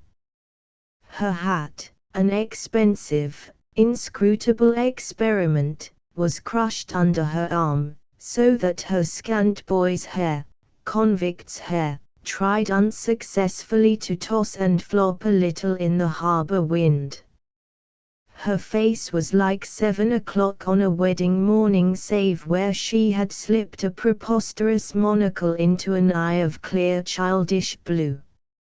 At every few steps her long lashes would tilt out the monocle, and she would laugh, a bored, happy laugh, and replace the supercilious spectacle in the other eye. Tap. Her 105 pounds reached the pier and it seemed to sway and bend from the shock of her beauty. A few porters fainted. A large, sentimental shark which had followed the ship across made a despairing leap to see her once more, and then dove, broken-hearted, back into the deep sea. Rags Martin Jones had come home. There was no member of her family there to meet her, for the simple reason that she was the only member of her family left alive. In 1913 her parents had gone down on the Titanic together rather than be separated in this world, and so the Martin Jones fortune of 75 millions had been inherited by a very little girl on her 10th birthday. It was what the consumer always refers to as a shame.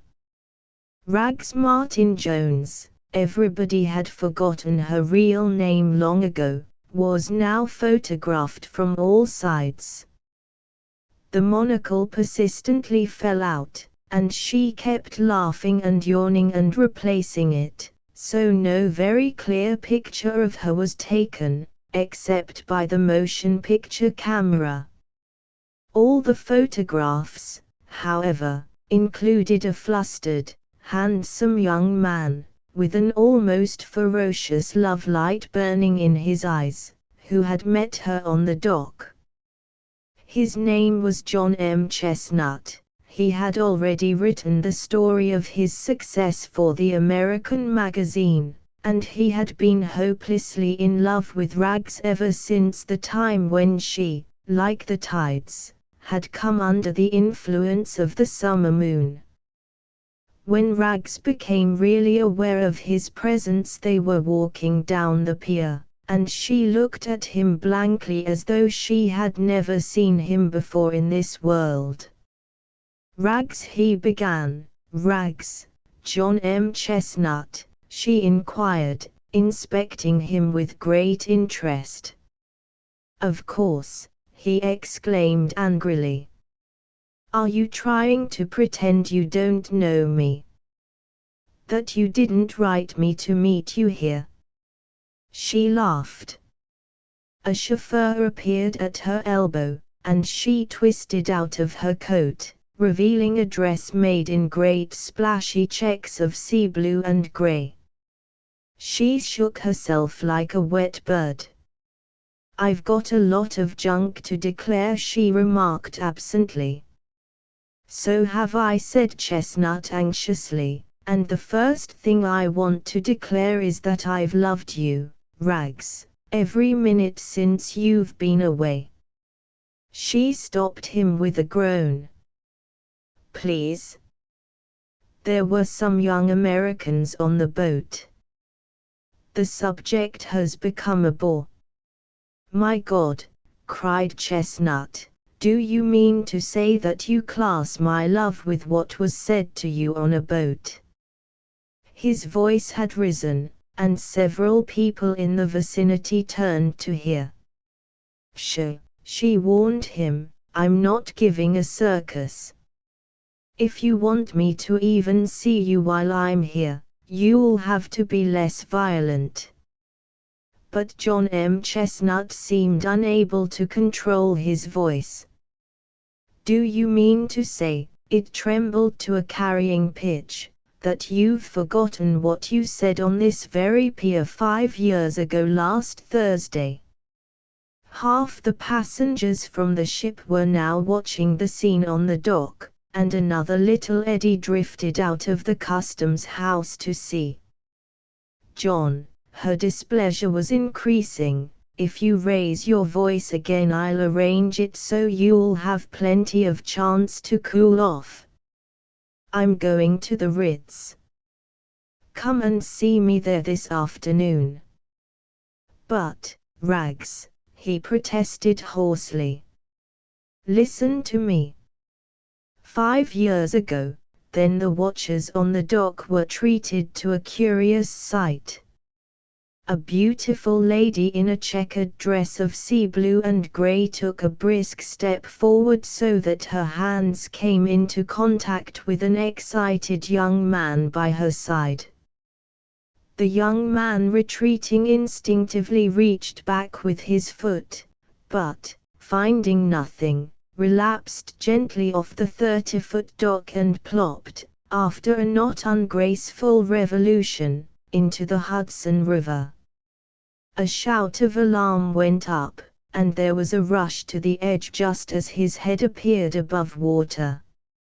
He was swimming easily, and, perceiving this, the young lady who had apparently been the cause of the accident leaned over the pier and made a megaphone of her hands.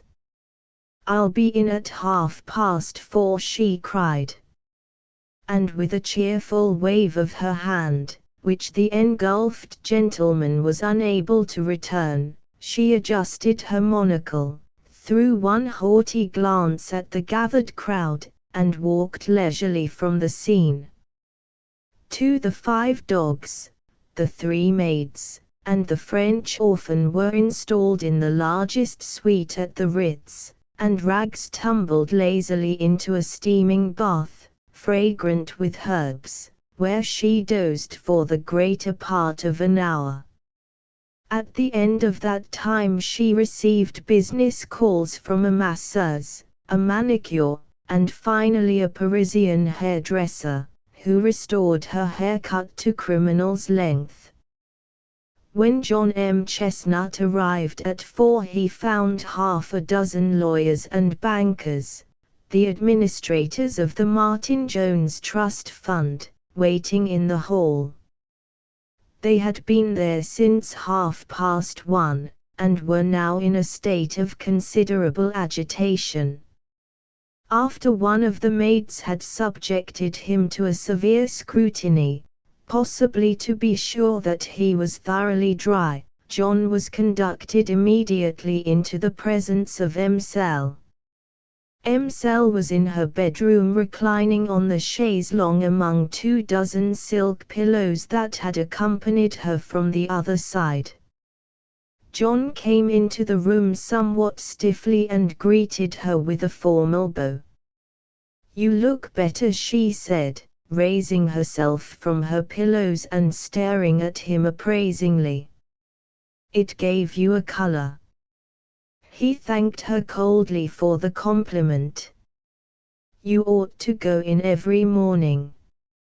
And then she added irrelevantly, "I'm going back to Paris tomorrow." John Chestnut gasped. "I wrote you that I didn't intend to stay more than a week anyhow," she added. "But, Rags, why should I? There isn't an amusing man in New York." "But listen, Rags, won't you give me a chance? Won't you stay for, say, 10 days and get to know me a little?" "Know you?" Her tone implied that he was already a far too open book. "I want a man who's capable of a gallant gesture." "Do you mean you want me to express myself entirely in pantomime?" Rags uttered a disgusted sigh. "I mean you haven't any imagination," she explained patiently. "No Americans have any imagination." Paris is the only large city where a civilized woman can breathe. Don't you care for me at all anymore? I wouldn't have crossed the Atlantic to see you if I didn't. But as soon as I looked over the Americans on the boat, I knew I couldn't marry one. I'd just hate you, John, and the only fun I'd have out of it would be the fun of breaking your heart. She began to twist herself down among the cushions until she almost disappeared from view. I've lost my monocle, she explained. After an unsuccessful search in the silken depths, she discovered the elusive glass hanging down the back of her neck. I'd love to be in love, she went on, replacing the monocle in her childish eye. Last spring in Sorrento I almost eloped with an Indian Raja, but he was half a shade too dark, and I took an intense dislike to one of his other wives. Don't talk that rubbish, cried John, sinking his face into his hands. Well, I didn't marry him, she protested. But in one way he had a lot to offer. He was the third richest subject of the British Empire. That's another thing. Are you rich? Not as rich as you. There you are. What have you to offer me? Love. Love. She disappeared again among the cushions. Listen, John. Life to me is a series of glistening bazaars with a merchant in front of each one rubbing his hands together and saying, patronize this place here. Best bazaar in the world. So I go in with my purse full of beauty and money and youth, all prepared to buy. What have you got for sale? I ask him, and he rubs his hands together and says, well, mademoiselle, today we have some perfectly beautiful love. Sometimes he hasn't even got that in stock, but he sends out for it when he finds I have so much money to spend. Oh, he always gives me love before I go, and for nothing. That's the one revenge I have. John Chestnut rose despairingly to his feet and took a step toward the window. Don't throw yourself out, Rags exclaimed quickly. All right. He tossed his cigarette down into Madison Avenue. It isn't just you, she said in a softer voice. Dull and uninspired as you are, I care for you more than I can say. But life's so endless here. Nothing ever comes off. Loads of things come off, he insisted. Why, today there was an intellectual murder in Hoboken and a suicide by proxy in Maine. A bill to sterilize agnostics is before Congress. I have no interest in humor, she objected, but I have an almost archaic predilection for romance. Why, John, last month I sat at a dinner table while two men flipped a coin for the kingdom of Schwarzburg-Rheinmünster. In Paris I knew a man named Bluchdak who really started the war, and has a new one planned for year after next. Well, just for a rest you come out with me tonight, he said doggedly. Where to? Demanded Rags with scorn. Do you think I still thrill at a nightclub and a bottle of sugary Museo? I prefer my own gaudy dreams. I'll take you to the most highly strung place in the city. What'll happen? You've got to tell me what'll happen. John Chestnut suddenly drew a long breath and looked cautiously around as if he were afraid of being overheard. Well, to tell you the truth, he said in a low, worried tone, if everything was known, something pretty awful would be liable to happen to me. She sat upright and the pillows tumbled about her like leaves. Do you mean to imply that there's anything shady in your life? She cried, with laughter in her voice. Do you expect me to believe that? No, John, you'll have your fun by plugging ahead on the beaten path, just plugging ahead. Her mouth, a small insolent rose, dropped the words on him like thorns. John took his hat and coat from the chair and picked up his cane. For the last time, will you come along with me tonight and see what you will see? See what? See who? Is there anything in this country worth seeing? Well, he said, in a matter-of-fact tone, for one thing you'll see the Prince of Wales. What? She left the chaise longue at a bound. Is he back in New York? He will be tonight. Would you care to see him? Would I? I've never seen him. I've missed him everywhere. I'd give a year of my life to see him for an hour. Her voice trembled with excitement. He's been in Canada. He's down here incognito for the big prize fight this afternoon. And I happen to know where he's going to be tonight. Rags gave a sharp ecstatic cry. Dominic. Louise. Germaine. The three maids came running. The room filled suddenly with vibrations of wild, startled light. Dominic, the car, cried Rags in French. Saint Raphael, my gold dress and the slippers with the real gold heels. The big pearls too, all the pearls, and the egg diamond and the stockings with the sapphire clocks. Germaine, send for a beauty parlor on the run. My bath again, ice cold and half full of almond cream. Dominic, Tiffany's, like lightning, before they close. Find me a brooch, a pendant, a tiara, anything, it doesn't matter, with the arms of the House of Windsor. She was fumbling at the buttons of her dress, and as John turned quickly to go, it was already sliding from her shoulders. Orchids, she called after him, orchids, for the love of heaven. 4 dozen, so I can choose 4. And then maids flew here and there about the room like frightened birds.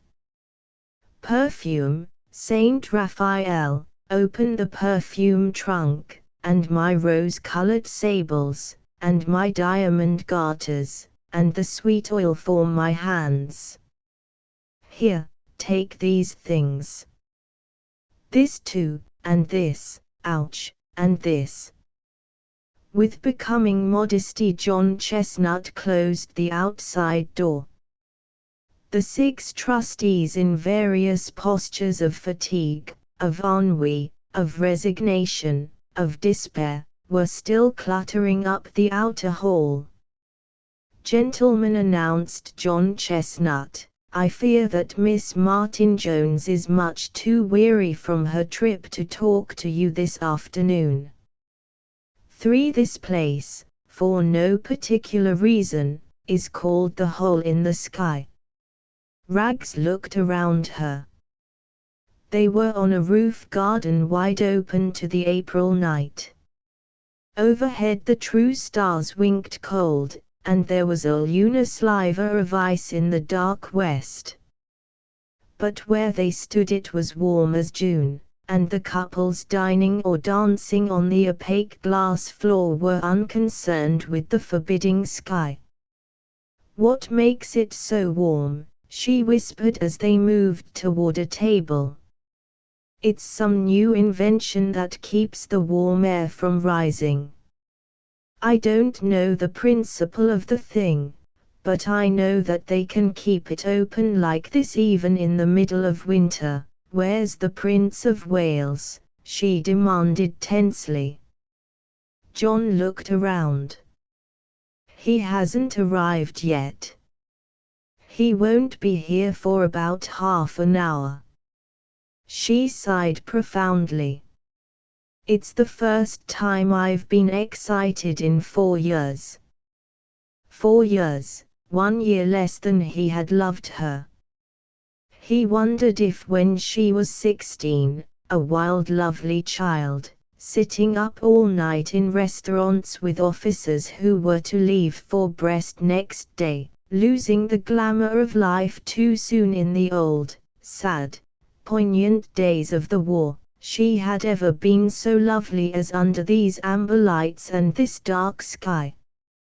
From her excited eyes to her tiny slipper heels, which were striped with layers of real silver and gold, she was like one of those amazing ships that are carved complete in a bottle. She was finished with that delicacy, with that care, as though the long lifetime of some worker in fragility had been used to make her so. John Chestnut wanted to take her up in his hands, turn her this way and that, examine the tip of a slipper or the tip of an ear or squint closely at the fairy stuff from which her lashes were made. Who's that? She pointed suddenly to a handsome Latin at a table over the way. That's Roderigo Minerlino, the movie and face cream star. Perhaps he'll dance after a while. Rags became suddenly aware of the sound of violins and drums, but the music seemed to come from far away, seemed to float over the crisp night and onto the floor with the added remoteness of a dream. The orchestra's on another roof, explained John. It's a new idea, look, the entertainment's beginning.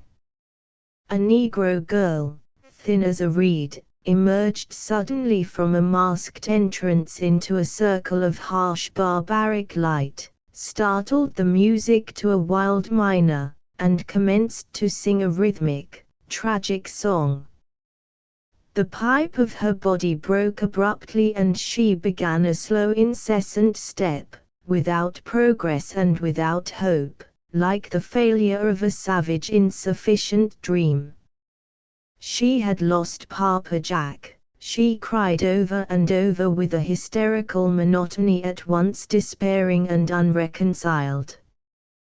One by one the loud horns tried to force her from the steady beat of madness, but she listened only to the mutter of the drums which were isolating her in some lost place in time, among many thousand forgotten years. After the failure of the piccolo, she made herself again into a thin brown line, wailed once with sharp and terrible intensity, then vanished into sudden darkness. If you lived in New York you wouldn't need to be told who she is, said John when the amber light flashed on. The next fella is Shek B. Smith, a comedian of the fatuous, garrulous sort, he broke off. Just as the lights went down for the second number, Rags had given a long sigh, and leaned forward tensely in her chair. Her eyes were rigid like the eyes of a pointer dog, and John saw that they were fixed on a party that had come through a side entrance, and were arranging themselves around a table in the half-darkness. The table was shielded with palms, and Rags at first made out only 3 dim forms. Then she distinguished a fourth who seemed to be placed well behind the other 3, a pale oval of a face topped with a glimmer of dark yellow hair. "Hello," ejaculated John. There's His Majesty now. Her breath seemed to die murmurously in her throat. She was dimly aware that the comedian was now standing in a glow of white light on the dancing floor, that he had been talking for some moments, and that there was a constant ripple of laughter in the air. But her eyes remained motionless, enchanted. She saw one of the party bend and whisper to another, and after the low glitter of a match the bright button of a cigarette end gleamed in the background. How long it was before she moved she did not know.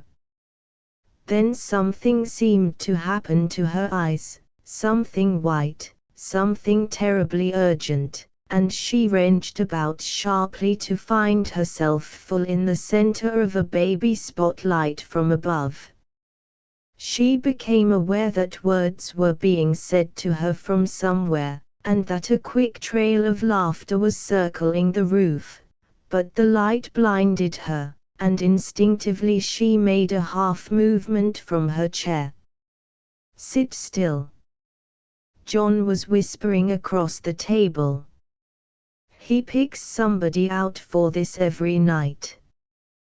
Then she realized, it was the comedian, Sheck B. Smith. He was talking to her, arguing with her, about something that seemed incredibly funny to everyone else, but came to her ears only as a blur of muddled sound. Instinctively she had composed her face at the first shock of the light, and now she smiled. It was a gesture of rare self-possession. Into this smile she insinuated a vast impersonality, as if she were unconscious of the light, unconscious of his attempt to play upon her loveliness, but amused at an infinitely removed him, whose darts might have been thrown just as successfully at the moon. She was no longer a lady would have been harsh or pitiful or absurd. Rags stripped her attitude to a sheer consciousness of her own impervious beauty, sat there glittering until the comedian began to feel alone as he had never felt alone before. At a signal from him the spotlight was switched suddenly out. The moment was over.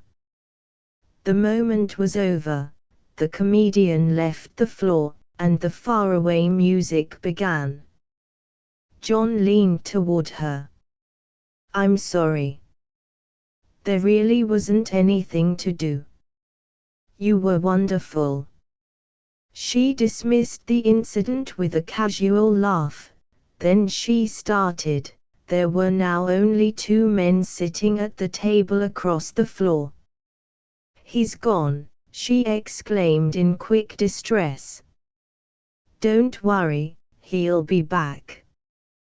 He's got to be awfully careful, you see, so he's probably waiting outside with one of his aides until it gets dark again." "Why has he got to be careful?" "Because he's not supposed to be in New York. He's even under one of his second-string names." The lights dimmed again, and almost immediately a tall man appeared out of the darkness and approached their table. "May I introduce myself?" he said rapidly to John in a supercilious British voice. "Lord Charles Est, of Baron Marchbank's party." He glanced at John closely as if to be sure that he appreciated the significance of the name. John nodded. "That is between ourselves, you understand." "Of course." Rags groped on the table for her untouched champagne, and tipped the glass full down her throat. "Baron Marchbanks requests that your companion will join his party during this number." Both men looked at Rags. There was a moment's pause. "Very well," she said, and glanced back again interrogatively at John. Again he nodded.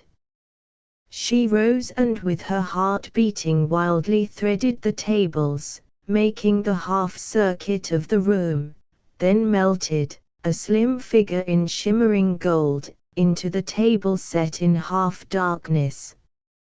For the number drew to a close, and John Chestnut sat alone at his table, stirring auxiliary bubbles in his glass of champagne. Just before the lights went on, there was a soft rasp of gold cloth, and Rags, flushed and breathing quickly, sank into her chair.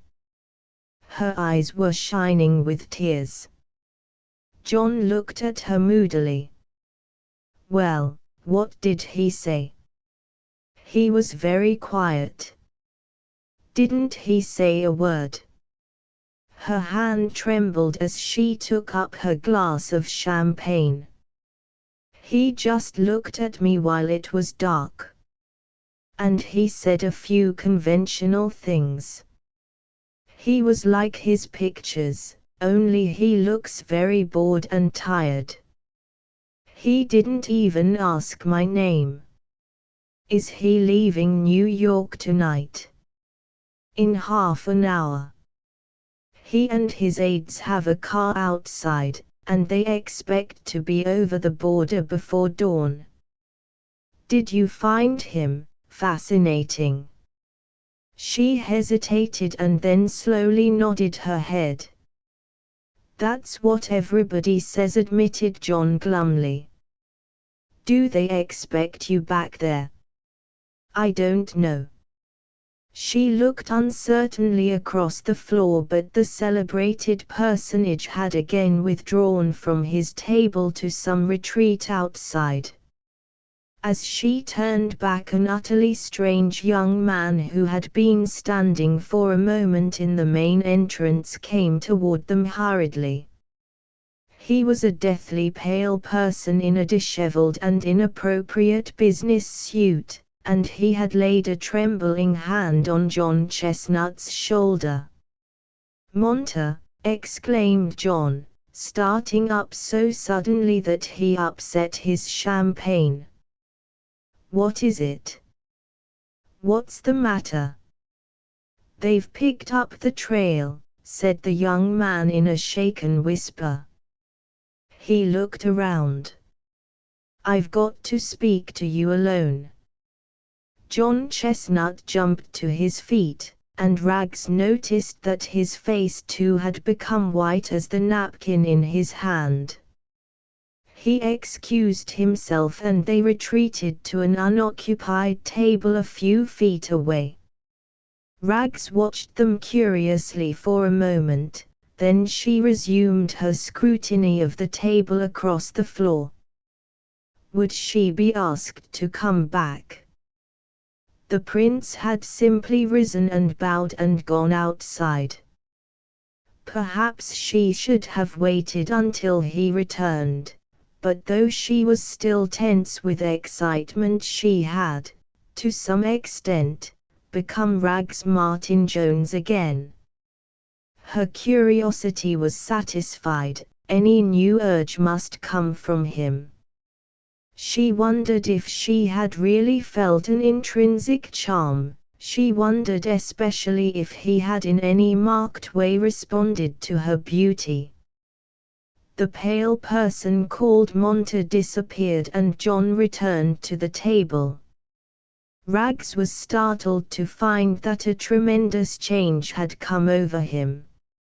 He lurched into his chair like a drunken man. "John! What's the matter?" Instead of answering, he reached for the champagne bottle, but his fingers were trembling so that the splattered wine made a wet yellow ring around his glass. "Are you sick?" "Rags," he said unsteadily, "I'm all through." "What do you mean?" "I'm all through, I tell you." He managed a sickly smile. "There's been a warrant out for me for over an hour." What have you done? She demanded in a frightened voice. What's the warrant for? The lights went out for the next number, and he collapsed suddenly over the table. What is it? She insisted, with rising apprehension. She leaned forward, his answer was barely audible. Murder. She could feel her body grow cold as ice. He nodded. She took hold of both arms and tried to shake him upright, as one shakes a coat into place. His eyes were rolling in his head. Is it true? Have they got proof? Again he nodded drunkenly. Then you've got to get out of the country now. Do you understand, John? You've got to get out now, before they come looking for you here.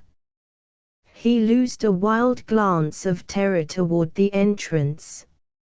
Oh, God, cried Rags, why don't you do something? Her eyes strayed here and there in desperation, became suddenly fixed. She drew in her breath sharply, hesitated, and then whispered fiercely into his ear. If I arrange it, will you go to Canada tonight? How? I'll arrange it, if you'll pull yourself together a little. This is Rags talking to you, don't you understand, John? I want you to sit here and not move until I come back.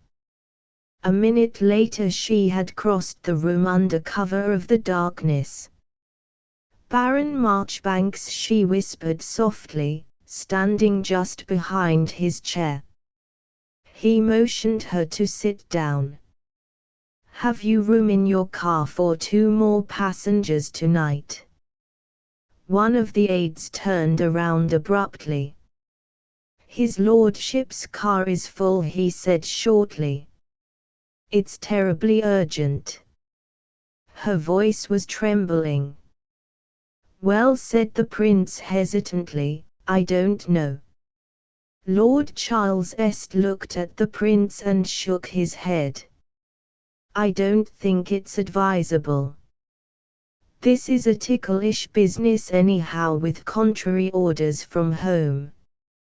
You know we agreed there'd be no complications. The prince frowned. This isn't a complication, he objected. Est turned frankly to Rags. Why is it urgent? Rags hesitated. Why, she flushed suddenly, it's a runaway marriage. The prince laughed. Good, he exclaimed. That settles it. Est is just being official. Bring him over right away. We're leaving shortly, what? Est looked at his watch. Right now. Rags rushed away. She wanted to move the whole party from the roof while the lights were still down. Hurry, she cried in John's ear. We're going over the border, with the Prince of Wales. You'll be safe by morning. He looked up at her with dazed eyes. She hurriedly paid the check, and seizing his arm piloted him as inconspicuously as possible to the other table, where she introduced him with a word. The prince acknowledged his presence by shaking hands. The aides nodded, only faintly concealing their displeasure. We'd better start, said Est, looking impatiently at his watch. They were on their feet when suddenly an exclamation broke from all of them. 2 policemen and a red-haired man in plain clothes had come in at the main door. Out we go, breathed Est, impelling the party toward the side entrance. There's going to be some kind of riot here. he swore. 2 more bluecoats barred the exit there. They paused uncertainly. The plainclothes man was beginning a careful inspection of the people at the tables. Est looked sharply at Rags and then at John, who shrank back behind the palms. "Is that one of your revenue fellas out there?" demanded Est. "No," whispered Rags. "There's going to be trouble. Can't we get out this entrance?" The prince with rising impatience sat down again in his chair. "Let me know when you chaps are ready to go." He smiled at Rags. "Now just suppose we all get in trouble just for that jolly face of yours." Then suddenly the lights went up. The plainclothes man whirled around quickly and sprang to the middle of the cabaret floor. "Nobody try to leave this room," he shouted. "Sit down, that party behind the palms. Is John M. Chestnut in this room?" Rags gave a short involuntary cry. "Here," cried the detective to the policeman behind him. "Take a look at that funny bunch across over there. Hands up, you men." "My God," whispered Est, "we've got to get out of here." He turned to the prince. "This won't do, Ted. You can't be seen here. I'll stall them off while you get down to the car." He took a step toward the side entrance. "Hands up, there," shouted the plainclothes man. "And when I say hands up I mean it. Which one of you's Chestnut?" "You're mad," cried Est. "We're British subjects. We're not involved in this affair in any way." A woman screamed somewhere, and there was a general movement toward the elevator, a movement which stopped short before the muzzles of 2 automatic pistols. A girl next to Rags collapsed in a dead faint to the floor, and at the same moment the music on the other roof began to play. "Stop that music," bellowed the plainclothes man. "And get some earrings on that whole bunch, quick." 2 policemen advanced toward the party, and simultaneously Est and the other aides drew their revolvers, and, shielding the prince as they best could, began to edge toward the side. A shot rang out and then another, followed by a crash of silver and china as half a dozen diners overturned their tables and dropped quickly behind. The panic became general. There were 3 shots in quick succession, and then a fusillade. Rags saw Est firing coolly at the 8 amber lights above, and a thick fume of grey smoke began to fill the air.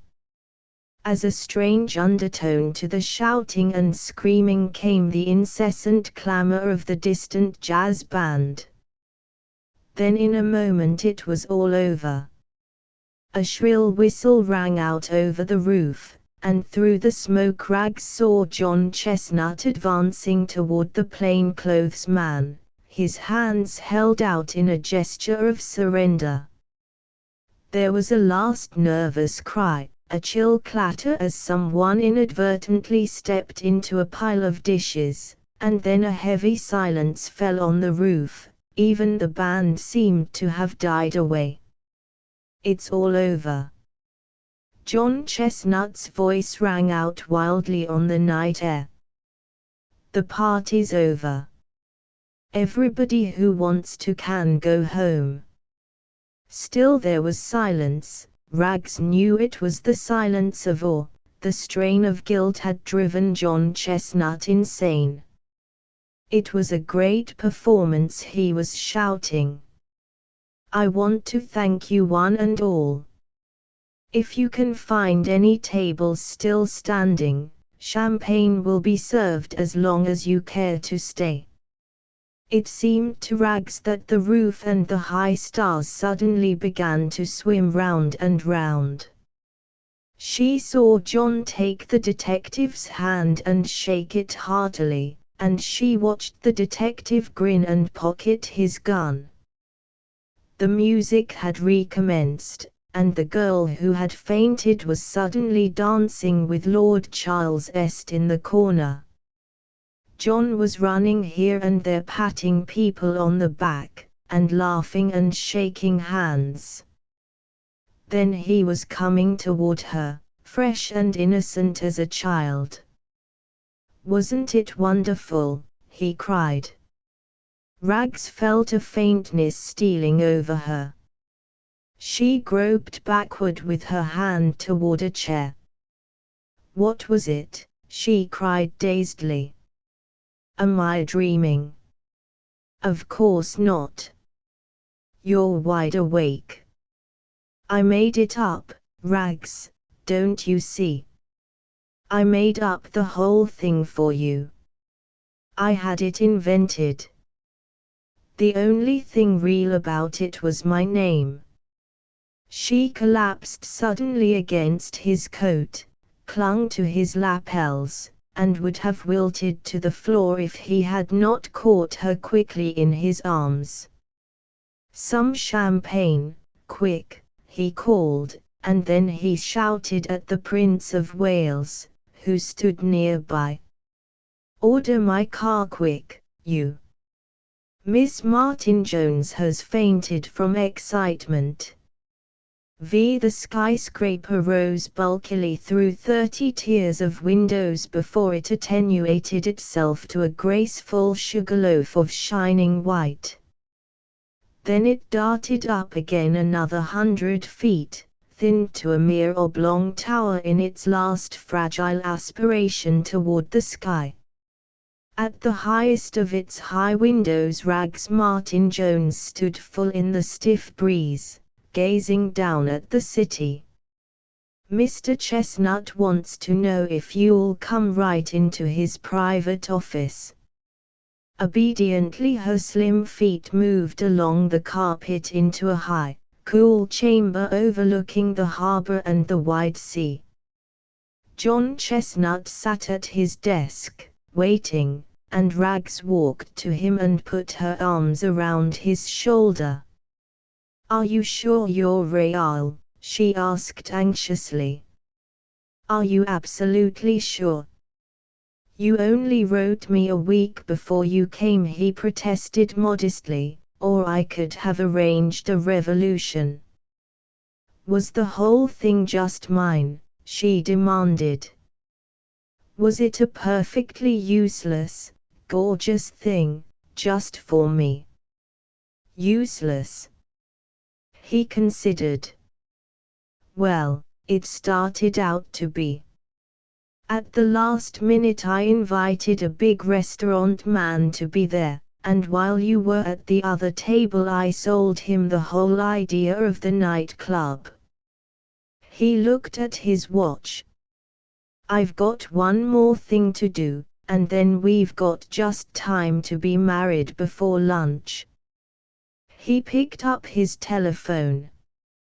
"Jackson, send a triplicate cable to Paris, Berlin, and Budapest and have those two bogus dukes who tossed up for Schwarzburg-Rheinmünster chased over the Polish border. If the duchy won't act, lower the rate of exchange to .00002. Also, that idiot Bluchdak is in the Balkans again, trying to start a new war. Put him on the first boat for New York or else throw him in a Greek jail." He rang off, turned to the startled cosmopolite with a laugh. "The next stop is the City Hall. Then, if you like, we'll run over to Paris." "John," she asked him intently, "who was the Prince of Wales?" He waited till they were in the elevator, dropping 20 floors at a swoop. Then he leaned forward and tapped the lift boy on the shoulder. "Not so fast, Cedric. This lady isn't used to falls from high places." The elevator boy turned around, smiled. His face was pale, oval, framed in yellow hair. Rags blushed like fire. "Cedric's from Wessex," explained John. "The resemblance is, to say the least, amazing. Princes are not particularly discreet, and I suspect Cedric of being a Gulf in some left-handed way."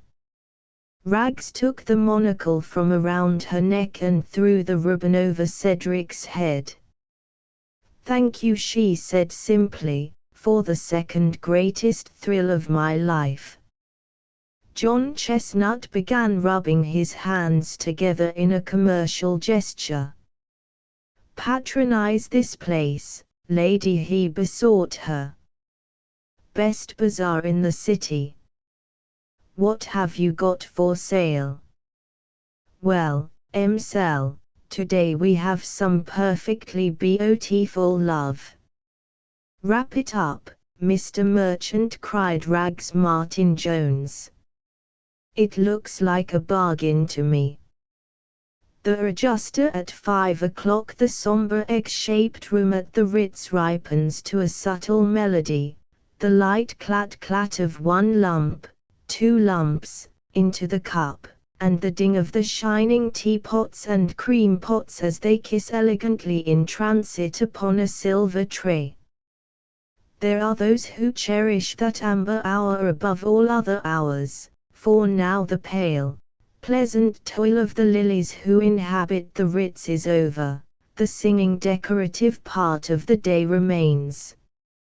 Moving your eyes around the slightly raised horseshoe balcony, you might, one spring afternoon, have seen young Mrs. Alphonse Carr and young Mrs. Charles Hempel at a table for two.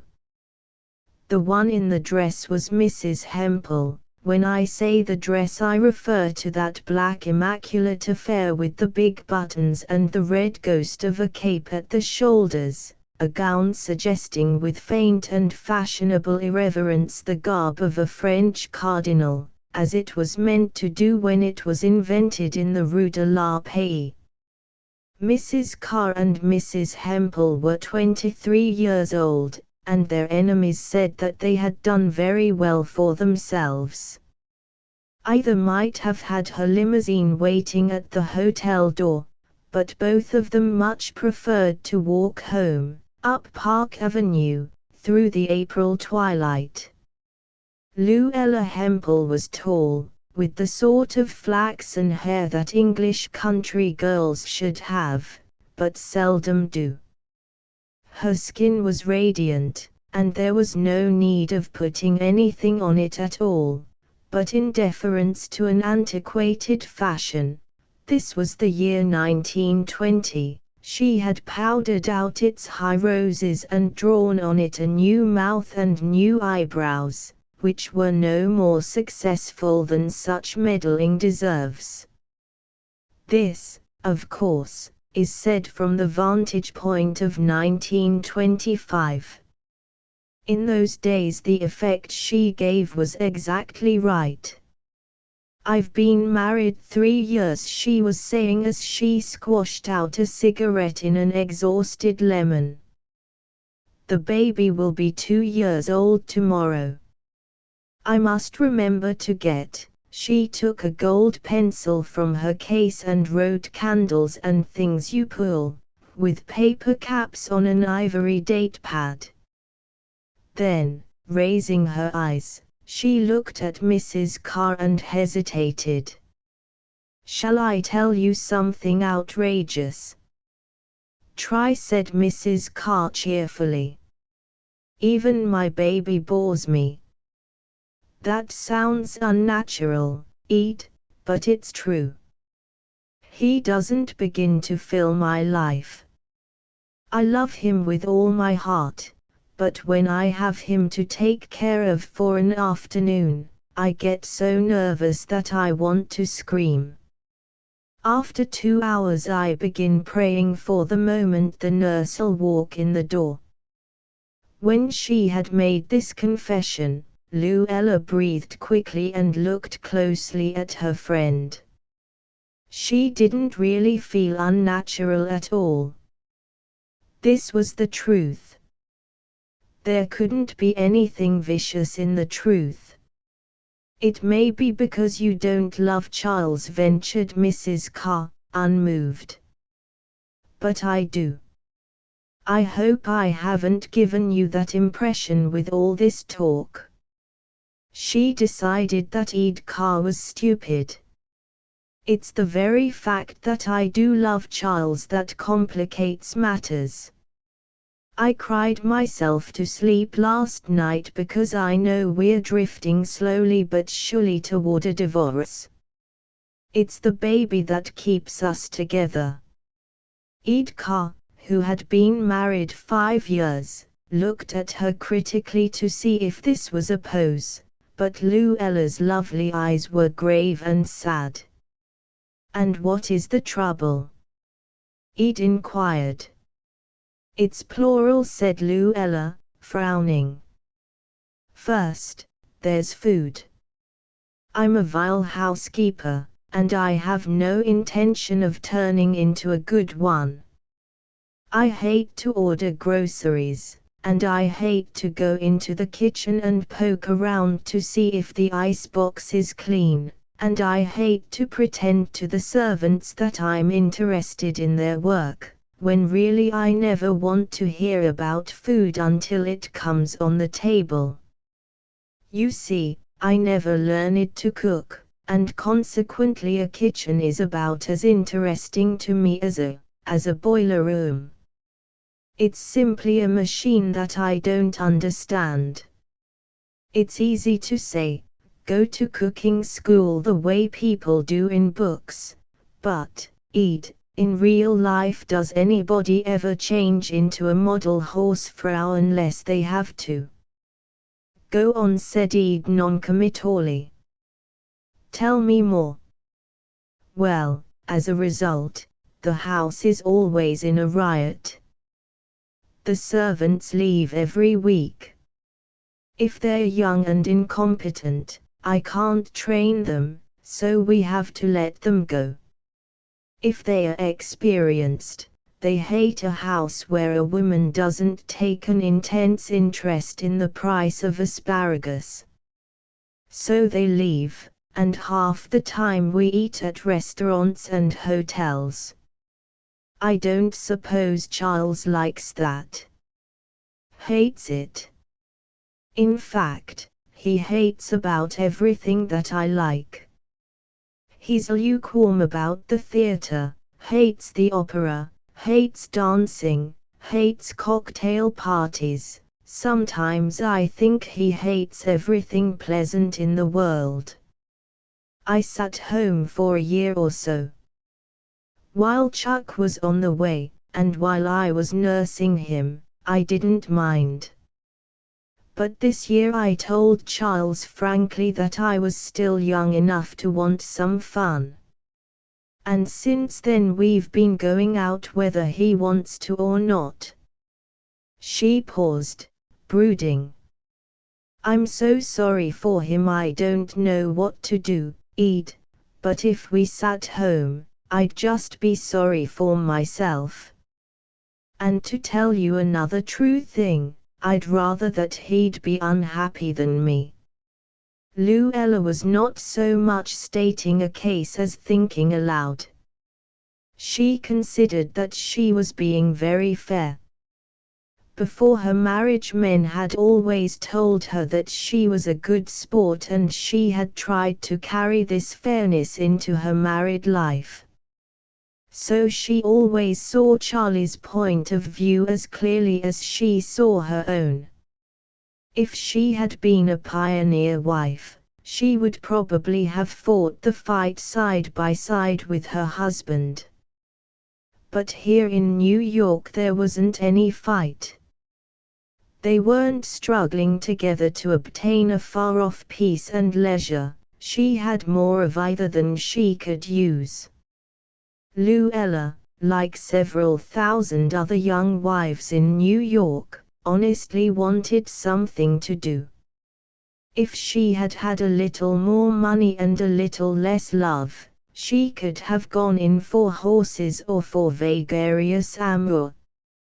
Or if they had had a little less money, her surplus energy would have been absorbed by hope and even by effort. But the Charles Hempels were in between. They were of that enormous American class who wander over Europe every summer, sneering rather pathetically and wistfully at the customs and traditions and pastimes of other countries, because they have no customs or traditions or pastimes of their own. It is a class sprung yesterday from fathers and mothers who might just as well have lived 200 years ago. The tea hour had turned abruptly into the before-dinner hour. Most of the tables had emptied until the room was dotted rather than crowded with shrill isolated voices and remote, surprising laughter. In one corner the waiters were already covering the tables with white for dinner. Charles and I are on each other's nerves. In the new silence Luella's voice rang out with startling clearness, and she lowered it precipitately. Little things. He keeps rubbing his face with his hand, all the time, at table, at the theater, even when he's in bed. It drives me wild, and when things like that begin to irritate you, it's nearly over. She broke off and, reaching backward, drew up a light fur around her neck. I hope I haven't bored you, Ed. It's on my mind, because tonight tells the story. I made an engagement for tonight, an interesting engagement, a supper after the theater to meet some Russians, singers or dancers or something, and Charles says he won't go. If he doesn't, then I'm going alone. And that's the end. She put her elbows on the table suddenly and, bending her eyes down into her smooth gloves, began to cry, stubbornly and quietly. There was no one near to see, but Ed Carr wished that she had taken her gloves off. She would have reached out consolingly and touched her bare hand. But the gloves were a symbol of the difficulty of sympathizing with a woman to whom life had given so much. Ed wanted to say that it would come out all right, that it wasn't so bad as it seemed, but she said nothing. Her only reaction was impatience and distaste. A waiter stepped near and laid a folded paper on the table, and Mrs. Carr reached for it. "No, you mustn't," murmured Luella brokenly. "No, I invited you. I've got the money right here." To the Hempels' apartment, they owned it, was in one of those impersonal white palaces that are known by number instead of name. They had furnished it on their honeymoon, gone to England for the big pieces, to Florence for the bric-a-brac, and to Venice for the lace and sheer linen of the curtains and for the glass of many colors which littered the table when they entertained. Luella enjoyed choosing things on her honeymoon. It gave a purposeful air to the trip, and saved it from ever turning into the rather dismal wandering among big hotels and desolate ruins which European honeymoons are apt to be. They returned, and life began. On the grand scale. Luella found herself a lady of substance. It amazed her sometimes that the specially created apartment and the specially created limousine were hers, just as indisputably as the mortgaged suburban bungalow out of the Ladies' Home Journal and the last year's car that fate might have given her instead. She was even more amazed when it all began to bore her. But it did. The evening was at 7 when she turned out of the April dusk, let herself into the hall, and saw her husband waiting in the living room before an open fire. She came in without a sound, closed the door noiselessly behind her, and stood watching him for a moment through the pleasant effective vista of the small salon which intervened. Charles Hempel was in the middle 30s, with a young serious face and distinguished iron grey hair which would be white in 10 years more. That and his deep-set, dark grey eyes were his most noticeable features. Women always thought his hair was romantic, most of the time Luella thought so too. At this moment she found herself hating him a little, for she saw that he had raised his hand to his face and was rubbing it nervously over his chin and mouth. It gave him an air of unflattering abstraction, and sometimes even obscured his words, so that she was continually saying what she had spoken about it several times, and he had apologized in a surprised way. But obviously he didn't realize how noticeable and how irritating it was, for he continued to do it. Things had now reached such a precarious state that Luella dreaded speaking of such matters anymore. A certain sort of word might precipitate the imminent scene. Luella tossed her gloves and purse abruptly on the table. Hearing the faint sound, her husband looked out toward the hall. "Is that you, dear?" "Yes, dear." She went into the living room, and walked into his arms and kissed him tensely. Charles Hempel responded with unusual formality, and then turned her slowly around so that she faced across the room. "I've brought someone home to dinner." She saw then that they were not alone, and her first feeling was of strong relief. The rigid expression on her face softened into a shy, charming smile as she held out her hand. "This is Dr. Moon, this is my wife." A man a little older than her husband, with a round, pale, slightly lined face, came forward to meet her. "Good evening, Mrs. Hempel," he said.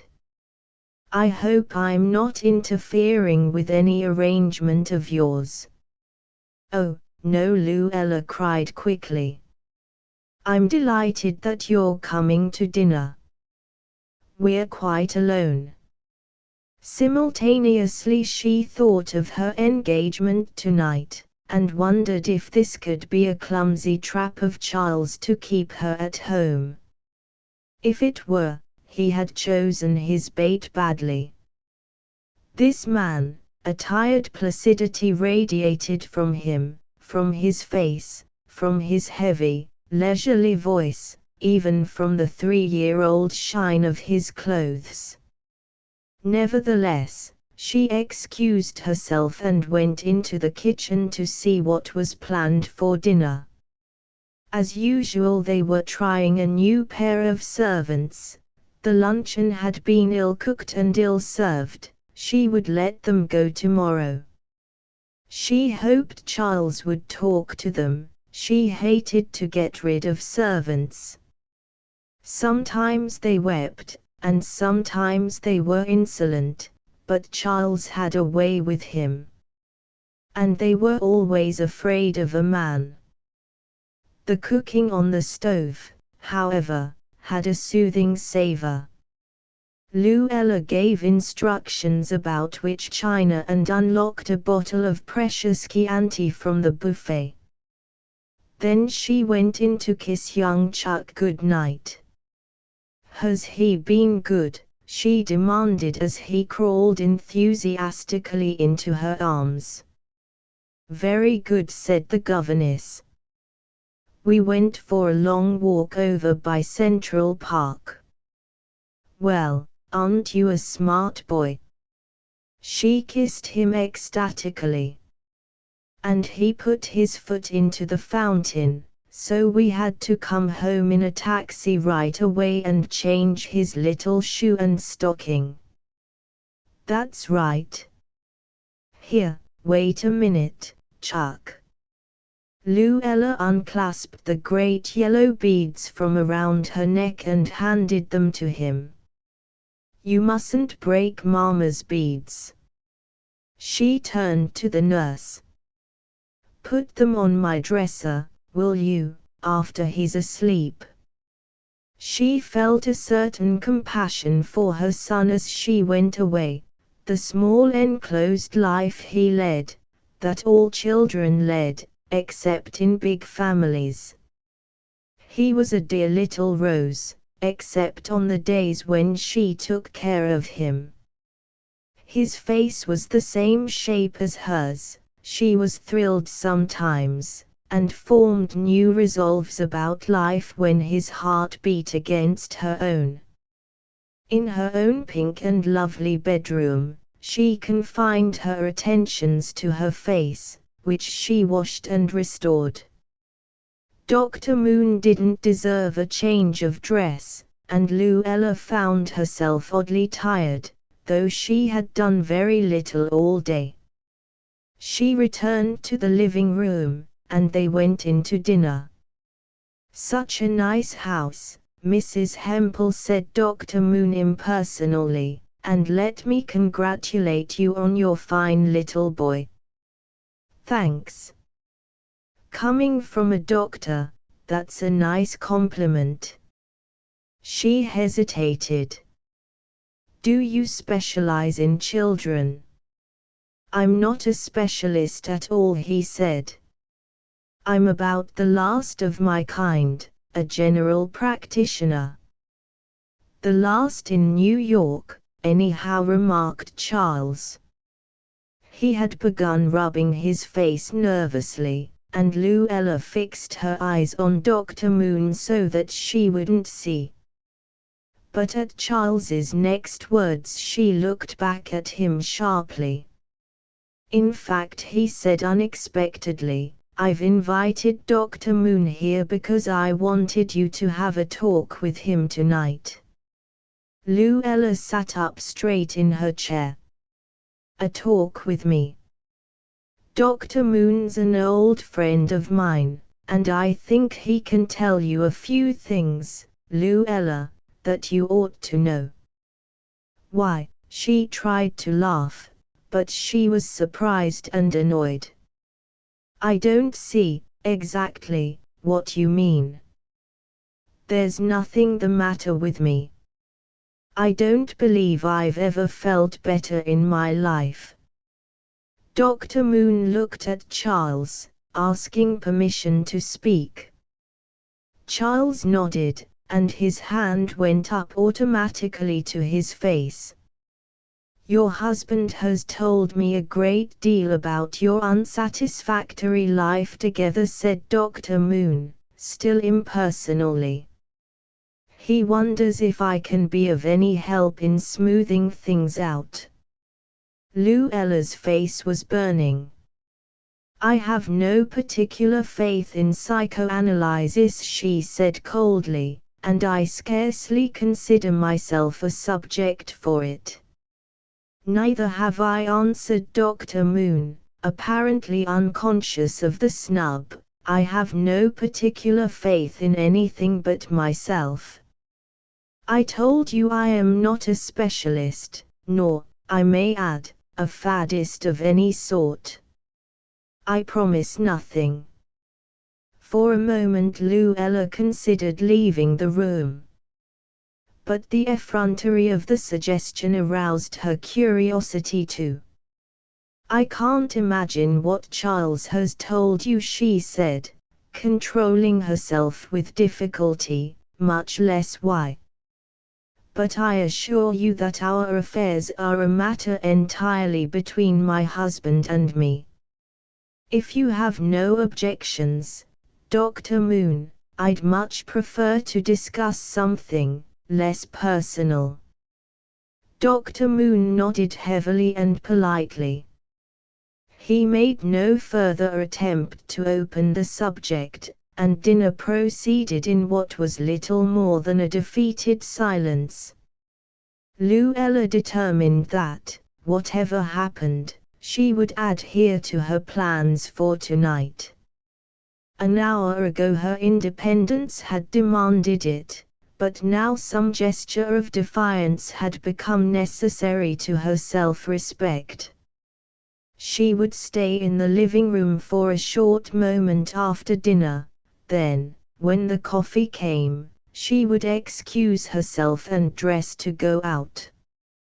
But when they did leave the dining room, it was Charles who, in a quick, unarguable way, vanished. "I have a letter to write," he said. "I'll be back in a moment." Before Luella could make a diplomatic objection, he went quickly down the corridor to his room, and she heard him shut his door. Angry and confused, Luella poured the coffee and sank into a corner of the couch, looking intently at the fire. "Don't be afraid, Mrs. Hempel," said Dr. Moon suddenly. "This was forced upon me. I do not act as a free agent." "I'm not afraid of you," she interrupted. But she knew that she was lying. She was a little afraid of him, if only for his dull insensitiveness to her distaste. "Tell me about your trouble," he said very naturally, as though she were not a free agent either. He wasn't even looking at her, and except that they were alone in the room, he scarcely seemed to be addressing her at all.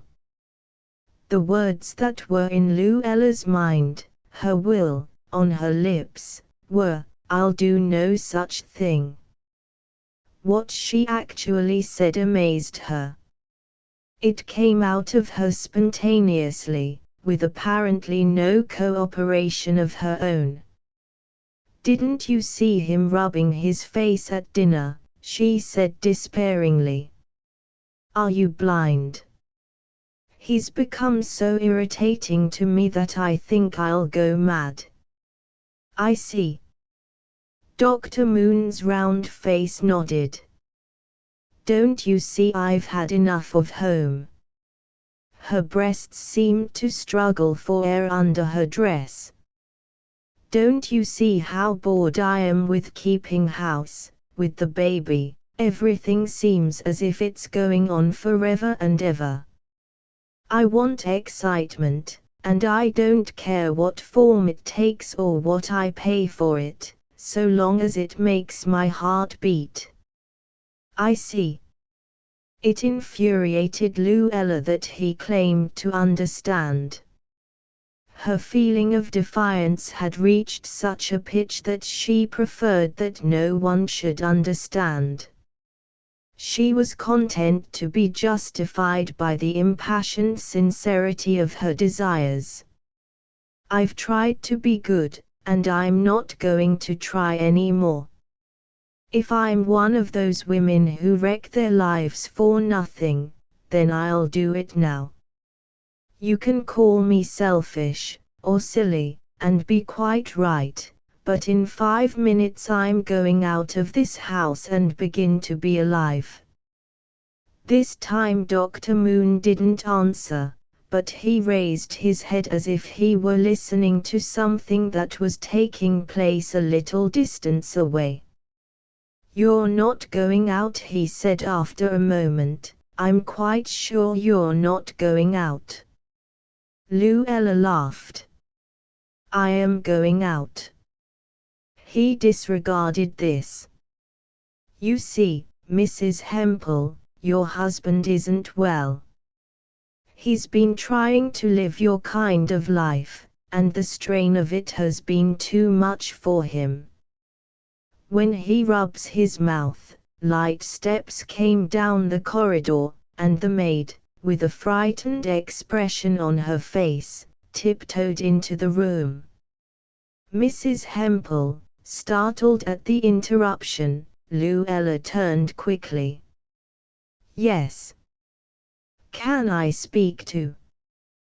Her fear broke precipitately through her slight training. "Mr. Hempel, he's sick. He came into the kitchen a while ago and began throwing all the food out of the icebox, and now he's in his room, crying and singing." Suddenly Luella heard his voice. Charles Hempel had had a nervous collapse. There were 20 years of almost uninterrupted toil upon his shoulders, and the recent pressure at home had been too much for him to bear.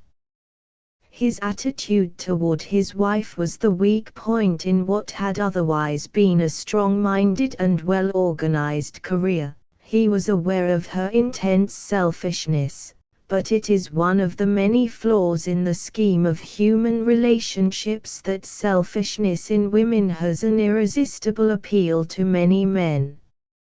Luella's selfishness existed side by side with a childish beauty, and, in consequence, Charles Hempel had begun to take the blame upon himself for situations which she had obviously brought about. It was an unhealthy attitude, and his mind had sickened, at length, with his attempts to put himself in the wrong. After the first shock and the momentary flush of pity that followed it, Luella looked at the situation with impatience. She was a good sport. She couldn't take advantage of Charles when he was sick. The question of her liberties had to be postponed until he was on his feet. Just when she had determined to be a wife no longer, Luella was compelled to be a nurse as well. She sat beside his bed while he talked about her in his delirium, about the days of their engagement, and how some friend had told him then that he was making a mistake, and about his happiness in the early months of their marriage, and his growing disquiet as the gap appeared. Evidently he had been more aware of it than she had thought, more than he ever said. "Luella." He would lurch up in bed. "Luella. Where are you?" "I'm right here, Charles, beside you." She tried to make her voice cheerful and warm. "If you want to go, Luella, you'd better go. I don't seem to be enough for you anymore." She denied this soothingly. "I've thought it over, Luella, and I can't ruin my health on account of you." Then quickly, and passionately, "Don't go, Luella, for God's sake, don't go away and leave me. Promise me you won't." "I'll do anything you say if you won't go." His humility annoyed her most. He was a reserved man, and she had never guessed at the extent of his devotion before. "I'm only going for a minute. It's Dr. Moon, your friend, Charles. He came today to see how you were, don't you remember? And he wants to talk to me before he goes." "You'll come back," he persisted. "In just a little while. There, lie quiet." She raised his head and plumped his pillow into freshness. A new trained nurse would arrive tomorrow. In the living room Dr. Moon was waiting. his suit more worn and shabby in the afternoon light. She disliked him inordinately, with an illogical conviction that he was in some way to blame for her misfortune, but he was so deeply interested that she couldn't refuse to see him. She hadn't asked him to consult with the specialists, though, a doctor who was so down at the heel. Mrs. Hempel. He came forward, holding out his hand, and Luella touched it, lightly and uneasily. "You seem well," he said. "I am well, thank you. I congratulate you on the way you've taken hold of things." "But I haven't taken hold of things at all," she said coldly. "I do what I have to, that's just it." Her impatience mounted rapidly. "I do what I have to, and nothing more," she continued, and with no particular goodwill. Suddenly she opened up to him again, as she had the night of the catastrophe, realizing that she was putting herself on a footing of intimacy with him, yet unable to restrain her words. "The house isn't going," she broke out bitterly. "I had to discharge the servants, and now I've got a woman in by the day. And the baby has a cold, and I've found out that his nurse doesn't know her business, and everything's just as messy and terrible as it can be." "Would you mind telling me how you found out the nurse didn't know her business?" "You find out various unpleasant things when you're forced to stay around the house." He nodded, his weary face turning here and there about the room. "I feel somewhat encouraged," he said slowly. "As I told you, I promise nothing, I only do the best I can." Luella looked up at him, startled. "What do you mean?" she protested. "You've done nothing for me, nothing at all." "Nothing much, yet," he said heavily. "It takes time, Mrs. Hempel."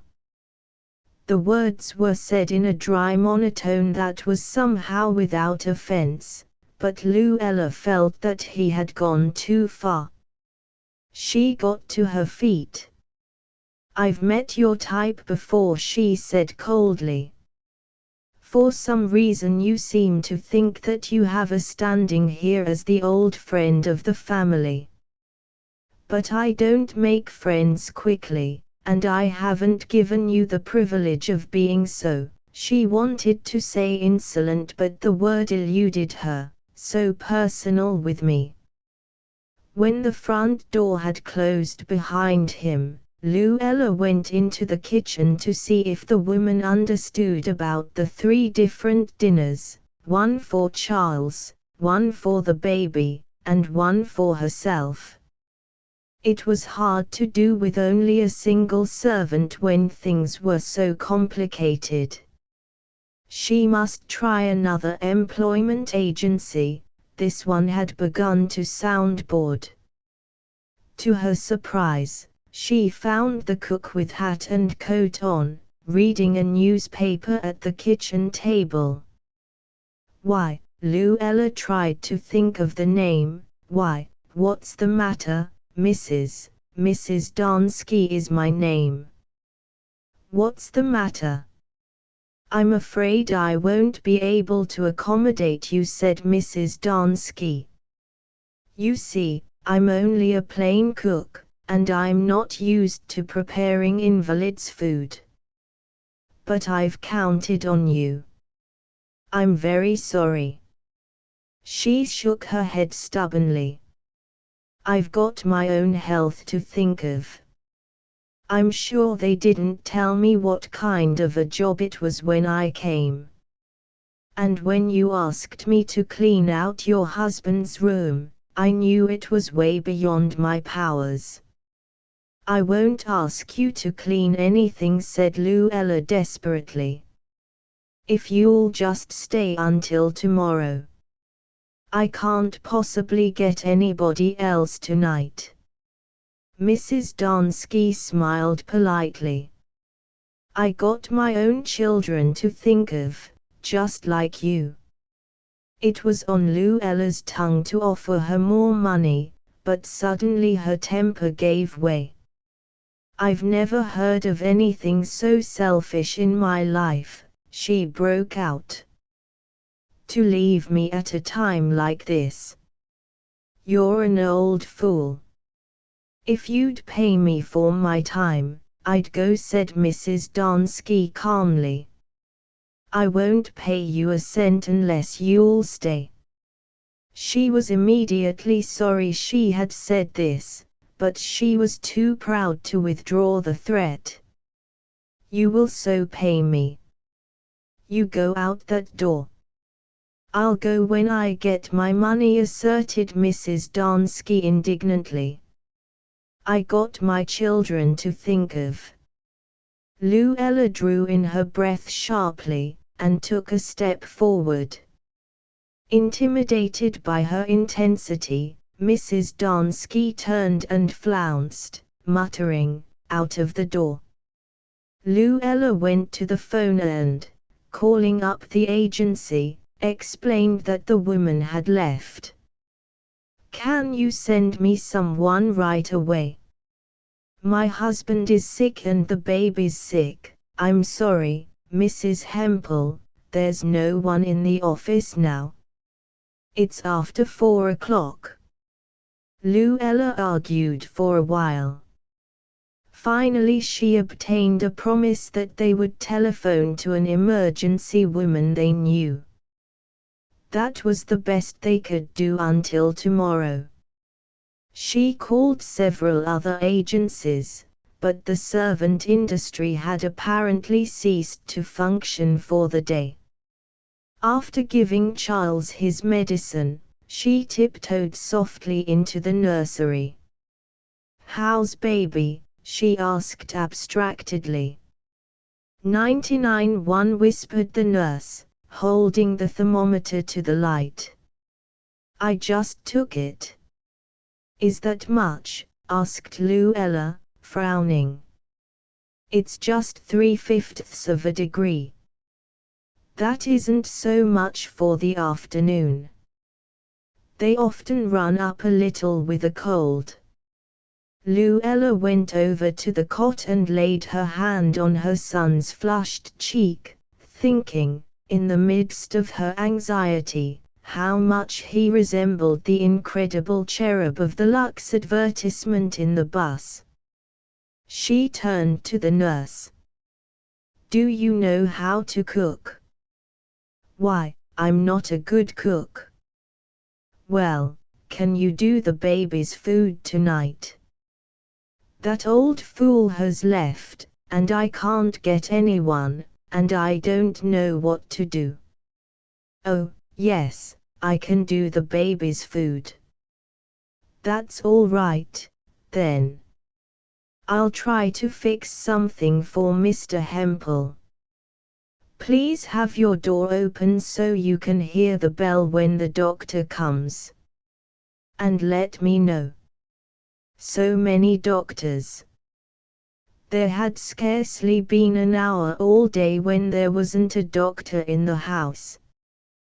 The specialist and their family physician every morning, then the baby doctor, and this afternoon there had been Dr. Moon, placid, persistent, unwelcome, in the parlor. Luella went into the kitchen. She could cook bacon and eggs for herself. She had often done that after the theater. But the vegetables for Charles were a different matter. They must be left to boil or stew or something, and the stove had so many doors and ovens that she couldn't decide which to use. She chose a blue pan that looked new, sliced carrots into it, and covered them with a little water. As she put it on the stove and tried to remember what to do next, the phone rang.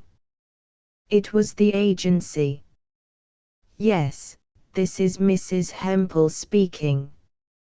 Why, the woman we sent to you has returned here with the claim that you refused to pay her for her time. I explained to you that she refused to stay, said Luella hotly. She didn't keep her agreement, and I didn't feel I was under any obligation. We have to see that our people are paid, the agency informed her, otherwise we wouldn't be helping them at all, would we? I'm sorry, Mrs. Hempel, but we won't be able to furnish you with anyone else until this little matter is arranged. Oh, I'll pay, she cried. Of course we like to keep on good terms with our clients, yes. So if you'll send her money around tomorrow. It's 75 cents an hour. But how about tonight, she exclaimed. I've got to have someone tonight. Why, it's pretty late now. I was just going home myself. But I'm Mrs. Charles Hempel. Don't you understand? I'm perfectly good for what I say I'll do. I'm the wife of Charles Hempel, of 14 Broadway. Simultaneously she realized that Charles Hempel of 14 Broadway was a helpless invalid. He was neither a reference nor a refuge anymore. In despair at the sudden callousness of the world, she hung up the receiver. After another 10 minutes of frantic muddling in the kitchen, she went to the baby's nurse, whom she disliked, and confessed that she was unable to cook her husband's dinner. The nurse announced that she had a splitting headache, and that with a sick child her hands were full already, but she consented, without enthusiasm, to show Luella what to do. Swallowing her humiliation, Luella obeyed orders while the nurse experimented, grumbling, with the unfamiliar stove. Dinner was started after a fashion. Then it was time for the nurse to bathe Chuck, and Luella sat down alone at the kitchen table, and listened to the bubbling perfume that escaped from the pans. And women do this every day, she thought. Thousands of women cook and take care of sick people, and go out to work too. But she didn't think of those women as being like her, except in the superficial aspect of having 2 feet and 2 hands. She said it as she might have said South Sea Islanders wear nose rings. She was merely slumming today in her own home, and she wasn't enjoying it. For her, it was merely a ridiculous exception. Suddenly she became aware of slow approaching steps in the dining room and then in the butler's pantry. Half afraid that it was Dr. Moon coming to pay another call, she looked up, and saw the nurse coming through the pantry door. It flashed through Luella's mind that the nurse was going to be sick too. And she was right. The nurse had hardly reached the kitchen door when she lurched and clutched at the handle as a winged bird clings to a branch. Then she receded wordlessly to the floor. Simultaneously the doorbell rang, and Luella, getting to her feet, gasped with relief that the baby doctor had come. Fainted, that's all, he said, taking the girl's head into his lap. The eyes fluttered. Yep, she fainted, that's all. Everybody's sick, cried Luella with a sort of despairing humor. Everybody's sick but me, doctor. "This one's not sick," he said after a moment. "Her heart is normal already. She just fainted." When she had helped the doctor raise the quickening body to a chair, Luella hurried into the nursery and bent over the baby's bed. She let down one of the iron sides quietly. The fever seemed to be gone now, the flush had faded away. She bent over to touch the small cheek. Suddenly Luella began to scream. For even after her baby's funeral, Luella still couldn't believe that she had lost him.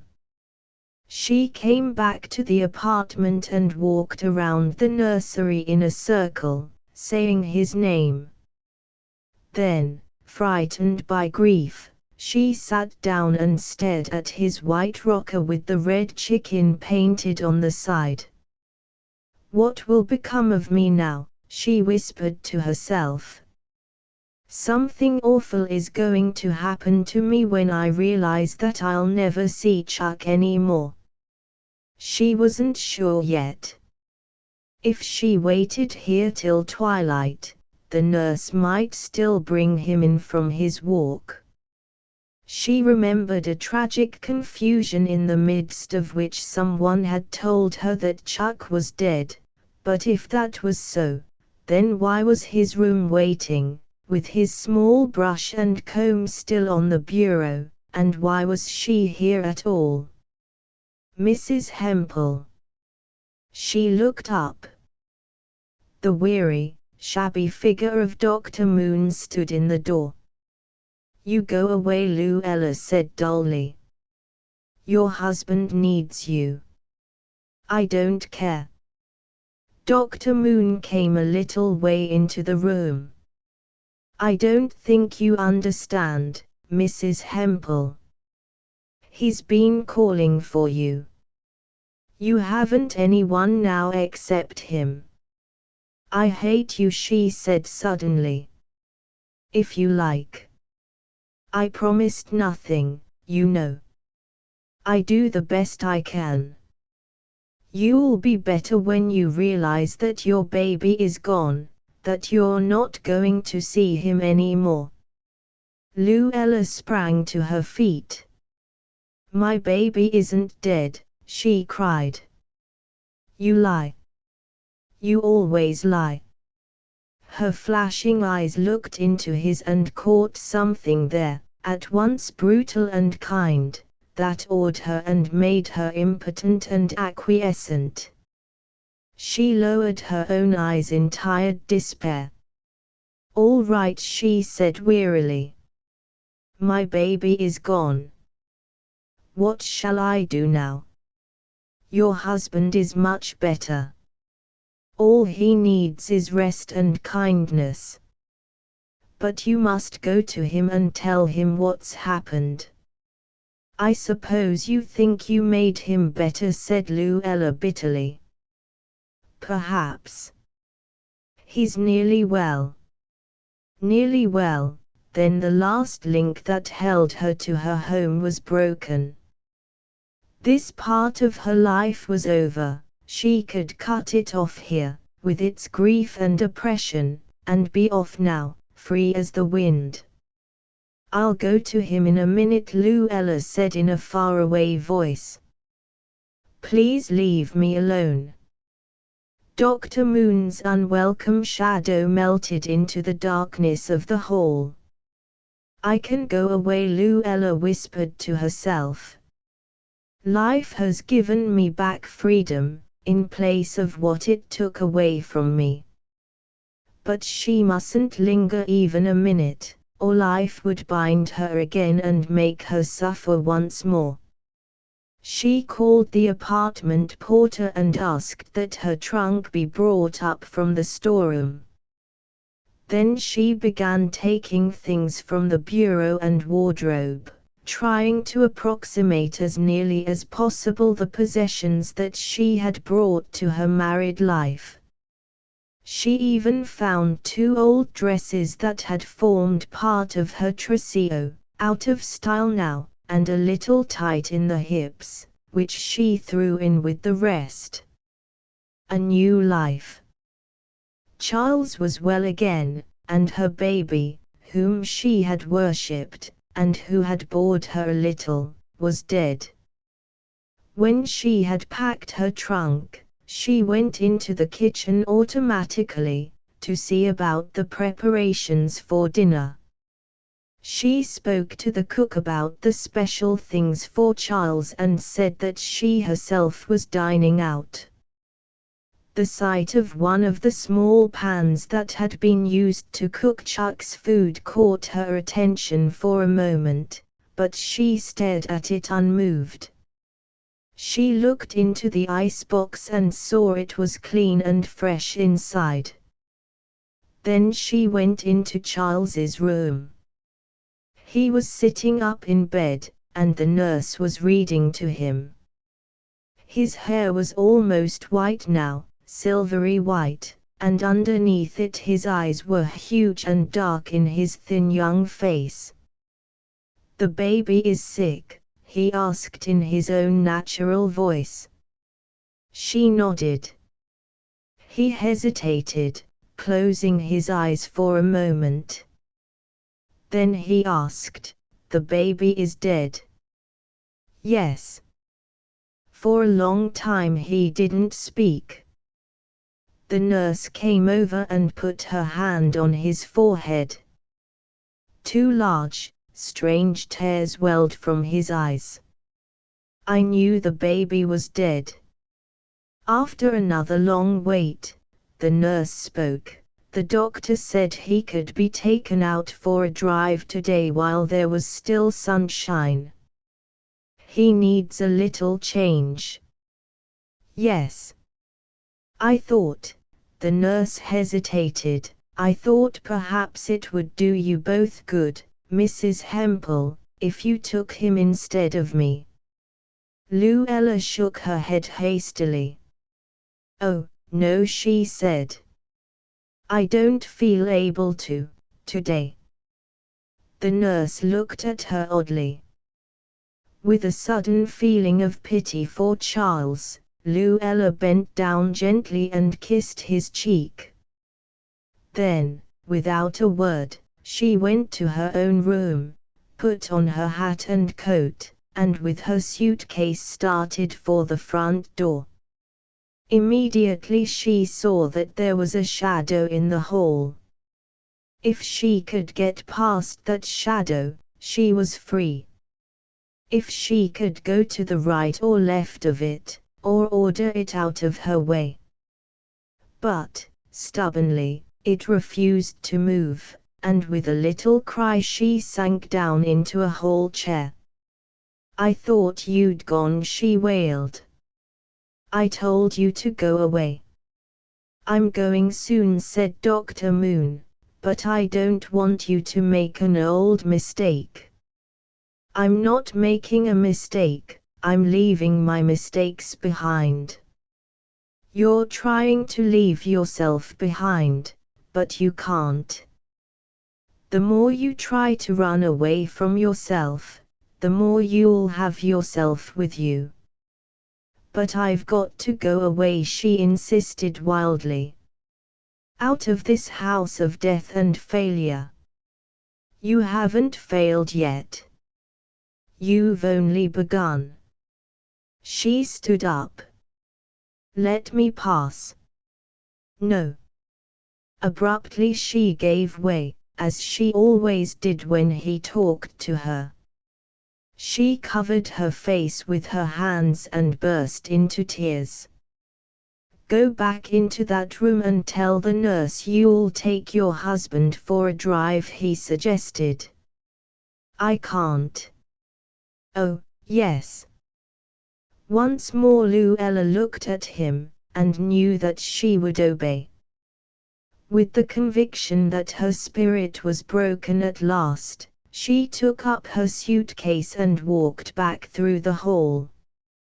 v. The nature of the curious influence that Dr. Moon exerted upon her, Luella could not guess. But as the days passed, she found herself doing many things that had been repugnant to her before. She stayed at home with Charles, and when he grew better, she went out with him sometimes to dinner, or the theater, but only when he expressed a wish. She visited the kitchen every day, and kept an unwilling eye on the house, at first with a horror that it would go wrong again, then from habit. And she felt that it was all somehow mixed up with Dr. Moon. It was something he kept telling her about life, or almost telling her, and yet concealing from her, as though he were afraid to have her know. With the resumption of their normal life, she found that Charles was less nervous. His habit of rubbing his face had left him, and if the world seemed less gay and happy to her than it had before, she experienced a certain peace, sometimes, that she had never known. Then, one afternoon, Dr. Moon told her suddenly that he was going away. "Do you mean for good?" she demanded with a touch of panic. For good. For a strange moment she wasn't sure whether she was glad or sorry. "You don't need me anymore," he said quietly. "You don't realize it, but you've grown up." He came over and, sitting on the couch beside her, took her hand. Luella sat silent and tense, listening. "We make an agreement with children that they can sit in the audience without helping to make the play," he said, "but if they still sit in the audience after they are grown, somebody's got to work double time for them, so that they can enjoy the light and glitter of the world." "But I want the light and glitter," she protested. "That's all there is in life. There can't be anything wrong in wanting to have things warm. Things will still be warm." "How?" "Things will warm themselves from you." Luella looked at him, startled. "It's your turn to be the center, to give others what was given to you for so long. You've got to give security to young people and peace to your husband, and a sort of charity to the old. You've got to let the people who work for you depend on you. You've got to cover up a few more troubles than you show, and be a little more patient than the average person, and do a little more instead of a little less than your share. The light and glitter of the world is in your hands." He broke off suddenly. "Get up," he said, "and go to that mirror and tell me what you see." Obediently Luella got up and went close to a purchase of her honeymoon, a Venetian pier glass on the wall. "I see new lines in my face here," she said, raising her finger and placing it between her eyes, "and a few shadows at the sides that are little wrinkles. Do you care?" She turned quickly. "No," she said. "Do you realize that Chuck is gone? That you'll never see him anymore?" "Yes." She passed her hands slowly over her eyes.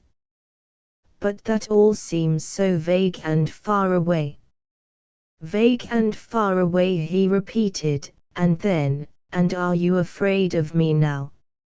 "Not any longer," she said, and she added frankly, "now that you're going away." He moved toward the door. He seemed particularly weary tonight, as though he could hardly move about at all. "The household here is in your keeping," he said in a tired whisper. If there is any light and warmth in it, it will be your light and warmth. If it is happy, it will be because you've made it so. Happy things may come to you in life, but you must never go seeking them anymore. It is your turn to make the fire. Won't you sit down a moment longer? Luella ventured. There isn't time. His voice was so low now that she could scarcely hear the words. But remember that whatever suffering comes to you, I can always help you, if it is something that can be helped. I promise nothing. He opened the door. She must find out now what she most wanted to know, before it was too late. What have you done to me? She cried.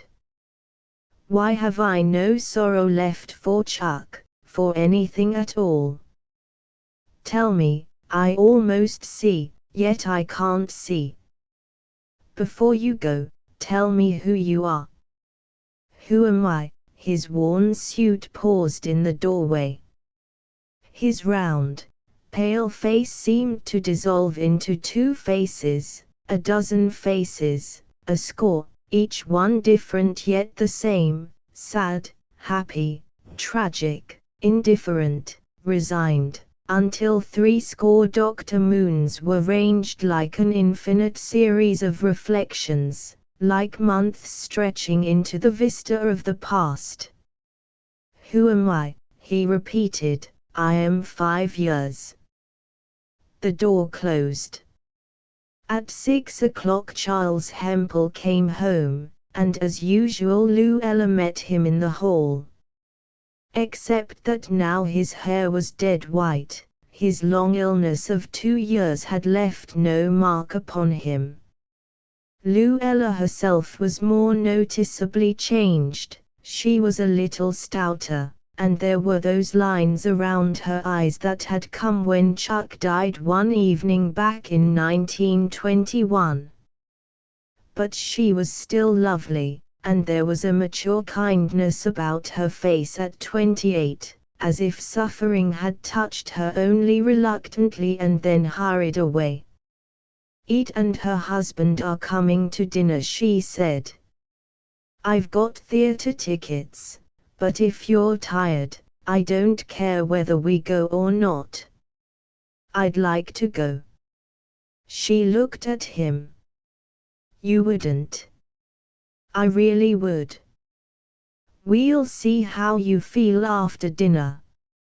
He put his arm around her waist. Together they walked into the nursery where the two children were waiting up to say good night. Hot and cold blood. One day when the young Mathis had been married for about a year, Jacqueline walked into the rooms of the hardware brokerage which her husband carried on with more than average success. At the open door of the inner office she stopped and said, "Oh, excuse me." She had interrupted an apparently trivial yet somehow intriguing scene. A young man named Brinson, whom she knew slightly, was standing with her husband. The latter had risen from his desk. Brinson seized her husband's hand and shook it earnestly, something more than earnestly. When they heard Jacqueline's step in the doorway, both men turned and Jacqueline saw that Brinson's eyes were red. A moment later he came out, passing her with a somewhat embarrassed "How do you do?" She walked into her husband's office. What was Ed Brinson doing here? She demanded curiously, and at once. Jim Mather smiled at her, half shutting his gray eyes, and drew her quietly to a sitting position on his desk. He just dropped in for a minute, he answered easily. How's everything at home? All right. She looked at him with curiosity. What did he want? She insisted. Oh, he just wanted to see me about something. What? Oh, just something. Business. Why were his eyes red? Were they? He looked at her innocently, and then suddenly they both began to laugh. Jacqueline rose and walked around the desk and plumped down into his swivel chair. "You might as well tell me," she announced cheerfully, "because I'm going to stay right here till you do." "Well," he hesitated, frowning. "He wanted me to do him a little favor." Then Jacqueline understood, or rather her mind leaped half accidentally to the truth. "Oh." Her voice tightened a little. "You've been lending him some money." "Only a little." "How much?" "Only 300. Only 300. The voice was of the texture of Bessemer cooled. "How much do we spend a month, Jim?" Why, about 500 or 600, I guess." He shifted uneasily. "Listen, Jack. Brinson'll pay that back. He's in a little trouble. He's made a mistake about a girl out in Woodmere, and he knows you're famous for being an easy mark, so he comes to you," interrupted Jacqueline. "No." He denied this formally. "Don't you suppose I could use that $300, she demanded. "How about that trip to New York we couldn't afford last November?" The lingering smile faded from Mather's face. He went over and shut the door to the outer office. "Listen, Jack," he began, "you don't understand this. Brinson's one of the men I eat lunch with almost every day. We used to play together when we were kids, we went to school together. Don't you see that I'm just the person he'd be right to come to in trouble? And that's just why I couldn't refuse." Jacqueline gave her shoulders a twist as if to shake off this reasoning. "Well," she answered decidedly, "all I know is that he's no good. He's always lit, and if he doesn't choose to work he has no business living off the work you do." They were sitting now on either side of the desk, each having adopted the attitude of one talking to a child. They began their sentences with "listen," and their faces wore expressions of rather tried patience. "If you can't understand, I can't tell you," Mather concluded, at the end of 15 minutes, on what was, for him, an irritated key. "Such obligations do happen to exist sometimes among men, and they have to be met. It's more complicated than just refusing to lend money, especially in a business like mine where so much depends on the goodwill of men downtown." Mather was putting on his coat as he said this. He was going home with her on the streetcar to lunch. They were between automobiles. They had sold their old one and were going to get a new one in the spring. Now the streetcar, on this particular day, was distinctly unfortunate. The argument in the office might have been forgotten under other circumstances, but what followed irritated the scratch until it became a serious temperamental infection. They found a seat near the front of the car. It was late February and an eager, unpunctilious sun was turning the scrawny street snow into dirty, cheerful rivulets that echoed in the gutters. Because of this the car was less full than usual, there was no one standing. The motorman had even opened his window and a yellow breeze was blowing the late breath of winter from the car. It occurred pleasurably to Jacqueline that her husband sitting beside her was handsome and kind above other men. It was silly to try to change him. Perhaps Brinson might return the money after all, and anyhow $300 wasn't a fortune. Of course he had no business doing it, but then, her musings were interrupted as an eddy of passengers pushed up the aisle. Jacqueline wished they'd put their hands over their mouths when they coughed, and she hoped that Jim would get a new machine pretty soon. You couldn't tell what disease you'd run into in these trolleys. She turned to Jim to discuss the subject, but Jim had stood up and was offering his seat to a woman who had been standing beside him in the aisle. The woman, without so much as a grunt, sat down. Jacqueline frowned. The woman was about 50 and enormous. When she first sat down she was content merely to fill the unoccupied part of the seat, but after a moment she began to expand and to spread her great rolls of fat over a larger and larger area until the process took on the aspect of violent trespassing. When the car rocked in Jacqueline's direction the woman slid with it, but when it rocked back she managed by some exercise of ingenuity to dig in and hold the ground. Jacqueline caught her husband's eye. He was swaying on a strap, and in an angry glance conveyed to him her entire disapproval of his action. He apologized mutely and became urgently engrossed in a row of car cards. The fat woman moved once more against Jacqueline. She was now practically overlapping her. Then she turned puffy, disagreeable eyes full on Mrs. James Mather, and coughed rousingly in her face. With a smothered exclamation Jacqueline got to her feet, squeezed with brisk violence past the fleshy knees, and made her way, pink with rage, toward the rear of the car. There she seized a strap, and there she was presently joined by her husband in a state of considerable alarm.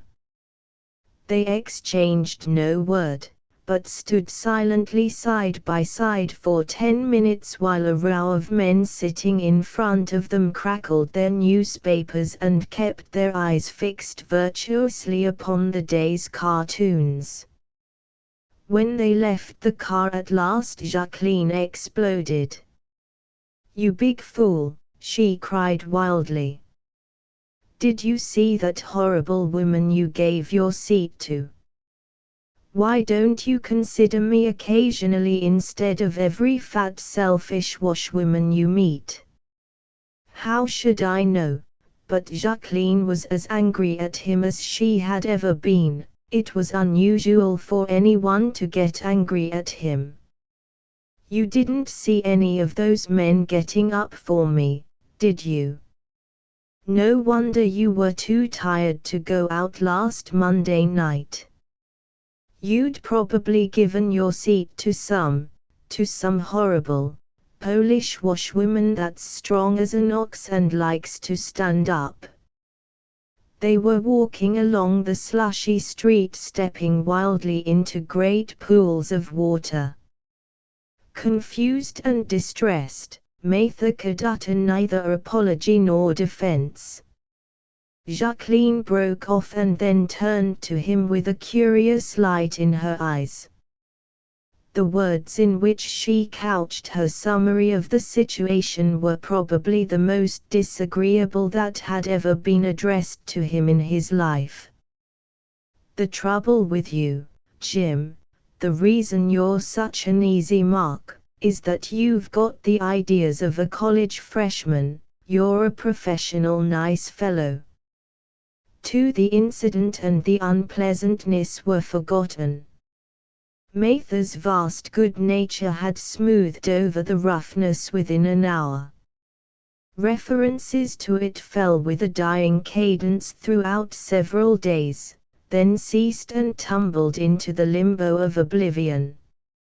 I say limbo, for oblivion is, unfortunately, never quite oblivious. The subject was drowned out by the fact that Jacqueline, with her customary spirit and coolness, began the long, arduous, uphill business of bearing a child. Her natural traits and prejudices became intensified, and she was less inclined to let things pass. It was April now, and as yet they had not bought a car.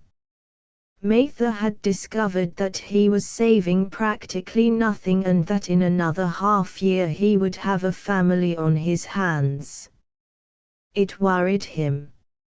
A wrinkle, small, tentative, undisturbing, appeared for the first time as a shadow around his honest, friendly eyes. He worked far into the spring twilight now, and frequently brought home with him the overflow from his office day. The new car would have to be postponed for a while. April afternoon, and all the city shopping on Washington Street.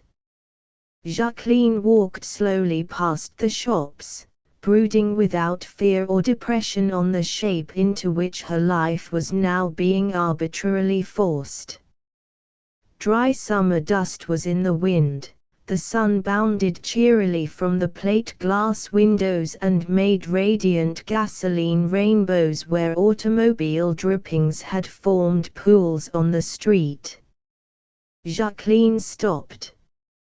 Not 6 feet from her a bright new sport roadster was parked at the curb. Beside it stood 2 men in conversation, and at the moment when she identified one of them as young Brinson, she heard him say to the other in a casual tone, "What do you think of it?" "Just got it this morning." Jacqueline turned abruptly and walked with quick tapping steps to her husband's office. With her usual curt nod to the stenographer, she strode by her to the inner room.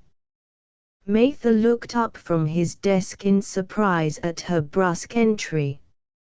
"Jim," she began breathlessly, "did Brinson ever pay you that $300?" "Why, no," he answered hesitantly, "not yet. He was in here last week and he explained that he was a little bit hard up." Her eyes gleamed with angry triumph.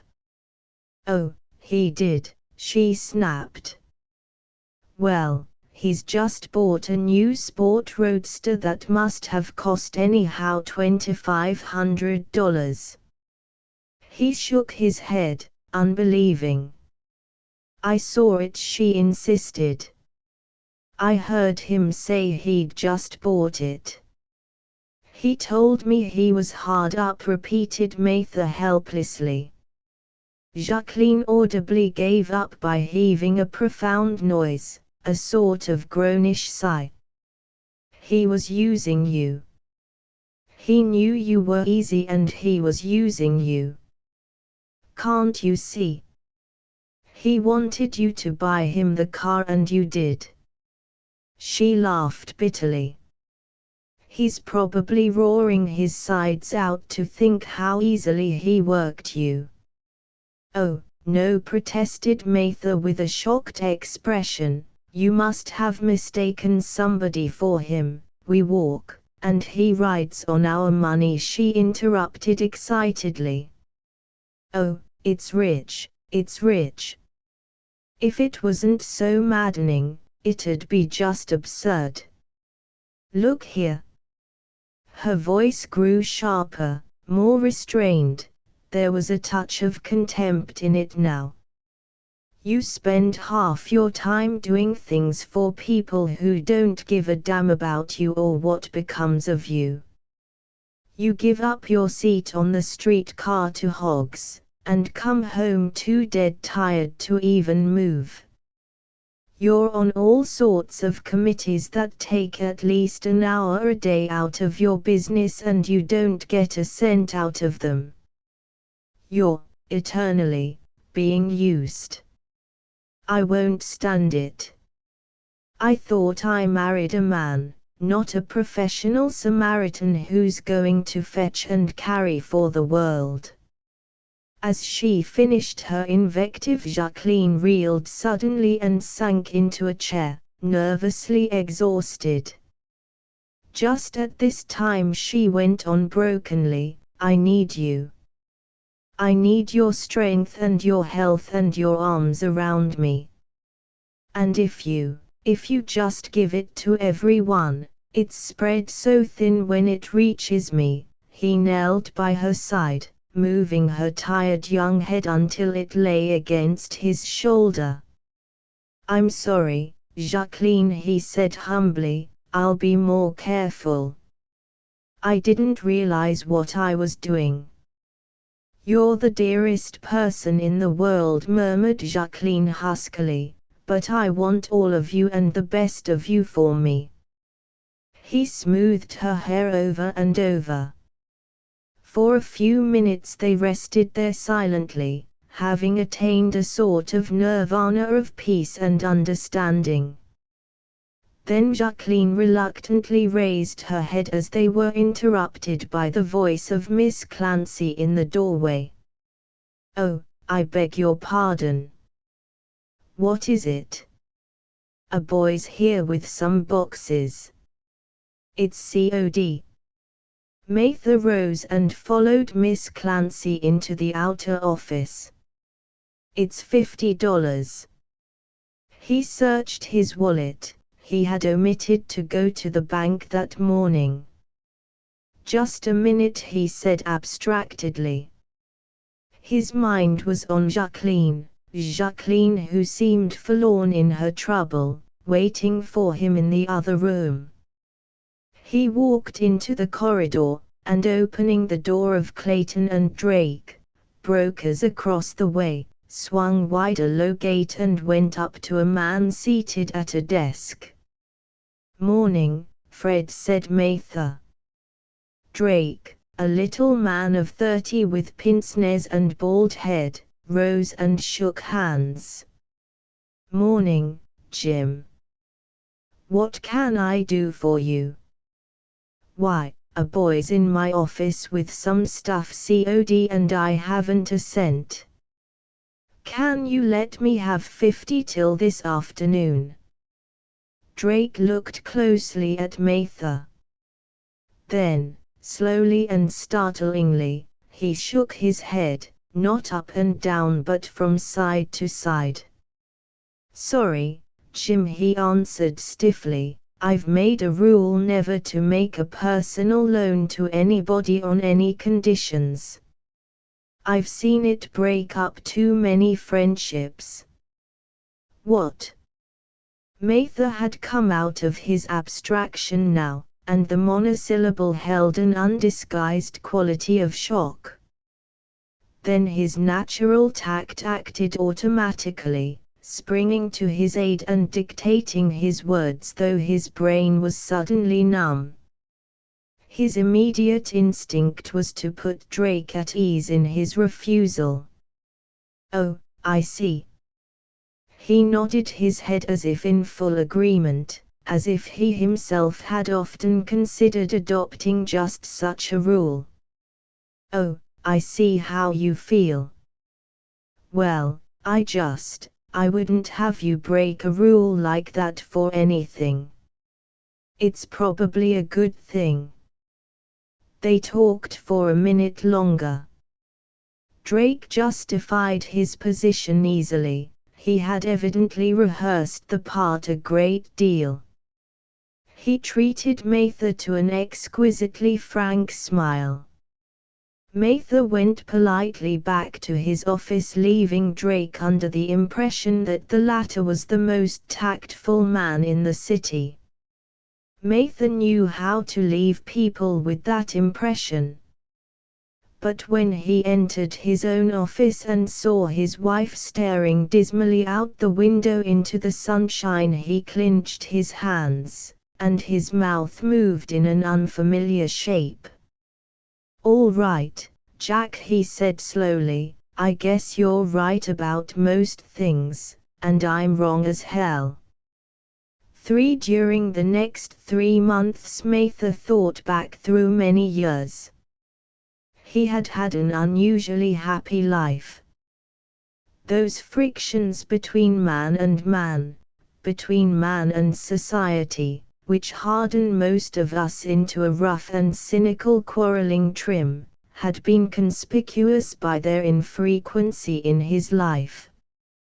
It had never occurred to him before that he had paid a price for this immunity, but now he perceived how here and there, and constantly, he had taken the rough side of the road to avoid enmity or argument, or even question. There was, for instance, much money that he had lent privately, about $1,300 in all, which he realized, in his new enlightenment, he would never see again. It had taken Jacqueline's harder, feminine intelligence to know this. It was only now when he owed it to Jacqueline to have money in the bank that he missed these loans at all. He realized too the truth of her assertions that he was continually doing favors, a little something here, a little something there. The sum total, in time and energy expended, was appalling. It had pleased him to do the favors. He reacted warmly to being thought well of, but he wondered now if he had not been merely indulging a selfish vanity of his own. In suspecting this, he was, as usual, not quite fair to himself.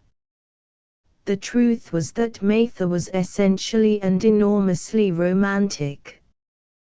He decided that these expenditures of himself made him tired at night, less efficient in his work, and less of a prop to Jacqueline, who, as the months passed, grew more heavy and bored, and sat through the long summer afternoons on the screened veranda waiting for his step at the end of the walk.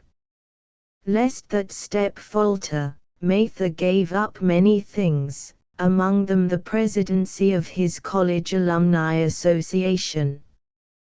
He let slip other labors less prized. When he was put on a committee, men had a habit of electing him chairman and retiring into a dim background, where they were inconveniently hard to find. He was done with such things now. Also he avoided those who were prone to ask favors, fleeing a certain eager look that would be turned on him from some group at his club. The change in him came slowly.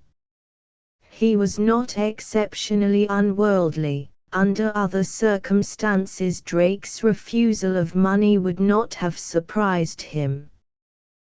Had it come to him as a story he would scarcely have given it a thought. But it had broken in with harsh abruptness upon a situation existing in his own mind, and the shock had given it a powerful and literal significance.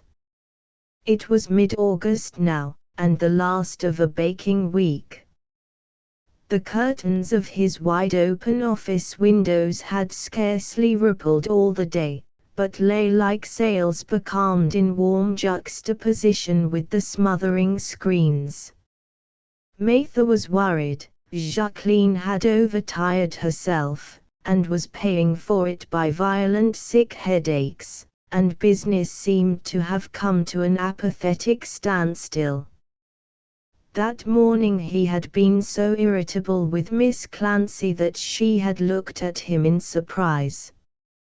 He had immediately apologized, wishing afterward that he hadn't. He was working at high speed through this heat, why shouldn't she? She came to his door now, and he looked up faintly, frowning. "Mr. Edward Lacey." "All right," he answered listlessly. Old man Lacey, he knew him slightly. A melancholy figure, a brilliant start back in the 80s, and now one of the city's failures. He couldn't imagine what Lacey wanted unless he were soliciting. "Good afternoon, Mr. Mather." A little, solemn, grey-haired man stood on the threshold. Mather rose and greeted him politely. "Are you busy, Mr. Mather?" "Well, not so very." He stressed the qualifying word slightly. Mr. Lacey sat down, obviously ill at ease. He kept his hat in his hands, and clung to it tightly as he began to speak.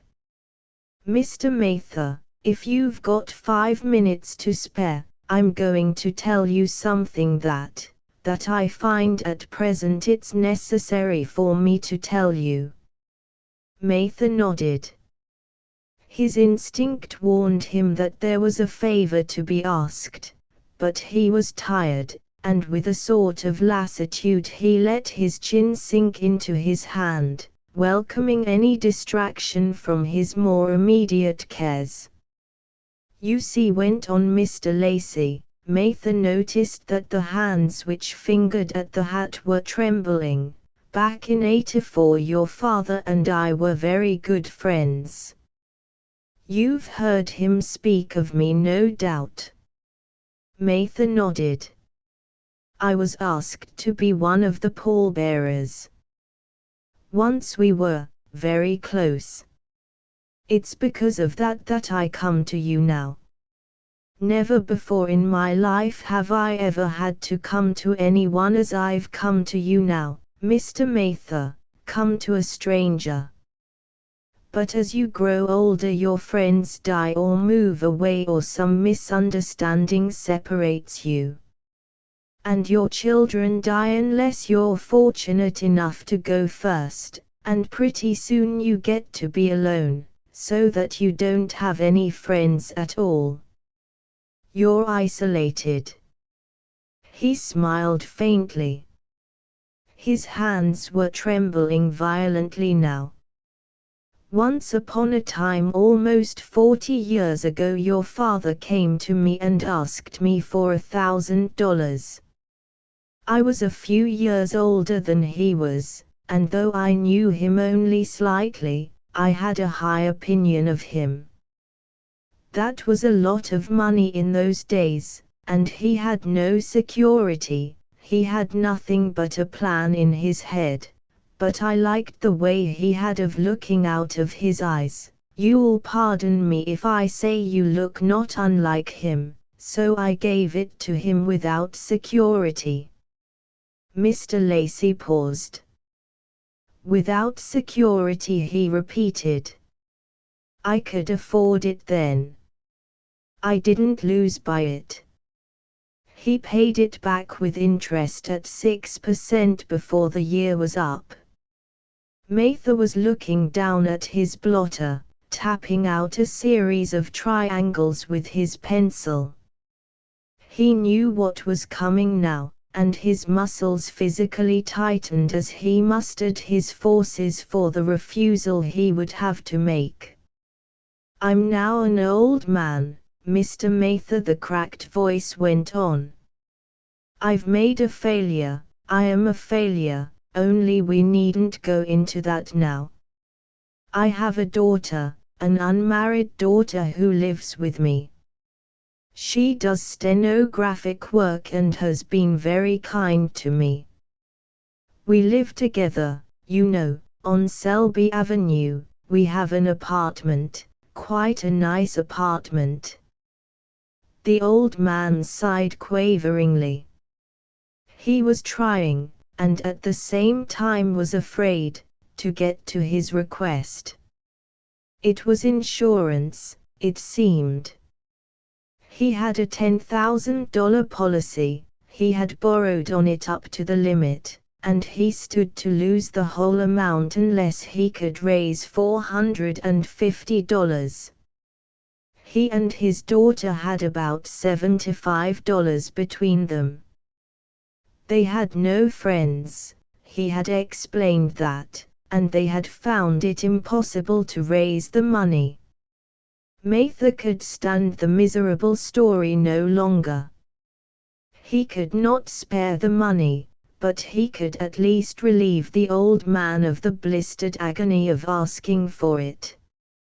"I'm sorry, Mr. Lacey," he interrupted as gently as possible, "but I can't lend you that money." "No." The old man looked at him with faded, blinking eyes that were beyond all shock, almost, it seemed, beyond any human emotion except ceaseless care. The only change in his expression was that his mouth dropped slowly ajar. Mather fixed his eyes determinedly upon his blotter. "We're going to have a baby in a few months, and I've been saving for that. It wouldn't be fair to my wife to take anything from her, or the child, right now." His voice sank to a sort of mumble. He found himself saying platitudinously that business was bad, saying it with revolting facility. Mr. Lacey made no argument. He rose without visible signs of disappointment. Only his hands were still trembling and they worried Mather. The old man was apologetic. He was sorry to have bothered him at a time like this. Perhaps something would turn up. He had thought that if Mr. Mather did happen to have a good deal extra, why, he might be the person to go to because he was the son of an old friend. As he left the office he had trouble opening the outer door. Miss Clancy helped him. He went shabbily and unhappily down the corridor with his faded eyes blinking and his mouth still faintly ajar. Jim Mather stood by his desk, and put his hand over his face and shivered suddenly as if he were cold. But the 5 o'clock air outside was hot as a tropic noon. For the twilight was hotter still an hour later as he stood at the corner waiting for his car. The trolley ride to his house was 25 minutes, and he bought a pink-jacketed newspaper to appetize his listless mind. Life had seemed less happy, less glamorous of late. Perhaps he had learned more of the world's ways. Perhaps its glamour was evaporating little by little with the hurried years. Nothing like this afternoon, for instance, had ever happened to him before. He could not dismiss the old man from his mind. He pictured him plodding home in the weary heat, on foot, probably, to save car fare, opening the door of a hot little flat, and confessing to his daughter that the son of his friend had not been able to help him out. All evening they would plan helplessly until they said good night to each other, father and daughter, isolated by chance in this world, and went to lie awake with a pathetic loneliness in their 2 beds. Mather's streetcar came along, and he found a seat near the front, next to an old lady who looked at him grudgingly as she moved over. At the next block a crowd of girls from the department store district flowed up the aisle, and Mather unfolded his paper. Of late he had not indulged his habit of giving up his seat. Jacqueline was right, the average young girl was able to stand as well as he was. Giving up his seat was silly, a mere gesture. Nowadays not one woman in a dozen even bothered to thank him. It was stifling hot in the car, and he wiped the heavy damp from his forehead. The aisle was thickly packed now, and a woman standing beside his seat was thrown momentarily against his shoulder as the car turned a corner. Mather took a long breath of the hot foul air, which persistently refused to circulate, and tried to center his mind on a cartoon at the top of the sporting page. "Move forward in a car, please." The conductor's voice pierced the opaque column of humanity with raucous irritation. "Pull wire room forward." The crowd made a feeble attempt to shove forward, but the unfortunate fact that there was no space into which to move precluded any marked success.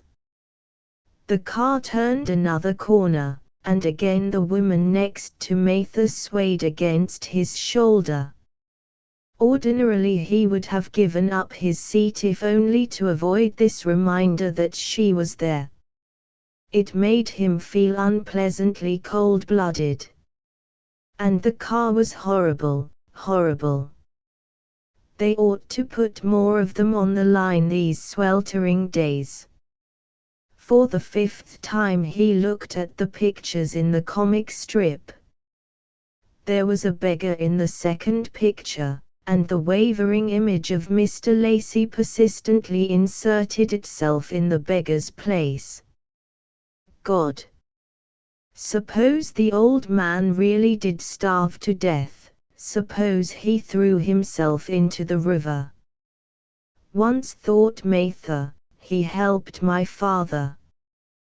Perhaps, if he hadn't, my own life would have been different than it has been. But Lacey could afford it then, and I can't. To force out the picture of Mr. Lacey, Mather tried to think of Jacqueline. He said to himself over and over that he would have been sacrificing Jacqueline to a played-out man who had had his chance and failed.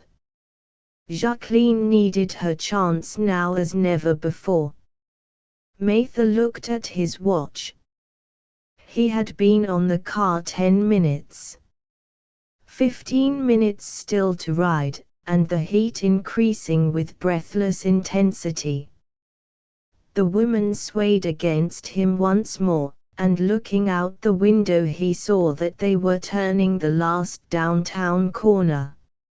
It occurred to him that perhaps he ought, after all, to give the woman his seat. Her last sway toward him had been a particularly tired sway.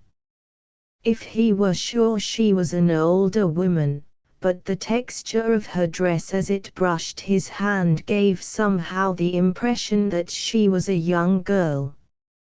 He did not dare look up to see. He was afraid of the appeal that might look out of her eyes if they were old eyes, or the sharp contempt if they were young.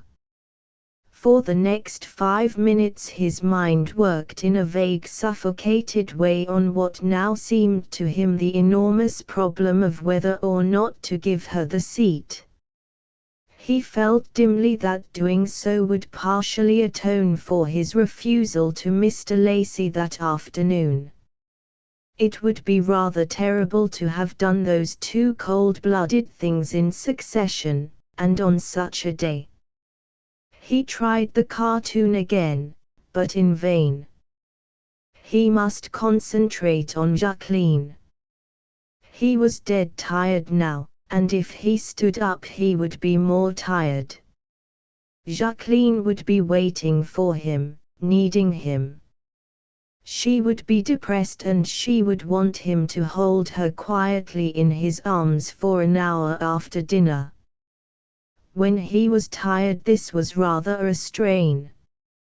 And afterward when they went to bed she would ask him from time to time to get her medicine or a glass of ice water. He hated to show any weariness in doing these things.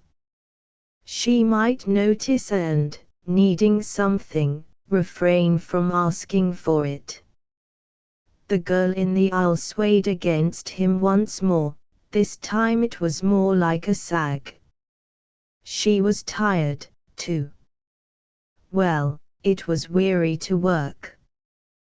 The ends of many proverbs that had to do with toil and the long day floated fragmentarily through his mind. Everybody in the world was tired. This woman, for instance, whose body was sagging so wearily, so strangely against his. But his home came first, and his girl that he loved was waiting for him there. He must keep his strength for her, and he said to himself over and over that he would not give up his seat. Then he heard a long sigh, followed by a sudden exclamation, and he realized that the girl was no longer leaning against him.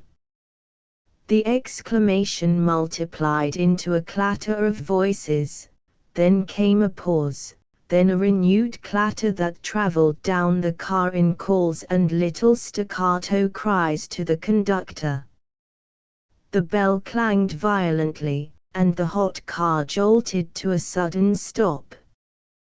Girl fainted up here. Too hot for her. Just keeled right over. Get back there. Gangway, you. The crowd eddied apart. The passengers in front squeezed back and those on the rear platform temporarily disembarked. Curiosity and pity bubbled out of suddenly conversing groups. People tried to help, got in the way. Then the bell rang and voices rose stridently again. Get her out all right. Say, did you see that? This damn company ought to. Did you see the man that carried her out? He was pale as a ghost, too. Yes, but did you hear? What? That fella. That pale fella that carried her out. He was sitting beside her. He says she's his wife. The house was quiet. A breeze pressed back the dark vine leaves of the veranda, letting in thin yellow rods of moonlight on the wicker chairs. Jacqueline rested placidly on the long settee with her head in his arms. After a while she stirred lazily, her hand reaching up patted his cheek. I think I'll go to bed now. I'm so tired. Will you help me up? He lifted her and then laid her back among the pillows. I'll be with you in a minute, he said gently. Can you wait for just a minute? He passed into the lighted living room, and she heard him thumbing the pages of a telephone directory. Then she listened as he called a number. Hello, is Mr. Lacey there? Why, yes, it is pretty important, if he hasn't gone to sleep. A pause. Jacqueline could hear restless sparrows splattering through the leaves of the magnolia over the way. Then her husband at the telephone, is this Mr. Lacey? Oh, this is Martha. Why, in regard to that matter we talked about this afternoon, I think I'll be able to fix that up after all. He raised his voice a little as though someone at the other end found it difficult to hear. James Mather's son, I said, about that little matter this afternoon, the sensible thing at the great American lunch hour. Young Georgia Kelly straightened his desk deliberately and with an assumed air of interest. No one in the office must know that he was in a hurry, for success is a matter of atmosphere, and it is not well to advertise the fact that your mind is separated from your work by a distance of 700 miles. But once out of the building he set his teeth and began to run, glancing now and then at the gay noon of early spring which filled Times Square and loitered less than 20 feet over the heads of the crowd. The crowd all looked slightly upward and took deep March breaths, and the sun dazzled their eyes so that scarcely anyone saw anyone else but only their own reflection on the sky. Georgia Kelly, whose mind was over 700 miles away, thought that all outdoors was horrible. He rushed into the subway, and for 95 blocks spent a frenzied glance on a car card which showed vividly how he had only one chance in 5 of keeping his teeth for 10 years. At 137th Street he broke off his study of commercial art, left the subway, and began to run again, a tireless, anxious run that brought him this time to his home, one room in a high, horrible apartment house in the middle of nowhere. There it was on the bureau, the letter, in sacred ink, on blessed paper, all over the city. People, if they listened, could hear the beating of George O'Kelly's heart. He read the commas, the blots, and the thumb smudge on the margin, then he threw himself hopelessly upon his bed. He was in a mess, one of those terrific messes which are ordinary incidents in the life of the poor, which follow poverty like birds of prey. The poor go under or go up or go wrong or even go on, somehow, in a way the poor have, but Georgia Kelly was so new to poverty that had anyone denied the uniqueness of his case he would have been astounded. Less than 2 years ago he had been graduated with honors from the Massachusetts Institute of Technology and had taken a position with a firm of construction engineers in southern Tennessee. All his life he had thought in terms of tunnels and skyscrapers and great squat dams and tall, three-towered bridges, that were like dancers holding hands in a row, with heads as tall as cities and skirts of cable strand. It had seemed romantic to Georgia Kelly to change the sweep of rivers and the shape of mountains so that life could flourish in the old bad lands of the world where it had never taken root before. He loved steel, and there was always steel near him in his dreams, liquid steel, steel in bars, and blocks and beams and formless plastic masses, waiting for him, as paint and canvas to his hand. Steel inexhaustible, to be made lovely and austere in his imaginative fire. At present he was an insurance clerk at $40 a week with his dream slipping fast behind him. The dark little girl who had made this mess, this terrible and intolerable mess, was waiting to be sent for in a town in Tennessee. In 15 minutes the woman from whom he sublet his room knocked and asked him with maddening kindness if, since he was home, he would have some lunch. He shook his head, but the interruption aroused him, and getting up from the bed he wrote a telegram. Letter depressed me. Have you lost your nerve? You are foolish and just upset to think of breaking off. Why not marry me immediately? Sure, we can make it all right. He hesitated for a wild minute, and then added in a hand that could scarcely be recognized as his own, in any case I will arrive tomorrow at 6 o'clock. When he finished he ran out of the apartment and down to the telegraph office near the subway stop. He possessed in this world not quite $100, but the letter showed that she was nervous and this left him no choice. He knew what nervous meant, that she was emotionally depressed, that the prospect of marrying into a life of poverty and struggle was putting too much strain upon her love. George Kelly reached the insurance company at his usual run, the run that had become almost second nature to him, that seemed best to express the tension under which he lived. He went straight to the manager's office. "I want to see you, Mr. Chambers," he announced breathlessly. "Well?" Two eyes like winter windows, glared at him with ruthless impersonality. "I want to get 4 days vacation." "Why, you had a vacation just 2 weeks ago," said Mr. Chambers in surprise. "That's true," admitted the distraught young man, "but now I've got to have another."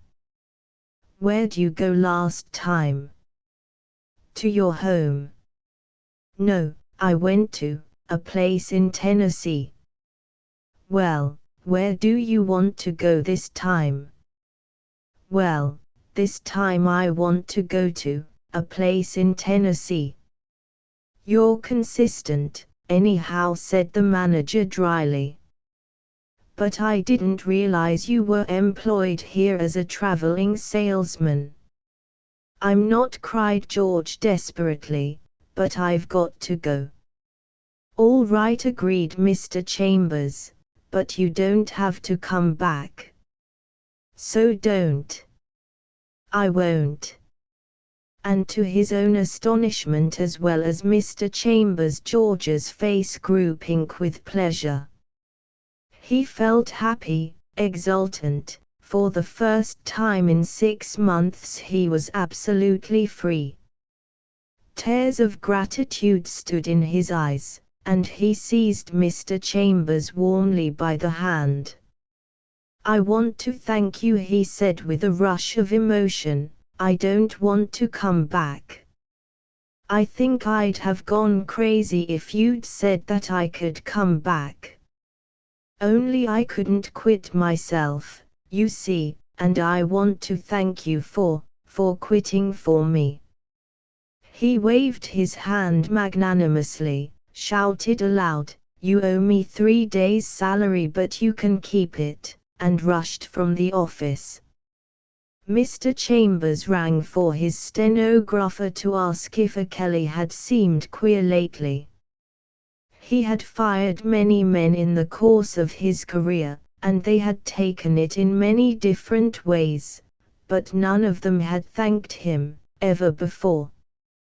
To Jonquil Carey was her name, and to Georgia Kelly nothing had ever looked so fresh and pale as her face when she saw him and fled to him eagerly along the station platform. Her arms were raised to him, her mouth was half parted for his kiss, when she held him off suddenly and lightly and, with a touch of embarrassment, looked around. 2 boys, somewhat younger than George, were standing in the background. "This is Mr. Craddock and Mr. Holt," she announced cheerfully. "You met them when you were here before." Disturbed by the transition of a kiss into an introduction and suspecting some hidden significance, George was more confused when he found that the automobile which was to carry them to Jonquil's house belonged to one of the 2 young men. It seemed to put him at a disadvantage. On the way Jonquil chattered between the front and back seats, and when he tried to slip his arm around her under cover of the twilight she compelled him with a quick movement to take her hand instead. "Is this street on the way to your house?" he whispered. "I don't recognize it." "It's the new boulevard. Jerry just got this car today, and he wants to show it to me before he takes us home." When, after 20 minutes, they were deposited at Jonquil's house, George felt that the first happiness of the meeting, The joy he had recognized so surely in her eyes back in the station, had been dissipated by the intrusion of the ride. Something that he had looked forward to had been rather casually lost, and he was brooding on this as he said good night stiffly to the two young men. Then his ill humor faded as Jonquil drew him into a familiar embrace under the dim light of the front hall and told him in a dozen ways, of which the best was without words, how she had missed him. Her emotion reassured him, promised his anxious heart that everything would be all right. They sat together on the sofa, overcome by each other's presence, beyond all except fragmentary endearments. At the supper hour Jonquil's father and mother appeared and were glad to see George. They liked him, and had been interested in his engineering career when he had first come to Tennessee over a year before. They had been sorry when he had given it up and gone to New York to look for something more immediately profitable, but while they deplored the curtailment of his career they sympathized with him and were ready to recognize the engagement. During dinner they asked about his progress in New York. "Everything's going fine," he told them with enthusiasm. "I've been promoted, better salary." He was miserable as he said this, but they were all so glad. "They must like you," said Mrs. Carey, "that's certain, or they wouldn't let you off twice in 3 weeks to come down here." "I told them they had to," explained George hastily. "I told them if they didn't I wouldn't work for them anymore." "But you ought to save your money," Mrs. Carey reproached him gently. "Not spend it all on this expensive trip." Dinner was over, he and Jonquil were alone and she came back into his arms. "So glad you're here," she sighed. "Wish you never were going away again, darling." "Do you miss me?" "Oh, so much. So much." "Do you? Do other men come to see you often? Like those 2 kids?" The question surprised her. The dark velvet eyes stared at him. "Why, of course they do. All the time. Why, I've told you in letters that they did, dearest." This was true. When he had first come to the city there had been already a dozen boys around her, responding to her picturesque fragility with adolescent worship, and a few of them perceiving that her beautiful eyes were also sane and kind. "Do you expect me never to go anywhere?" Jonquil demanded, leaning back against the sofa pillows until she seemed to look at him from many miles away, "and just fold my hands and sit still, forever?" "What do you mean?" he blurted out in a panic. "Do you mean you think I'll never have enough money to marry you?" "Oh, don't jump at conclusions so, George." "I'm not jumping at conclusions." "That's what you said." George decided suddenly that he was on dangerous grounds. He had not intended to let anything spoil this night. He tried to take her again in his arms, but she resisted unexpectedly, saying, "It's hot. I'm going to get the electric fan." When the fan was adjusted they sat down again, but he was in a supersensitive mood and involuntarily he plunged into the specific world he had intended to avoid. "When will you marry me? Are you ready for me to marry you?" All at once his nerves gave way, and he sprang to his feet. "Let's shut off that damned fan," he cried. "It drives me wild. It's like a clock ticking away all the time I'll be with you. I came here to be happy and forget everything about New York and time." He sank down on the sofa as suddenly as he had risen. Jonquil turned off the fan, and drawing his head down into her lap began stroking his hair. "Let's sit like this," she said softly, "just sit quiet like this, and I'll put you to sleep. You're all tired and nervous, and your sweetheart'll take care of you." "But I don't want to sit like this," he complained, jerking up suddenly. "I don't want to sit like this at all. I want you to kiss me. That's the only thing that makes me rest. And anyways, I'm not nervous, it's you that's nervous." "I'm not nervous at all." To prove that he wasn't nervous, he left the couch and plumped himself into a rocking chair across the room. "Just when I'm ready to marry you, you write me the most nervous letters, as if you're going to back out, and I have to come rushing down here." "You don't have to come if you don't want to." "But I do want to," insisted George. It seemed to him that he was being very cool and logical and that she was putting him deliberately in the wrong. With every word they were drawing farther and farther apart, and he was unable to stop himself or to keep worry and pain out of his voice. But in a minute Jonquil began to cry sorrowfully and he came back to the sofa and put his arm around her. He was the comforter now, drawing her head close to his shoulder, murmuring old familiar things until she grew calmer and only trembled a little, spasmodically, in his arms.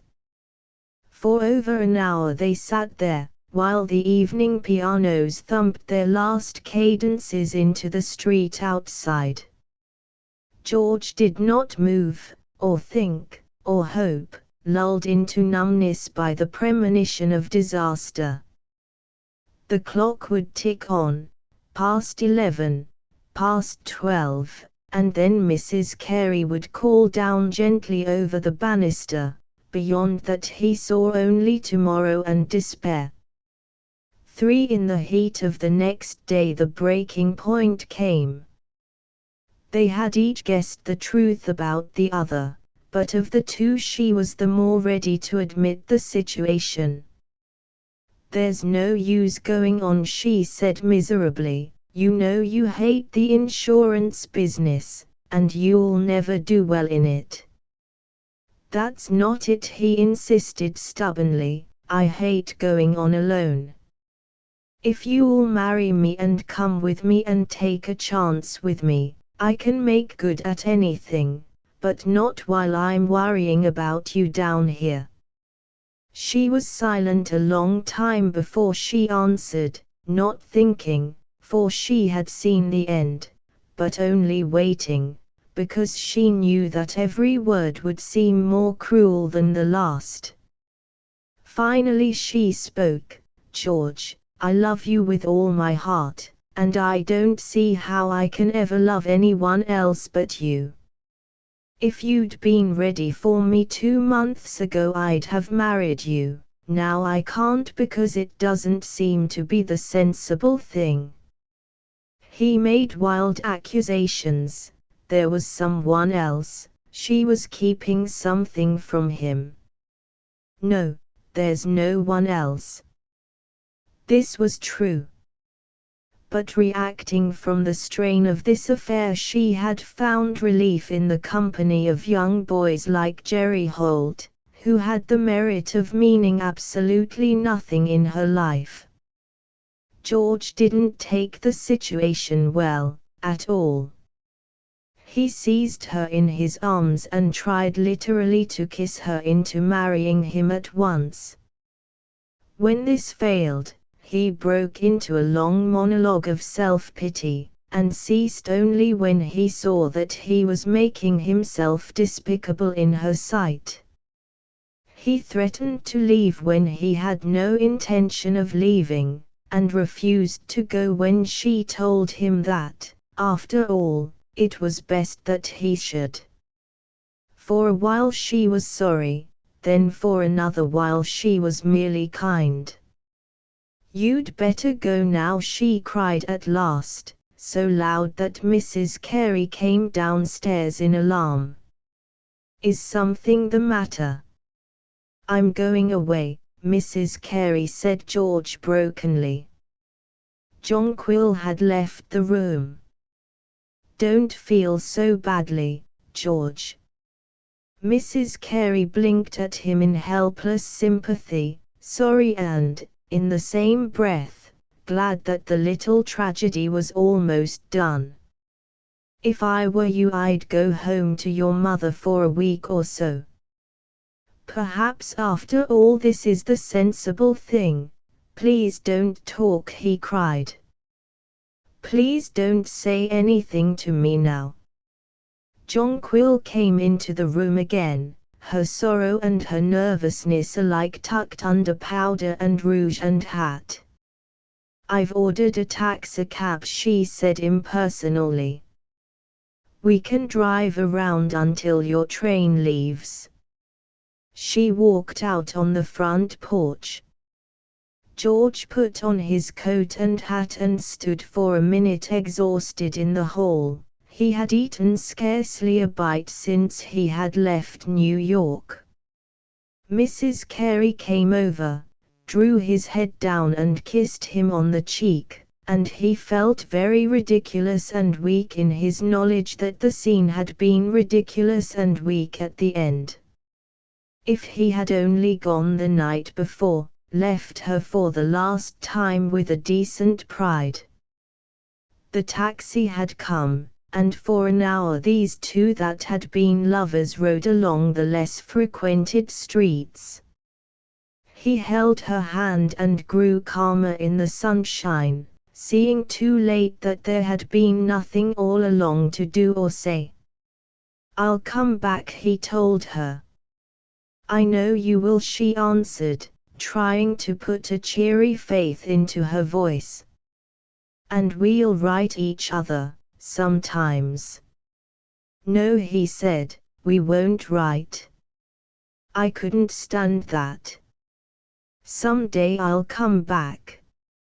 I'll never forget you, George." They reached the station, and she went with him while he bought his ticket.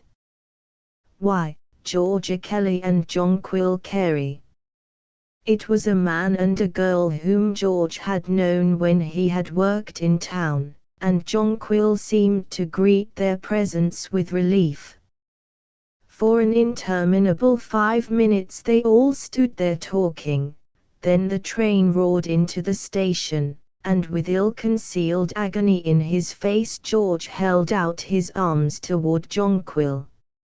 She took an uncertain step toward him, faltered, and then pressed his hand quickly as if she were taking leave of a chance friend. "Goodbye, George," she was saying. "I hope you have a pleasant trip." "Goodbye, George. Come back and see us all again." Dumb, almost blind with pain, he seized his suitcase, and in some dazed way got himself aboard the train. Past clanging street crossings, gathering speed through wide suburban spaces toward the sunset. Perhaps she too would see the sunset and pause for a moment, turning, remembering, before he faded with her sleep into the past. This night's dusk would cover up forever the sun and the trees and the flowers and laughter of his young world. For on a damp afternoon in September of the following year a young man with his face burned to a deep copper glow got off a train at a city in Tennessee. He looked around anxiously, and seemed relieved when he found that there was no one in the station to meet him. He taxied to the best hotel in the city, where he registered with some satisfaction as Georgia Kelly, Cusco, Peru. Up in his room he sat for a few minutes at the window looking down into the familiar street below. Then, with his hand trembling faintly, he took off the telephone receiver and called a number. "Is Miss Jonquil in?" "This is she." "Oh," his voice, after overcoming a faint tendency to waver, went on with friendly formality. "This is George Rollins. Did you get my letter?" "Yes. I thought you'd be in today." Her voice, cool and unmoved, disturbed him, but not as he had expected.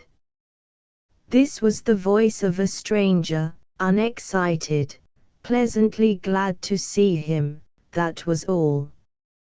He wanted to put down the telephone and catch his breath. "I haven't seen you for a long time." He succeeded in making this sound offhand. "Over a year." He knew how long it had been, to the day. "It'll be awfully nice to talk to you again. I'll be there in about an hour." He hung up. For 4 long seasons every minute of his leisure had been crowded with anticipation of this hour, and now this hour was here. He had thought of finding her married, engaged, in love. He had not thought she would be unstirred at his return. There would never again in his life, he felt, be another 10 months like these he had just gone through. He had made an admittedly remarkable showing for a young engineer, stumbled into 2 unusual opportunities, one in Peru, whence he had just returned, and another, consequent upon it, in New York, whither he was bound. In this short time he had risen from poverty into a position of unlimited opportunity. He looked at himself in the dressing-table mirror. He was almost black with tan, but it was a romantic black, and in the last week, since he had had time to think about it, it had given him considerable pleasure. The hardiness of his frame, too, he appraised with a sort of fascination. He had lost part of an eyebrow somewhere, and he still wore an elastic bandage on his knee, but he was too young not to realize that on the steamer many women had looked at him with unusual tributary interest. His clothes, of course, were frightful. They had been made for him by a Greek tailor in Lima, in 2 days. He was young enough, too, to have explained this sartorial deficiency to Jonquil in his otherwise laconic note. The only further detail it contained was a request that he should not be met at the station. Georgia Kelly, of Cusco, Peru, waited an hour and a half in the hotel, until, to be exact, the sun had reached a midway position in the sky. Then, freshly shaven and talcum powdered toward a somewhat more Caucasian hue, for vanity at the last minute had overcome romance, he engaged a taxicab and set out for the house he knew so well. He was breathing hard, he noticed this, but he told himself that it was excitement, not emotion. He was here, she was not married. That was enough. He was not even sure what he had to say to her. But this was the moment of his life that he felt he could least easily have dispensed with. There was no triumph, after all, without a girl concerned, and if he did not lay his spoils at her feet he could at least hold them for a passing moment before her eyes. The house loomed up suddenly beside him, and his first thought was that it had assumed a strange unreality. There was nothing changed, only everything was changed. It was smaller and it seemed shabbier than before. There was no cloud of magic hovering over its roof and issuing from the windows of the upper floor. He rang the doorbell and an unfamiliar colored maid appeared. Miss Jonquil would be down in a moment. He wet his lips nervously and walked into the sitting room, and the feeling of unreality increased. After all, he saw, this was only a room, and not the enchanted chamber where he had passed those poignant hours. He sat in a chair, amazed to find it a chair, realizing that his imagination had distorted and colored all these simple familiar things. Then the door opened and Jonquil came into the room, and it was as though everything in it suddenly blurred before his eyes. He had not remembered how beautiful she was, and he felt his face grow pale and his voice diminish to a poor sigh in his throat. She was dressed in pale green, and a gold ribbon bound back her dark, straight hair like a crown. The familiar velvet eyes caught his as she came through the door, and a spasm of fright went through him at her beauty's power of inflicting pain. He said hello and they each took a few steps forward and shook hands. Then they sat in chairs quite far apart and gazed at each other across the room. "You've come back," she said, and he answered just as tritely, "I wanted to stop in and see you as I came through." He tried to neutralize the tremor in his voice by looking anywhere but at her face. The obligation to speak was on him, but, unless he immediately began to boast, it seemed that there was nothing to say.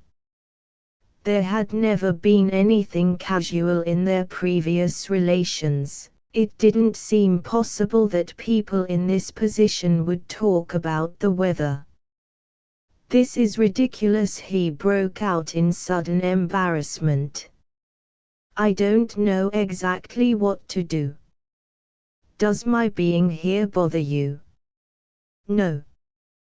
The answer was both reticent and impersonally sad. It depressed him. "Are you engaged?" he demanded. "No."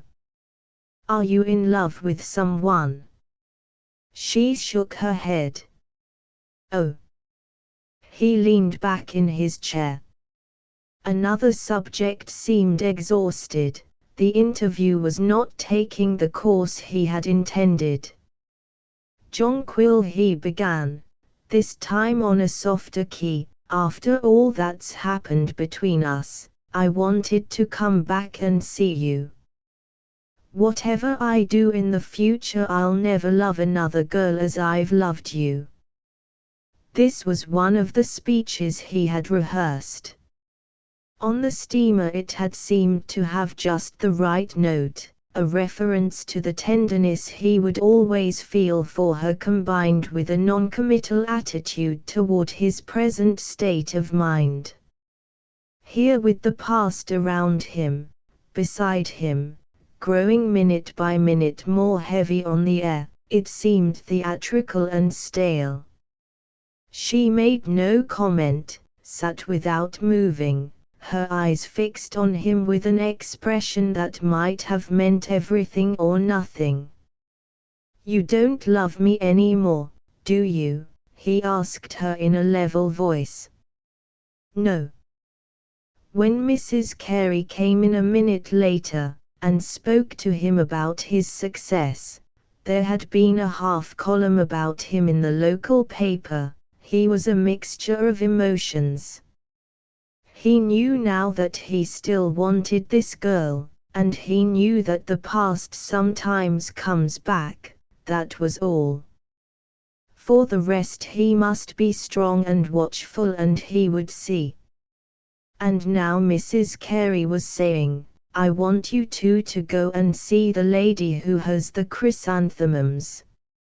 She particularly told me she wanted to see you because she'd read about you in the paper. They went to see the lady with the chrysanthemums. They walked along the street, and he recognized with a sort of excitement just how her shorter footsteps always fell in between his own. The lady turned out to be nice, and the chrysanthemums were enormous and extraordinarily beautiful. The lady's gardens were full of them, white and pink and yellow, so that to be among them was a trip back into the heart of summer. There were 2 gardens full, and a gate between them. When they strolled toward the second garden, the lady went first through the gate. And then a curious thing happened. George stepped aside to let Jonquil pass, but instead of going through she stood still and stared at him for a minute. It was not so much the look, which was not a smile, as it was the moment of silence. They saw each other's eyes, and both took a short, faintly accelerated breath, and then they went on into the second garden. That was all. The afternoon waned. They thanked the lady and walked home slowly, thoughtfully, side by side. Through dinner too they were silent. George told Mr. Carey something of what had happened in South America, and managed to let it be known that everything would be plain sailing for him in the future. Then dinner was over, and he and Jonquil were alone in the room which had seen the beginning of their love affair and the end. It seemed to him long ago and inexpressibly sad. On that sofa he had felt agony and grief such as he would never feel again. He would never be so weak or so tired and miserable and poor. Yet he knew that that boy of 15 months before had had something, a trust, a warmth that was gone forever. The sensible thing, they had done the sensible thing. He had traded his first youth for strength and carved success out of despair. But with his youth, life had carried away the freshness of his love. You won't marry me, will you? He said quietly. Jonquil shook her dark head. I'm never going to marry, she answered. He nodded. I'm going on to Washington in the morning, he said. Oh, I have to go. I've got to be in New York by the 1st, and meanwhile I want to stop off in Washington. Business? No, he said as if reluctantly. There's someone there I must see who was very kind to me when I was so down and out. This was invented. There was no one in Washington for him to see, but he was watching Jonquil narrowly, and he was sure that she winced a little, that her eyes closed and then opened wide again. But before I go I want to tell you the things that happened to me since I saw you, and, as maybe we won't meet again, I wonder if just this once you'd sit in my lap like you used to. I wouldn't ask except since there's no one else, yet, perhaps it doesn't matter. She nodded, and in a moment was sitting in his lap as she had sat so often in that vanished spring. The feel of her head against his shoulder, of her familiar body, sent a shock of emotion over him. His arms holding her had a tendency to tighten around her, so he leaned back and began to talk thoughtfully into the air. He told her of a despairing 2 weeks in New York which had terminated with an attractive if not very profitable job in a construction plant in Jersey City. When the Peru business had first presented itself, it had not seemed an extraordinary opportunity. He was to be third assistant engineer on the expedition, but only 10 of the American party, including 8 rodmen and surveyors, had ever reached Cuzco. 10 days later the chief of the expedition was dead of yellow fever. That had been his chance, a chance for anybody but a fool, a marvelous chance, a chance for anybody but a fool, she interrupted innocently. Even for a fool, he continued. It was wonderful. Well, I wired New York, and so she interrupted again, they wired that you ought to take a chance. Ought to, he exclaimed, still leaning back. That I had to. There was no time to lose, not a minute. Not a minute. Not even time for, she paused. For what? Look. He bent his head forward suddenly, and she drew herself to him in the same moment, her lips half open like a flower. Yes, he whispered into her lips. There's all the time in the world. All the time in the world, his life and hers. But for an instant as he kissed her he knew that though he searched through eternity he could never recapture those lost April hours. He might press her close now till the muscles knotted on his arms. She was something desirable and rare that he had fought for and made his own, but never again an intangible whisper in the dusk, or on the breeze of night. Well, let it pass, he thought, April is over, April is over. There are all kinds of love in the world, but never the same love twice. Gretchen's 40 winks. The sidewalks were scratched with brittle leaves, and the bad little boy next door froze his tongue to the iron mailbox. Snow before night, sure. Autumn was over. This, of course, raised the coal question and the Christmas question, but Roger Halsey, standing on his own front porch, assured the dead suburban sky that he hadn't time for worrying about the weather. Then he let himself hurriedly into the house, and shut the subject out into the cold twilight. The hall was dark, but from above he heard the voices of his wife and the nursemaid and the baby in one of their interminable conversations, which consisted chiefly of "Don't," and "Look out, Maxie," and "Oh, there he goes," punctuated by wild threats and vague bumpings and the recurrent sound of small, venturing feet.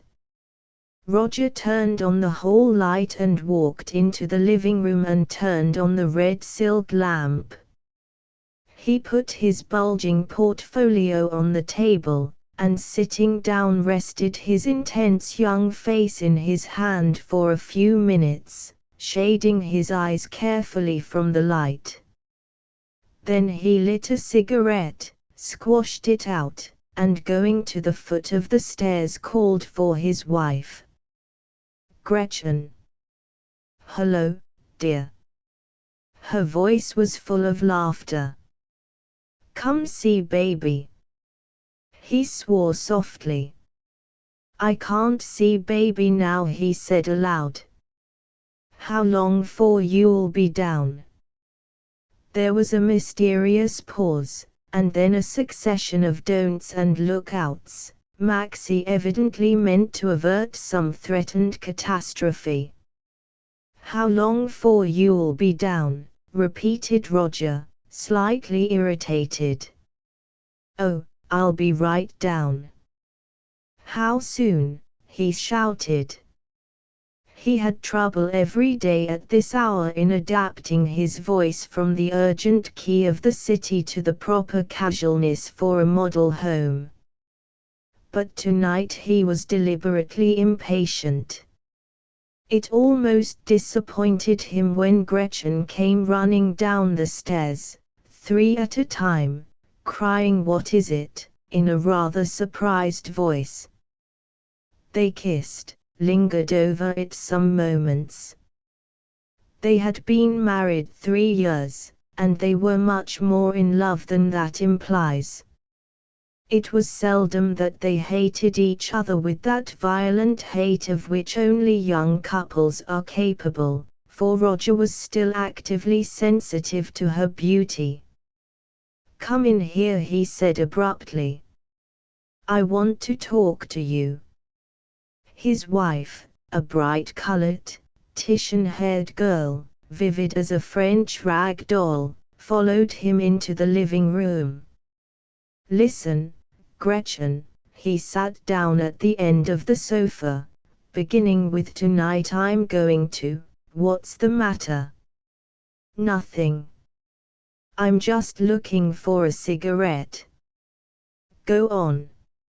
She tiptoed breathlessly back to the sofa and settled at the other end.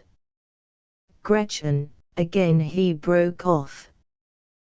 Her hand, palm upward, was extended toward him. "Well, what is it?" he asked wildly. "Matches." "What?" In his impatience it seemed incredible that she should ask for matches, but he fumbled automatically in his pocket. "Thank you," she whispered. "I didn't mean to interrupt you." "Go on." Scratch, scratch. The match fled. They exchanged a tense look. Her fawn's eyes apologized mutely this time, and he laughed. After all, she had done no more than light a cigarette, but when he was in this mood her slightest positive action irritated him beyond measure. "When you've got time to listen," he said crossly, "you might be interested in discussing the poorhouse question with me." "What poorhouse?" Her eyes were wide, startled. She sat quiet as a mouse. "That was just to get your attention. But, beginning tonight, I start on what'll probably be the most important 6 weeks of my life, the 6 weeks that'll decide whether we're going on forever in this rotten little house in this rotten little suburban town." Boredom replaced alarm in Gretchen's black eyes.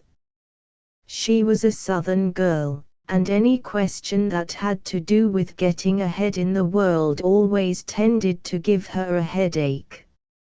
6 months ago I left the New York Lithographic Company," announced Roger, "and went in the advertising business for myself." "I know," interrupted Gretchen resentfully, "and now instead of getting $600 a month, sure, we're living on a risky $500. "Gretchen," said Roger sharply, "if you'll just believe in me as hard as you can for 6 weeks more we'll be rich. I've got a chance now to get some of the biggest accounts in the country." He hesitated. "And for these 6 weeks we won't go out at all, and we won't have anyone here. I'm going to bring home work every night, and we'll pull down all the blinds, and if anyone rings the doorbell we won't answer."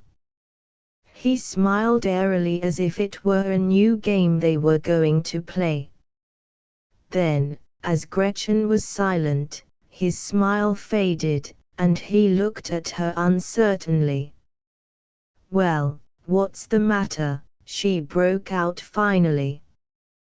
"Do you expect me to jump up and sing? You do enough work as it is. If you try to do any more you'll end up with a nervous breakdown." "I read about a—" "Don't worry about me," he interrupted, "I'm all right." "But you're going to be bored to death sitting here every evening." "No, I won't," she said without conviction, "except tonight." "What about tonight?" "George Tompkins asked us to dinner." "Did you accept?" "Of course I did," she said impatiently. "Why not?"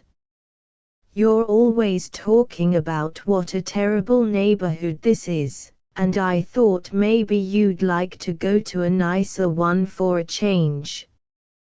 "When I go to a nicer neighborhood I want to go for good," he said grimly.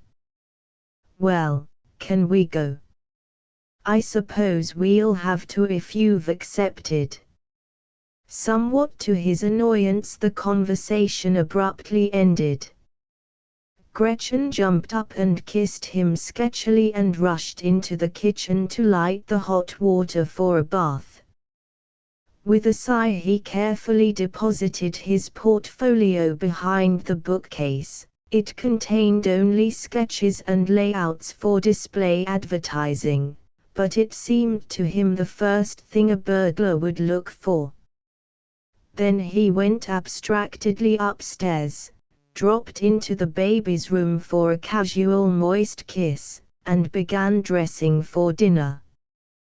They had no automobile, so George Tompkins called for them at 6:30. Tompkins was a successful interior decorator, a broad, rosy man with a handsome mustache and a strong odor of jasmine. He and Roger had once roomed side by side in a boarding house in New York, but they had met only intermittently in the past 5 years. "We ought to see each other more," he told Roger tonight. "You ought to go out more often, old boy." "Cocktail?" "No, thanks." "No."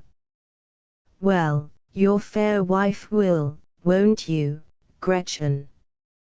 "I love this house," she exclaimed, taking the glass and looking admiringly at ship models, colonial whiskey bottles, and other fashionable debris of 1925. "I like it," said Tompkins with satisfaction. "I did it to please myself, and I succeeded." Roger stared moodily around the stiff, plain room, wondering if they could have blundered into the kitchen by mistake. "You look like the devil," Roger said his host. "Have a cocktail and cheer up." "Have one," urged Gretchen. "What?" Roger turned around absently. "Oh, no, thanks. I've got to work after I get home." "Work?" Tompkins smiled. "Listen, Roger, you'll kill yourself with work. Why don't you bring a little balance into your life, work a little, then play a little?" "That's what I tell him," said Gretchen. "Do you know an average businessman's day?" demanded Tompkins as they went into dinner. "Coffee in the morning, 8 hours work interrupted by a bolted luncheon, and then home again with dyspepsia and a bad temper to give the wife a pleasant evening." Roger laughed shortly. "You've been going to the movies too much," he said dryly. "What?" Tompkins looked at him with some irritation. "Movies. I've hardly ever been to the movies in my life." I think the movies are atrocious. My opinions on life are drawn from my own observations. I believe in a balanced life. What's that? Demanded Roger. Well, he hesitated. Probably the best way to tell you would be to describe my own day. Would that seem horribly egotistic? Oh, no. Gretchen looked at him with interest. I'd love to hear about it. Well, in the morning I get up and go through a series of exercises. I've got one room fitted up as a little gymnasium, and I punch the bag and do shadow boxing and weight pulling for an hour. Then after a cold bath, there's a thing now. Do you take a daily cold bath? No, admitted Roger. I take a hot bath in the evening 3 or 4 times a week. A horrified silence fell. Tompkins and Gretchen exchanged a glance as if something obscene had been said. What's the matter? Broke out Roger, glancing from one to the other in some irritation. You know I don't take a bath every day, I haven't got the time. Tompkins gave a prolonged sigh. After my bath, he continued, drawing a merciful veil of silence over the matter, I have breakfast and drive to my office in New York, where I work until 4. Then I lay off, and if it's summer I hurry out here for 9 holes of golf, or if it's winter I play squash for an hour at my club. Then a good snappy game of bridge until dinner. Dinner is liable to have something to do with business, but in a pleasant way. Perhaps I've just finished a house for some customer, and he wants me to be on hand for his first party to see that the lighting is soft enough and all that sort of thing. Or maybe I sit down with a good book of poetry and spend the evening alone. At any rate, I do something every night to get me out of myself. It must be wonderful, said Gretchen enthusiastically. I wish we lived like that. Tompkins bent forward earnestly over the table. You can, he said impressively. There's no reason why you shouldn't. Look here, if Roger'll play 9 holes of golf every day it'll do wonders for him. He won't know himself. He'll do his work better, never get that tired, nervous feeling. What's the matter? He broke off. Roger had perceptibly yawned. Roger, cried Gretchen sharply, there's no need to be so rude. If you did what George said, you'd be a lot better off. She turned indignantly to their host. The latest is that he's going to work at night for the next 6 weeks. He says he's going to pull down the blinds and shut us up like hermits in a cave.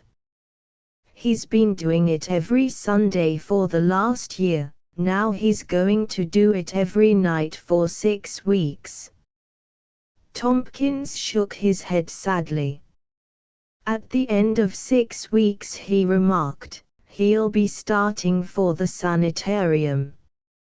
Let me tell you, every private hospital in New York is full of cases like yours. You just strain the human nervous system a little too far, and bang, you've broken something. And in order to save 60 hours you're laid up 60 weeks for repairs. He broke off, changed his tone, and turned to Gretchen with a smile. Not to mention what happens to you. It seems to me it's the wife rather than the husband who bears the brunt of these insane periods of overwork. I don't mind, protested Gretchen loyally. Yes, she does, said Roger grimly, she minds like the devil. She's a short-sighted little egg, and she thinks it's going to be forever until I get started and she can have some new clothes. But it can't be helped. The saddest thing about women is that, after all, their best trick is to sit down and fold their hands.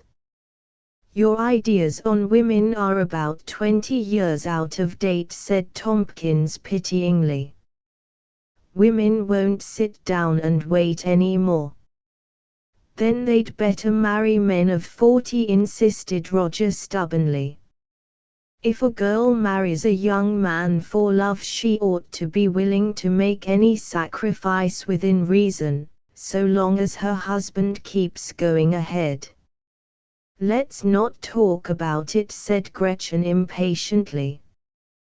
Please, Roger, let's have a good time just this once.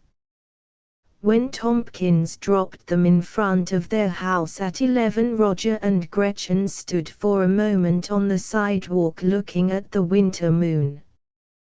There was a fine, damp, dusty snow in the air, and Roger drew a long breath of it and put his arm around Gretchen exultantly. I can make more money than he can, he said tensely. And I'll be doing it in just 40 days. 40 days, she sighed.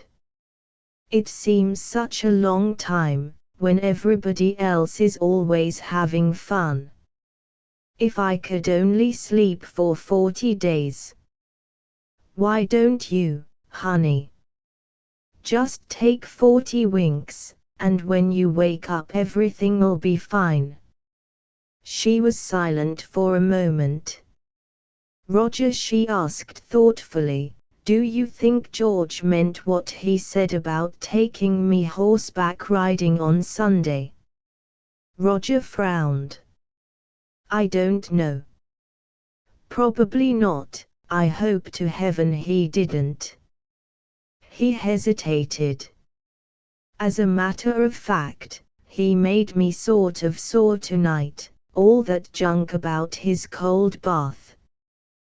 With their arms about each other, they started up the walk to the house.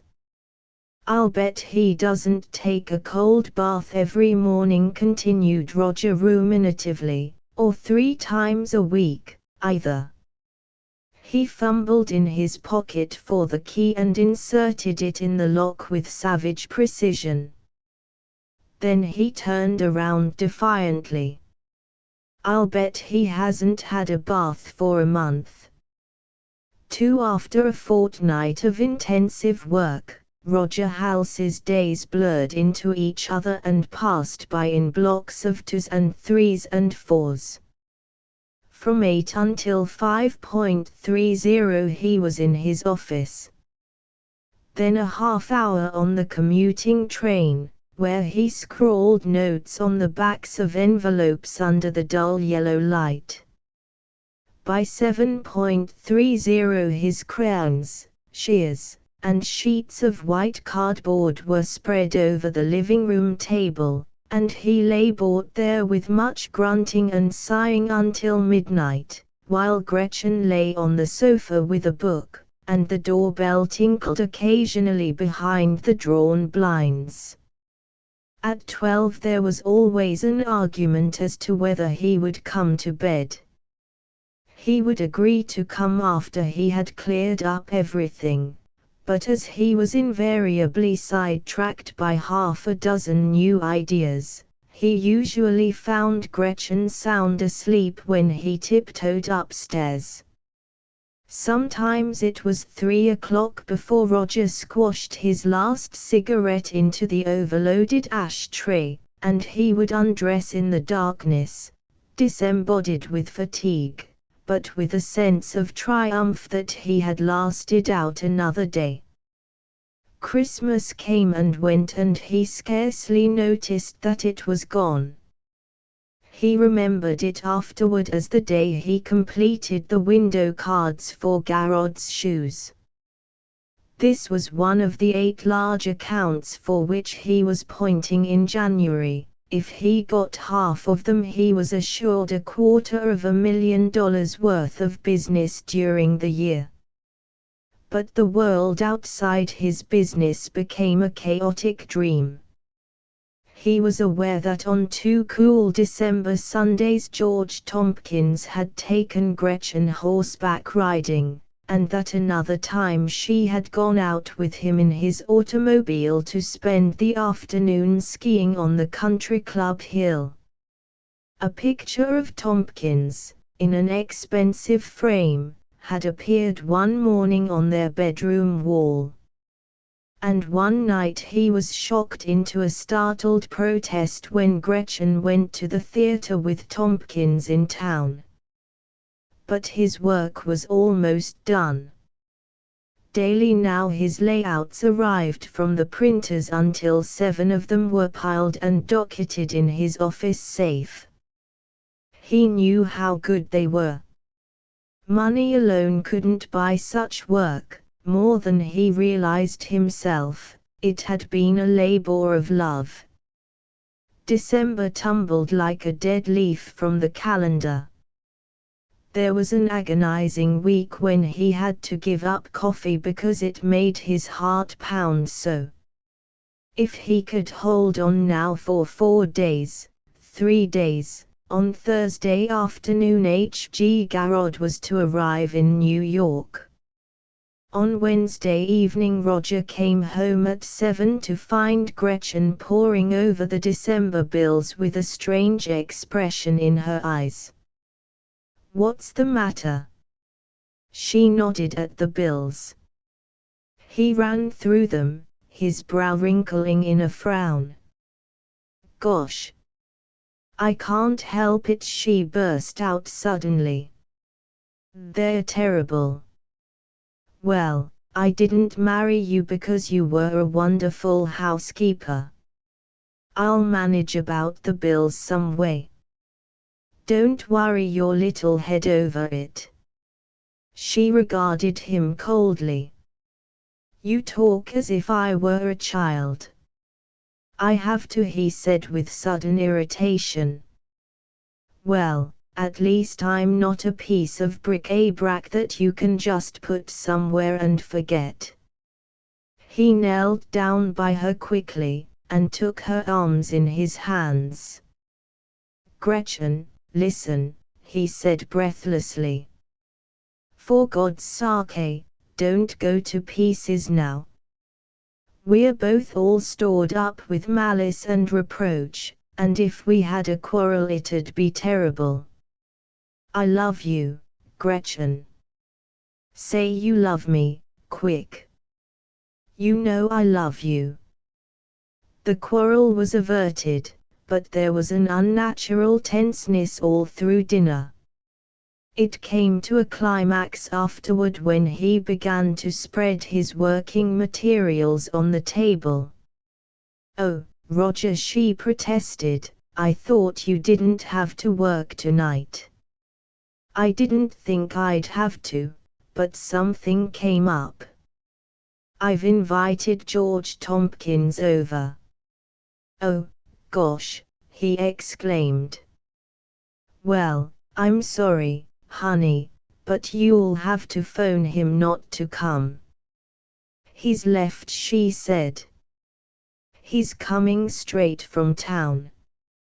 He'll be here any minute now." Roger groaned. It occurred to him to send them both to the movies, but somehow the suggestion stuck on his lips. He did not want her at the movies, he wanted her here, where he could look up and know she was by his side. George Tompkins arrived breezily at 8 o'clock. "Aha!" he cried reprovingly, coming into the room. "Still at it?" Roger agreed coolly that he was. Better quit before you have to." He sat down with a long sigh of physical comfort and lit a cigarette. Take it from a fellow who's looked into the question scientifically. We can stand so much, and then, bang. If you'll excuse me, Roger made his voice as polite as possible, I'm going upstairs and finish this work. Just as you like, Roger. George waved his hand carelessly. It isn't that I mind. I'm the friend of the family and I'd just as soon see the missus as the mister. He smiled playfully. But if I were you, old boy, I'd put away my work and get a good night's sleep. When Roger had spread out his materials on the bed upstairs, he found that he could still hear the rumble and murmur of their voices through the thin floor. He began wondering what they found to talk about. As he plunged deeper into his work, his mind had a tendency to revert sharply to his question, and several times he arose and paced nervously up and down the room. The bed was ill-adapted to his work. Several times the paper slipped from the board on which it rested, and the pencil punched through. Everything was wrong tonight. Letters and figures blurred before his eyes, and as an accompaniment to the beating of his temples came those persistent murmuring voices. At 10 he realized that he had done nothing for more than an hour, and with a sudden exclamation he gathered together his papers, replaced them in his portfolio, and went downstairs. They were sitting together on the sofa when he came in. "Oh, hello," cried Gretchen, rather unnecessarily, he thought. "We were just discussing you." "Thank you," he answered ironically. "What particular part of my anatomy was under the scalpel?" "Your health," said Tompkins jovially. "My health's all right," answered Roger shortly. "But you look at it so selfishly, old fella," cried Tompkins. "You only consider yourself in the matter. Don't you think Gretchen has any rights? If you were working on a wonderful sonnet or a portrait of some Madonna or something," he glanced at Gretchen's Titian hair, "why, then I'd say go ahead. But you're not. It's just some silly advertisement about how to sell Nobald's hair tonic, and if all the hair tonic ever made was dumped into the ocean tomorrow, the world wouldn't be one bit the worse for it." "Wait a minute," said Roger angrily, "that's not quite fair. I'm not kidding myself about the importance of my work, it's just as useless as the stuff you do. But to Gretchen and me it's just about the most important thing in the world." "Are you implying that my work is useless?" demanded Tompkins incredulously. "No, not if it brings happiness to some poor sucker of a pants manufacturer who doesn't know how to spend his money." Tompkins and Gretchen exchanged a glance. "Oh," exclaimed Tompkins ironically. "I didn't realize that all these years I've just been wasting my time." "You're a loafer," said Roger rudely. "Me?" cried Tompkins angrily. "You call me a loafer because I have a little balance in my life and find time to do interesting things. Because I play hard as well as work hard and don't let myself get to be a dull, tiresome drudge." Both men were angry now, and their voices had risen, though on Tompkins's face there still remained the semblance of a smile. "What I object to," said Roger steadily, is that for the last 6 weeks you seem to have done all your playing around here." "Roger," cried Gretchen. "What do you mean by talking like that?" "Just what I said. You've just lost your temper." Tompkins lit a cigarette with ostentatious coolness. "You're so nervous from overwork you don't know what you're saying. You're on the verge of a nervous break. You get out of here," cried Roger fiercely. "You get out of here right now, before I throw you out." Tompkins got angrily to his feet. You throw me out," he cried incredulously. They were actually moving toward each other when Gretchen stepped between them, and grabbing Tompkins's arm urged him toward the door. "He's acting like a fool, George, but you better get out," she cried, groping in the hole for his hat. "He insulted me," shouted Tompkins. "He threatened to throw me out." "Never mind, George," pleaded Gretchen. "He doesn't know what he's saying. Please go. I'll see you at 10 o'clock tomorrow." She opened the door. "You won't see him at 10 o'clock tomorrow," said Roger steadily. "He's not coming to this house anymore." Tompkins turned to Gretchen. "It's his house," he suggested. "Perhaps we'd better meet at mine." Then he was gone, and Gretchen had shut the door behind him. Her eyes were full of angry tears. "See what you've done," she sobbed. "The only friend I had, the only person in the world who liked me enough to treat me decently, is insulted by my husband in my own house." She threw herself on the sofa and began to cry passionately into the pillows. "He brought it on himself," said Roger stubbornly. "I've stood as much as my self-respect will allow. I don't want you going out with him anymore." "I will go out with him," cried Gretchen wildly. "I'll go out with him all I want. Do you think it's any fun living here with you?" "Gretchen," he said coldly, "get up and put on your hat and coat and go out that door and never come back." Her mouth fell slightly ajar. "But I don't want to get out," she said dazedly. "Well, then, behave yourself." And he added in a gentler voice, "I thought you were going to sleep for this 40 days. "Oh, yes," she cried bitterly, "easy enough to say. But I'm tired of sleeping." She got up, faced him defiantly. "And what's more, I'm going riding with George Tompkins tomorrow. You won't go out with him if I have to take you to New York and sit you down in my office until I get through."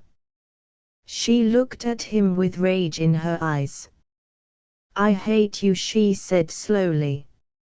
"And I'd like to take all the work you've done and tear it up and throw it in the fire. And just to give you something to worry about tomorrow, I probably won't be here when you get back." She got up from the sofa, and very deliberately looked at her flushed, tear-stained face in the mirror.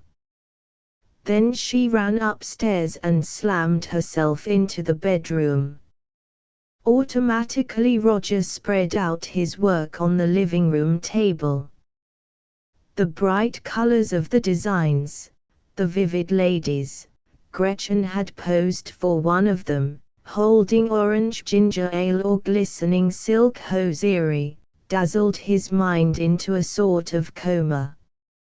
His restless crayon moved here and there over the pictures, shifting a block of letters half an inch to the right, trying a dozen blues for a cool blue, and eliminating the word that made a phrase anemic and pale.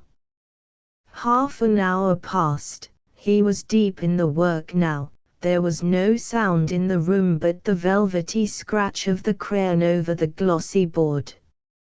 After a long while he looked at his watch. It was after 3. The wind had come up outside and was rushing by the house corners in loud, alarming swoops, like a heavy body falling through space. He stopped his work and listened. He was not tired now, but his head felt as if it was covered with bulging veins like those pictures that hang in doctors' offices showing a body stripped of decent skin. He put his hands to his head and felt it all over.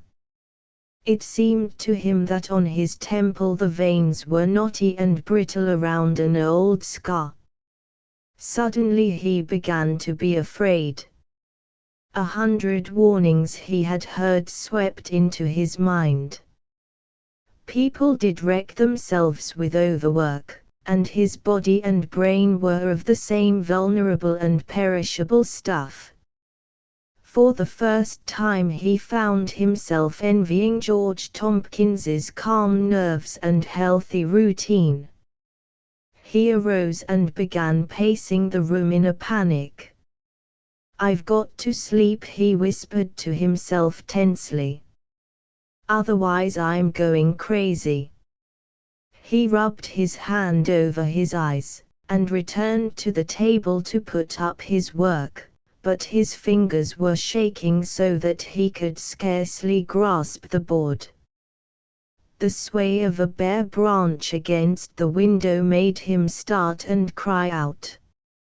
He sat down on the sofa and tried to think. "Stop! Stop! Stop!" the clock said. "Stop! Stop! Stop!" "I can't stop," he answered aloud. "I can't afford to stop.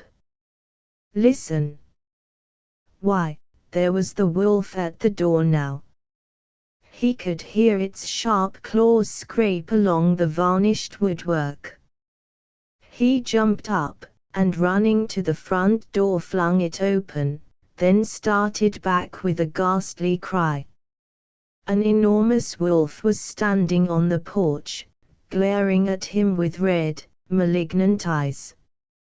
As he watched it, the hair bristled on its neck, it gave a low growl and disappeared in the darkness. Then Roger realized with a silent, mirthless laugh that it was the police dog from over the way. Dragging his limbs wearily into the kitchen, he brought the alarm clock into the living room and set it for 7. Then he wrapped himself in his overcoat, lay down on the sofa and fell immediately into a heavy, dreamless sleep.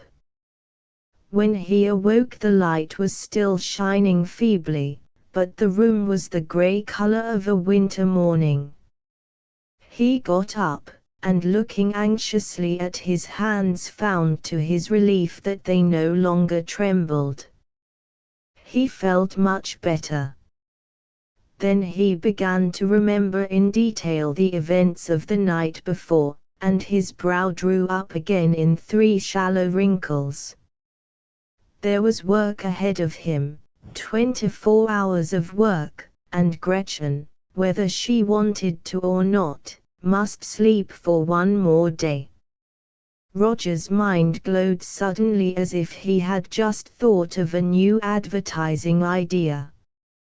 A few minutes later he was hurrying through the sharp morning air to Kingsley's drugstore. "Is Mr. Kingsley down yet?"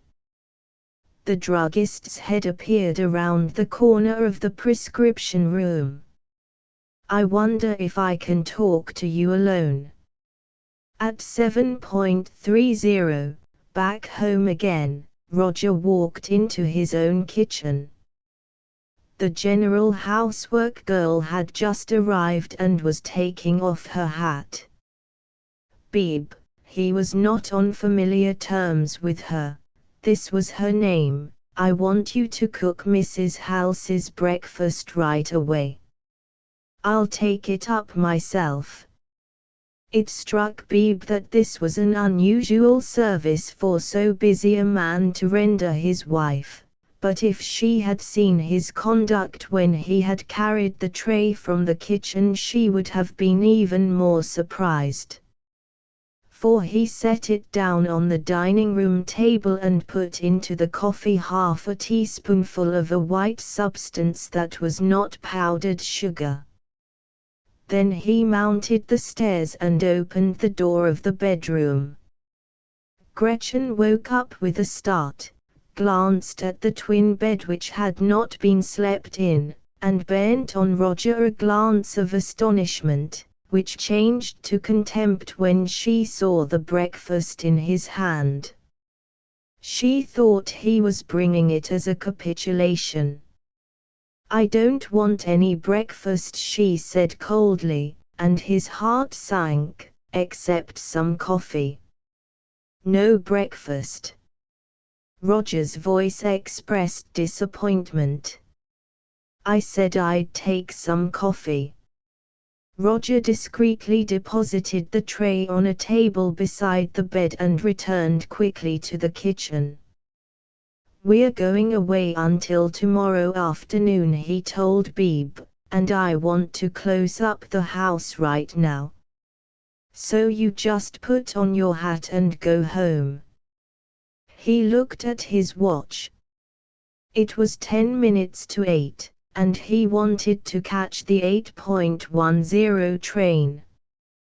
He waited 5 minutes and then tiptoed softly upstairs and into Gretchen's room. She was sound asleep. The coffee cup was empty save for black dregs and a film of thin brown paste on the bottom. He looked at her rather anxiously, but her breathing was regular and clear.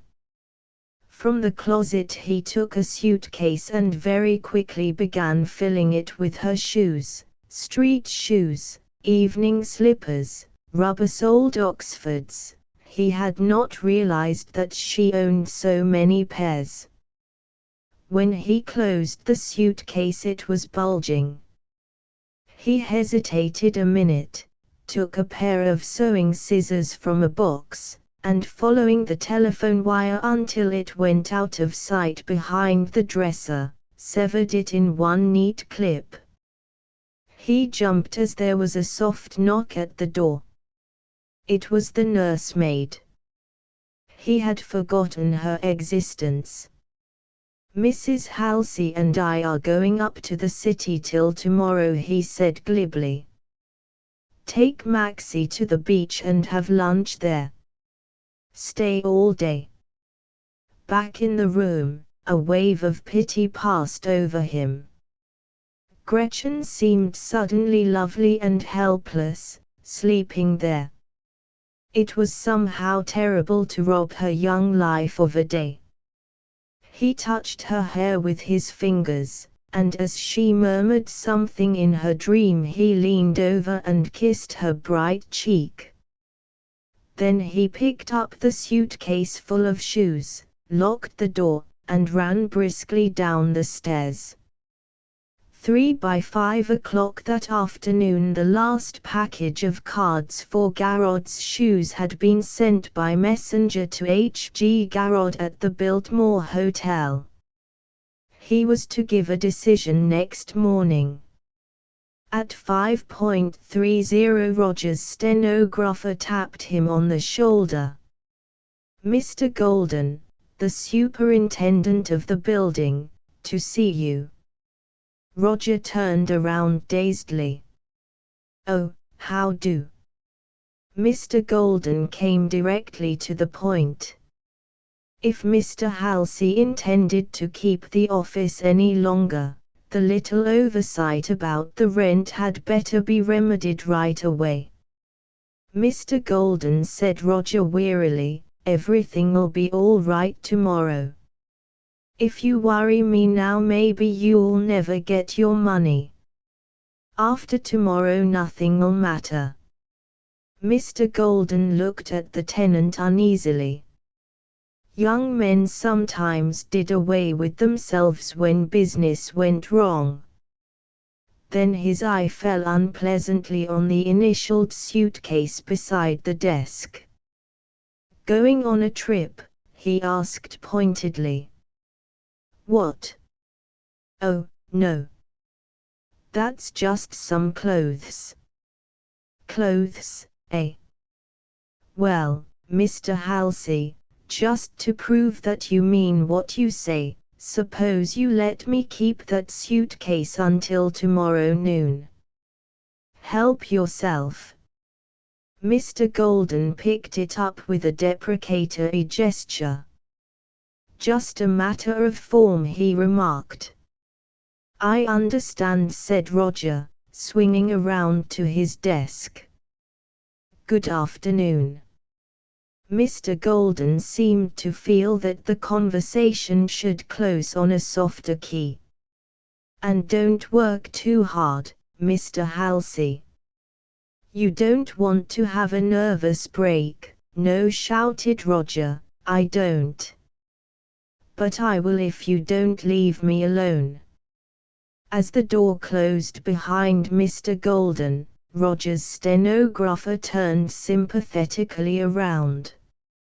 "You shouldn't have let him get away with that," she said. "What's in there?" "Clothes." "No," answered Roger absently. "Just all my wife's shoes." He slept in the office that night on a sofa beside his desk. At dawn he awoke with a nervous start, rushed out into the street for coffee, and returned in 10 minutes in a panic, afraid that he might have missed Mr. Garrod's telephone call. It was then 6:30. By 8 o'clock his whole body seemed to be on fire. When his two artists arrived, he was stretched on the couch in almost physical pain. The phone rang imperatively at 9:30, and he picked up the receiver with trembling hands. "Hello? Is this the Halsey agency?" "Yes, this is Mr. Halsey speaking." "This is Mr. H.G. Garrod." Roger's heart stopped beating. "I called up, young fellow, to say that this is wonderful work you've given us here. We want all of it and as much more as your office can do." "Oh, God," cried Roger into the transmitter. "What?" Mr. H.G. Garrod was considerably startled. "Say, wait a minute there." But he was talking to nobody. The phone had clattered to the floor, and Roger, stretched full length on the couch, was sobbing as if his heart would break. 3 hours later, his face somewhat pale, but his eyes calm as a child's, Roger opened the door of his wife's bedroom with the morning paper under his arm. At the sound of his footsteps she started awake. "What time is it?" she demanded. He looked at his watch. 12 o'clock. Suddenly she began to cry. "Roger," she said brokenly, "I'm sorry I was so bad last night." He nodded coolly. "Everything's all right now," he answered. Then, after a pause, "I've got the account, the biggest one." She turned toward him quickly. "You have?" Then, after a minute's silence, "Can I get a new dress?" "Dress?" He laughed shortly. "You can get a dozen." This account alone will bring us in 40,000 a year. It's one of the biggest in the West. She looked at him, startled. 40,000 a year. Yes. Gosh, and then faintly, I didn't know it'd really be anything like that. Again she thought a minute. We can have a house like George Tompkins. I don't want an interior decoration shop. 40,000 a year, she repeated again, and then added softly, oh, Roger, yes. I'm not going out with George Tompkins. I wouldn't let you, even if you wanted to, he said shortly. She made a show of indignation. Why, I've had a date with him for this Thursday for weeks. It isn't Thursday. It is. It's Friday. Why, Roger, you must be crazy. Don't you think I know what day it is? It isn't Thursday, he said stubbornly. Look. And he held out the morning paper. Friday, she exclaimed. Why, this is a mistake. This must be last week's paper. Today's Thursday. She closed her eyes and thought for a moment. Yesterday was Wednesday, she said decisively. The laundress came yesterday. I guess I know. Well, he said smugly, look at the paper. There isn't any question about it. With a bewildered look on her face, she got out of bed and began searching for her clothes. Roger went into the bathroom to shave. A minute later he heard the springs creak again. Gretchen was getting back into bed. What's the matter? He inquired, putting his head around the corner of the bathroom. I'm scared, she said in a trembling voice. I think my nerves are giving away. I can't find any of my shoes. Your shoes? Why, the closet's full of them. I know, but I can't see one. Her face was pale with fear. Oh, Roger. Roger came to her bedside and put his arm around her. Oh, Roger, she cried, what's the matter with me? First that newspaper, and now all my shoes.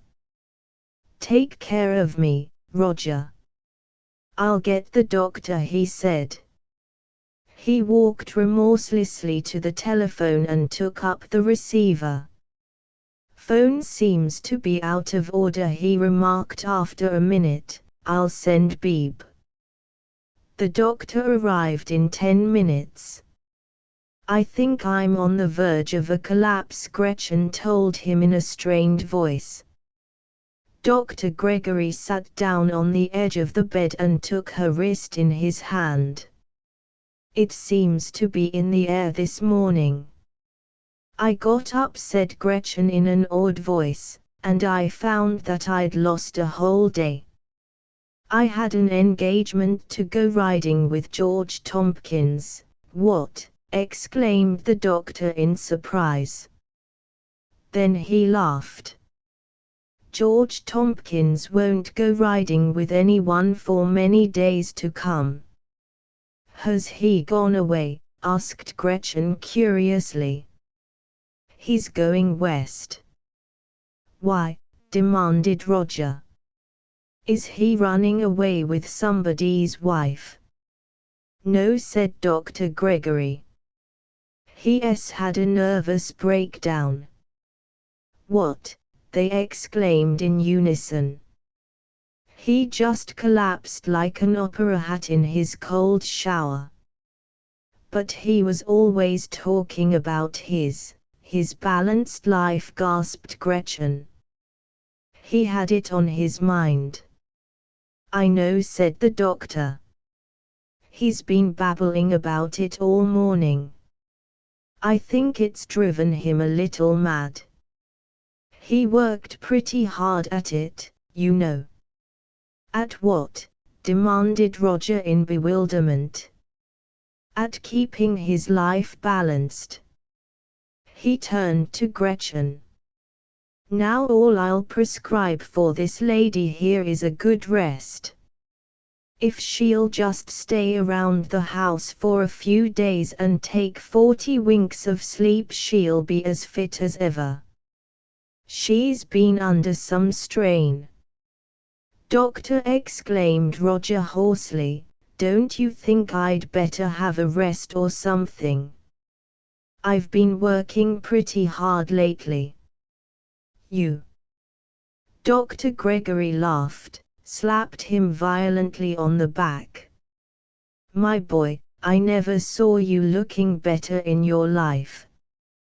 Roger turned away quickly to conceal his smile, winked 40 times, or almost 40 times, at the autographed picture of Mr. George Tompkins, which hung slightly askew on the bedroom wall.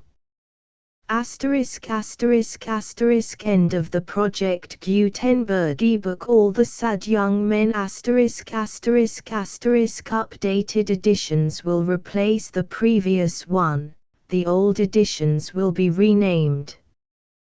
Creating the works from print editions not protected by U.S. copyright law means that no one owns a United States copyright in these works. So the Foundation, and you, can copy and distribute it in the United States without permission and without paying copyright royalties.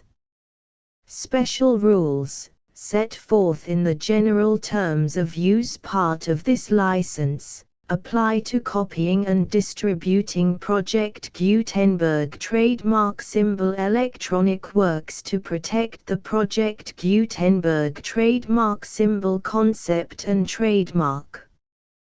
Project Gutenberg is a registered trademark, and may not be used if you charge for an ebook, except by following the terms of the trademark license, including paying royalties for use of the Project Gutenberg trademark. If you do not charge anything for copies of this ebook, complying with the trademark license is very easy. You may use this ebook for nearly any purpose, such as creation of derivative works, reports, performances and research. Project Gutenberg ebooks may be modified and printed and given away. You may do practically anything in the United States with ebooks not protected by U.S. copyright law. Redistribution is subject to the trademark license, especially commercial redistribution. Start. Full license. The full Project Gutenberg license. Please read this before you distribute or use this work to protect the Project Gutenberg trademark symbol mission of promoting the free distribution of electronic works. By using or distributing this work, or any other work associated in any way with the phrase Project Gutenberg, you agree to comply with all the terms of the full Project Gutenberg trademark symbol license available with this file or online at www.gutenberg.org/license. Section 1. General Terms of Use and Redistributing Project Gutenberg Trademark Symbol Electronic Works 1.0. By reading or using any part of this Project Gutenberg trademark symbol electronic work, you indicate that you have read, understand, agree to and accept all the terms of this license and intellectual property, trademark/copyright, agreement. If you do not agree to abide by all the terms of this agreement, You must cease using and return or destroy all copies of Project Gutenberg trademark symbol electronic works in your possession. If you paid a fee for obtaining a copy of or access to a Project Gutenberg trademark symbol electronic work and you do not agree to be bound by the terms of this agreement, you may obtain a refund from the person or entity to whom you paid the fee as set forth in paragraph 1.e.8. 1.b Project Gutenberg is a registered trademark. It may only be used on or associated in any way with an electronic work by people who agree to be bound by the terms of this agreement. There are a few things that you can do with most Project Gutenberg trademark symbol electronic works even without complying with the full terms of this agreement. See paragraph 1.c below. There are a lot of things you can do with Project Gutenberg trademark symbol electronic works if you follow the terms of this agreement and help preserve free future access to Project Gutenberg trademark symbol electronic works. See paragraph 1.e below.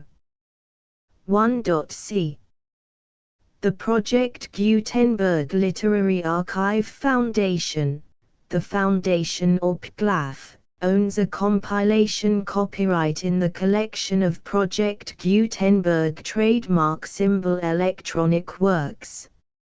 Nearly all the individual works in the collection are in the public domain in the United States. If an individual work is unprotected by copyright law in the United States and you are located in the United States, we do not claim a right to prevent you from copying, distributing, performing, displaying or creating derivative works based on the work as long as all references to Project Gutenberg are removed. Of course, we hope that you will support the Project Gutenberg trademark symbol mission of promoting free access to electronic works by freely sharing Project Gutenberg trademark symbol works in compliance with the terms of this agreement for keeping the Project Gutenberg trademark symbol name associated with the work.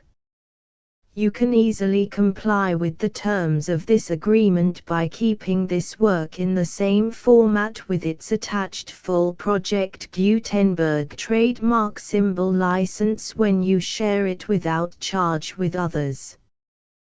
1.d The copyright laws of the place where you are located also govern what you can do with this work. Copyright laws in most countries are in a constant state of change.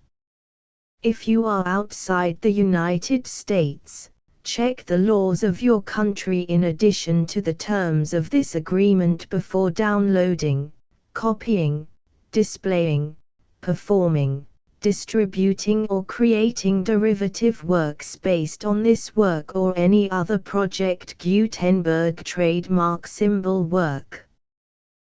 The Foundation makes no representations concerning the copyright status of any work in any country other than the United States.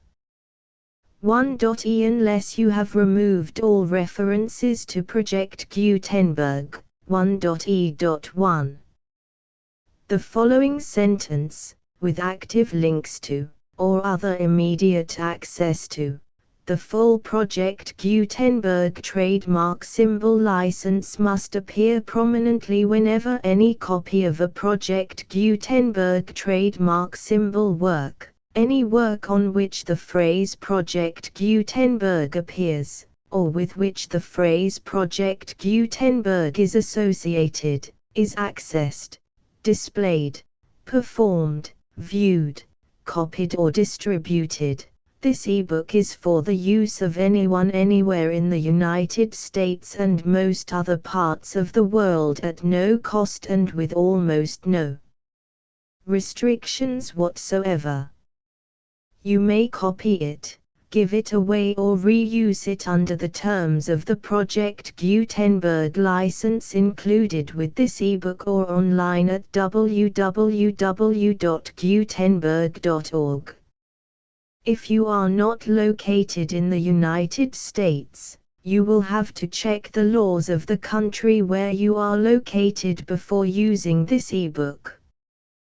1.e.2 If an individual Project Gutenberg trademark symbol electronic work is derived from texts not protected by U.S. copyright law, does not contain a notice indicating that it is posted with permission of the copyright holder, the work can be copied and distributed to anyone in the United States without paying any fees or charges.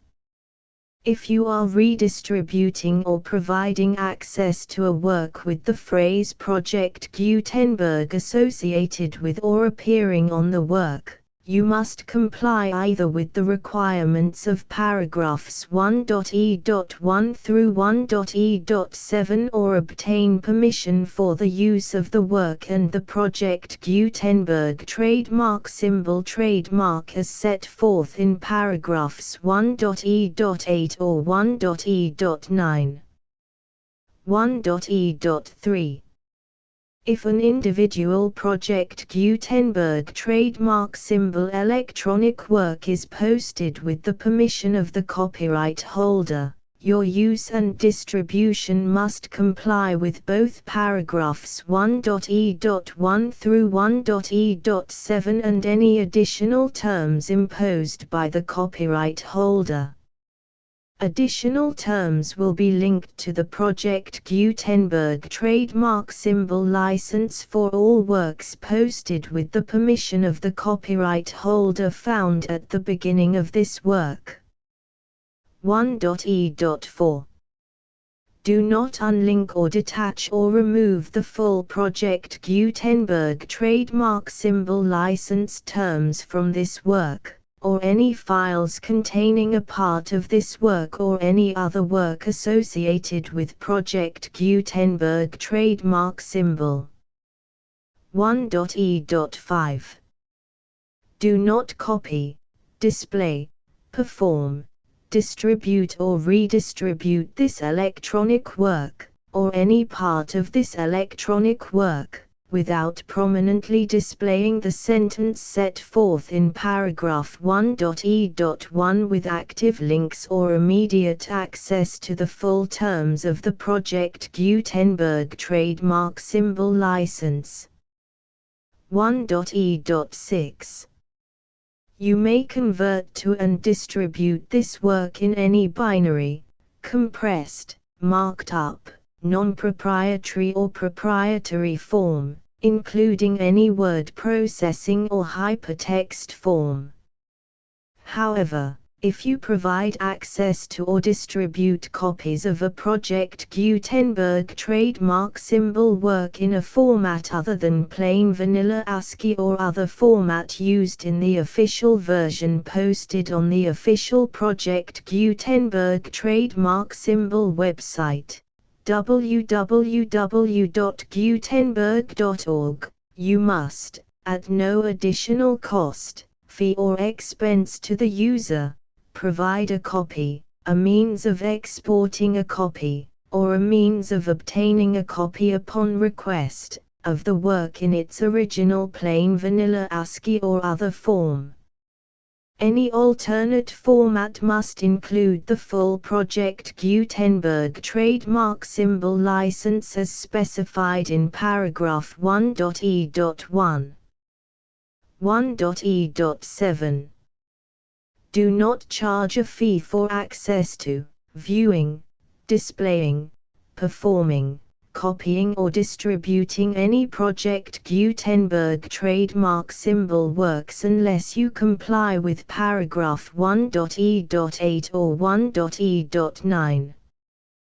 1.e.8 You may charge a reasonable fee for copies of or providing access to or distributing Project Gutenberg trademark symbol electronic works, provided that you pay a royalty fee of 20% of the gross profits you derive from the use of Project Gutenberg trademark symbol works calculated using the method you already use to calculate your applicable taxes. The fee is owed to the owner of the Project Gutenberg trademark symbol trademark, but he has agreed to donate royalties under this paragraph to the Project Gutenberg Literary Archive Foundation. Royalty payments must be paid within 60 days following each date on which you prepare, or are legally required to prepare, your periodic tax returns. Royalty payments should be clearly marked as such and sent to the Project Gutenberg Literary Archive Foundation at the address specified in Section 4. Information about donations to the Project Gutenberg Literary Archive Foundation. You provide a full refund of any money paid by a user who notifies you in writing, or by email, within 30 days of receipt that he does not agree to the terms of the full Project Gutenberg trademark symbol license. You must require such a user to return or destroy all copies of the works possessed in a physical medium and discontinue all use of and all access to other copies of Project Gutenberg trademark symbol works. You provide, in accordance with paragraph 1.f.3, a full refund of any money paid for a work or a replacement copy, if a defect in the electronic work is discovered and reported to you within 90 days of receipt of the work. You comply with all other terms of this agreement for free distribution of Project Gutenberg trademark symbol works. 1.e.9. If you wish to charge a fee or distribute a Project Gutenberg trademark symbol electronic work or group of works on different terms than are set forth in this agreement, you must obtain permission in writing from the Project Gutenberg Literary Archive Foundation, the manager of the Project Gutenberg trademark symbol trademark. Contact the Foundation as set forth in Section 3 below. 1.f1.f.1. Project Gutenberg volunteers and employees expend considerable effort to identify, do copyright research on, transcribe and proofread works not protected by U.S. copyright law in creating the Project Gutenberg trademark symbol collection. Despite these efforts, Project Gutenberg trademark symbol electronic works, and the medium on which they may be stored, may contain defects such as, but not limited to, incomplete, inaccurate or corrupt data, transcription errors, a copyright or other intellectual property infringement, a defective or damaged disk or other medium, a computer virus, or computer codes that damage or cannot be read by your equipment. 1.f.2. Limited warranty, disclaimer of damages, except for the right of replacement or refund described in paragraph 1.f.3, the Project Gutenberg Literary Archive Foundation, the owner of the Project Gutenberg trademark symbol trademark, and any other party distributing a Project Gutenberg trademark symbol electronic work under this agreement, disclaim all liability to you for damages, costs and expenses, including legal fees. You agree that you have no remedies for negligence, strict liability, breach of warranty or breach of contract except those provided in paragraph 1.f.3. You agree that the foundation, the trademark owner, and any distributor under this agreement will not be liable to you for actual, direct, indirect, consequential, punitive or incidental damages even if you give notice of the possibility of such damage. 1.f.3. Limited right of replacement or refund. If you discover a defect in this electronic work within 90 days of receiving it, you can receive a refund of the money, if any, you paid for it by sending a written explanation to the person you received the work from. If you received the work on a physical medium, you must return the medium with your written explanation. The person or entity that provided you with the defective work may elect to provide a replacement copy in lieu of a refund. If you received the work electronically, the person or entity providing it to you may choose to give you a second opportunity to receive the work electronically in lieu of a refund. If the second copy is also defective, you may demand a refund in writing without further opportunities to fix the problem. 1.f.4. Except for the limited right of replacement or refund set forth in paragraph 1.f.3, this work is provided to you as is, with no other warranties of any kind, express or implied, including but not limited to warranties of merchantability or fitness for any purpose. 1.f.5. Some states do not allow disclaimers of certain implied warranties or the exclusion or limitation of certain types of damages. If any disclaimer or limitation set forth in this agreement violates the law of the state applicable to this agreement, the agreement shall be interpreted to make the maximum disclaimer or limitation permitted by the applicable state law. The invalidity or unenforceability of any provision of this agreement shall not void the remaining provisions. 1.f.6. Indemnity. You agree to indemnify and hold the foundation, the trademark owner, any agent or employee of the foundation, anyone providing copies of Project Gutenberg trademark symbol electronic works in accordance with this agreement, and any volunteers associated with the production, promotion and distribution of Project Gutenberg trademark symbol electronic works, harmless from all liability, costs and expenses, including legal fees, that arise directly or indirectly from any of the following which you do or cause to occur. A. Distribution of this or any Project Gutenberg trademark symbol work. B. Alteration, modification, or additions or deletions to any Project Gutenberg trademark symbol work, and c. Any defect you cause. Section 2. Information about the mission of Project Gutenberg trademark symbol. Project Gutenberg trademark symbol is synonymous with the free distribution of electronic works in formats readable by the widest variety of computers, including obsolete, old, middle-aged and new computers. It exists because of the efforts of hundreds of volunteers and donations from people in all walks of life.